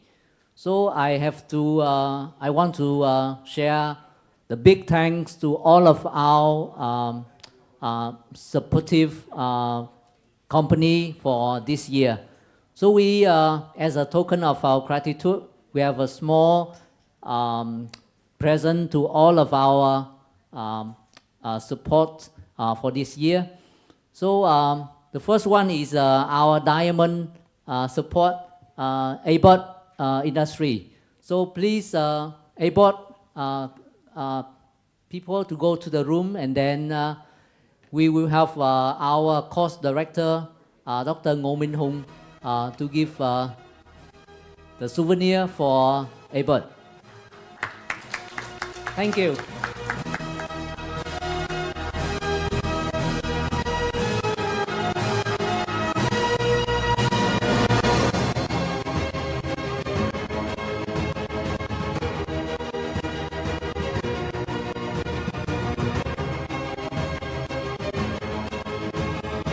Okay, so thank you, ABOT, for the diamond sponsor.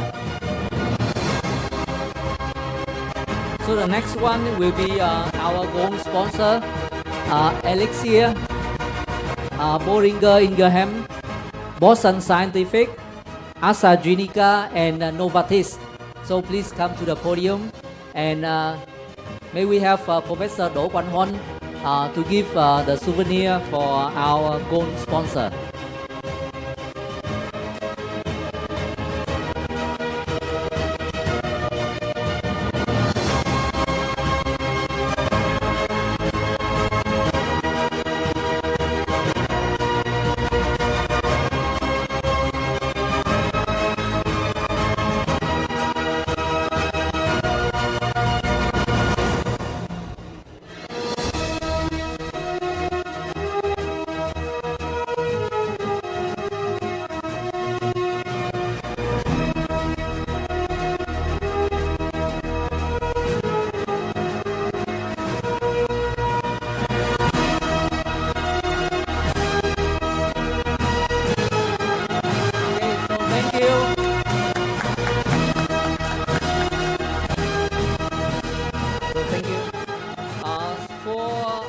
Silver sponsor, we have Sanofi, SMT, Bipron, Terumo, Victor Canica, Hoàng Đức, and Bitronic.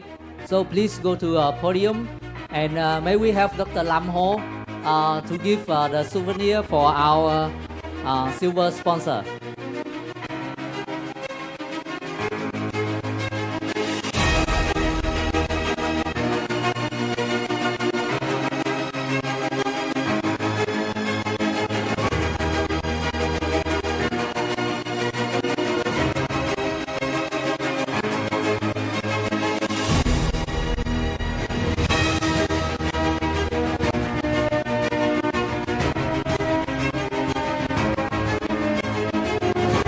Once again, thank you.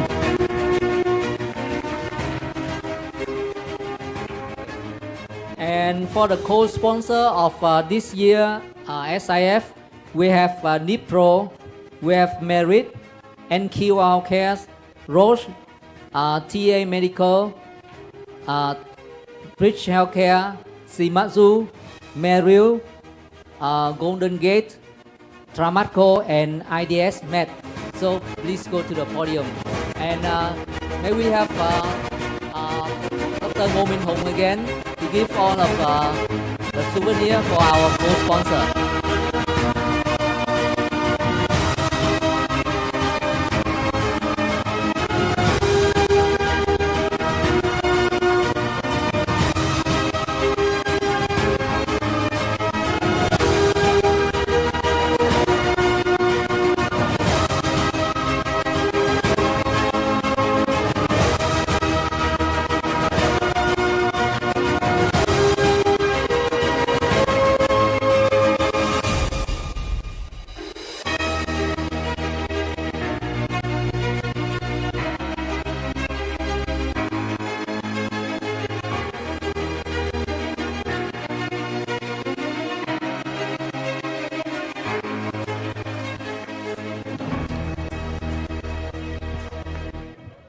Okay, so thank you very much for supporting us. This is the end of SIF 2024 with science, innovation, and friendship. So we hope that you have enjoyed the whole day meeting. We have today 64 reports, lectures, and cases with 22 international faculty and 40 domestic faculty. And thank you for coming. All the participants comes and support us to this time. Hope to see you again in SIF 2025. Will be also December next year in Ho Chi Minh City. So we already prepared the poster for next year. So hope that you can make it. Okay. Okay, more information will come very soon in our official website. Thanks, and hope that you have to enjoy your time in Ho Chi Minh for all of our international friends.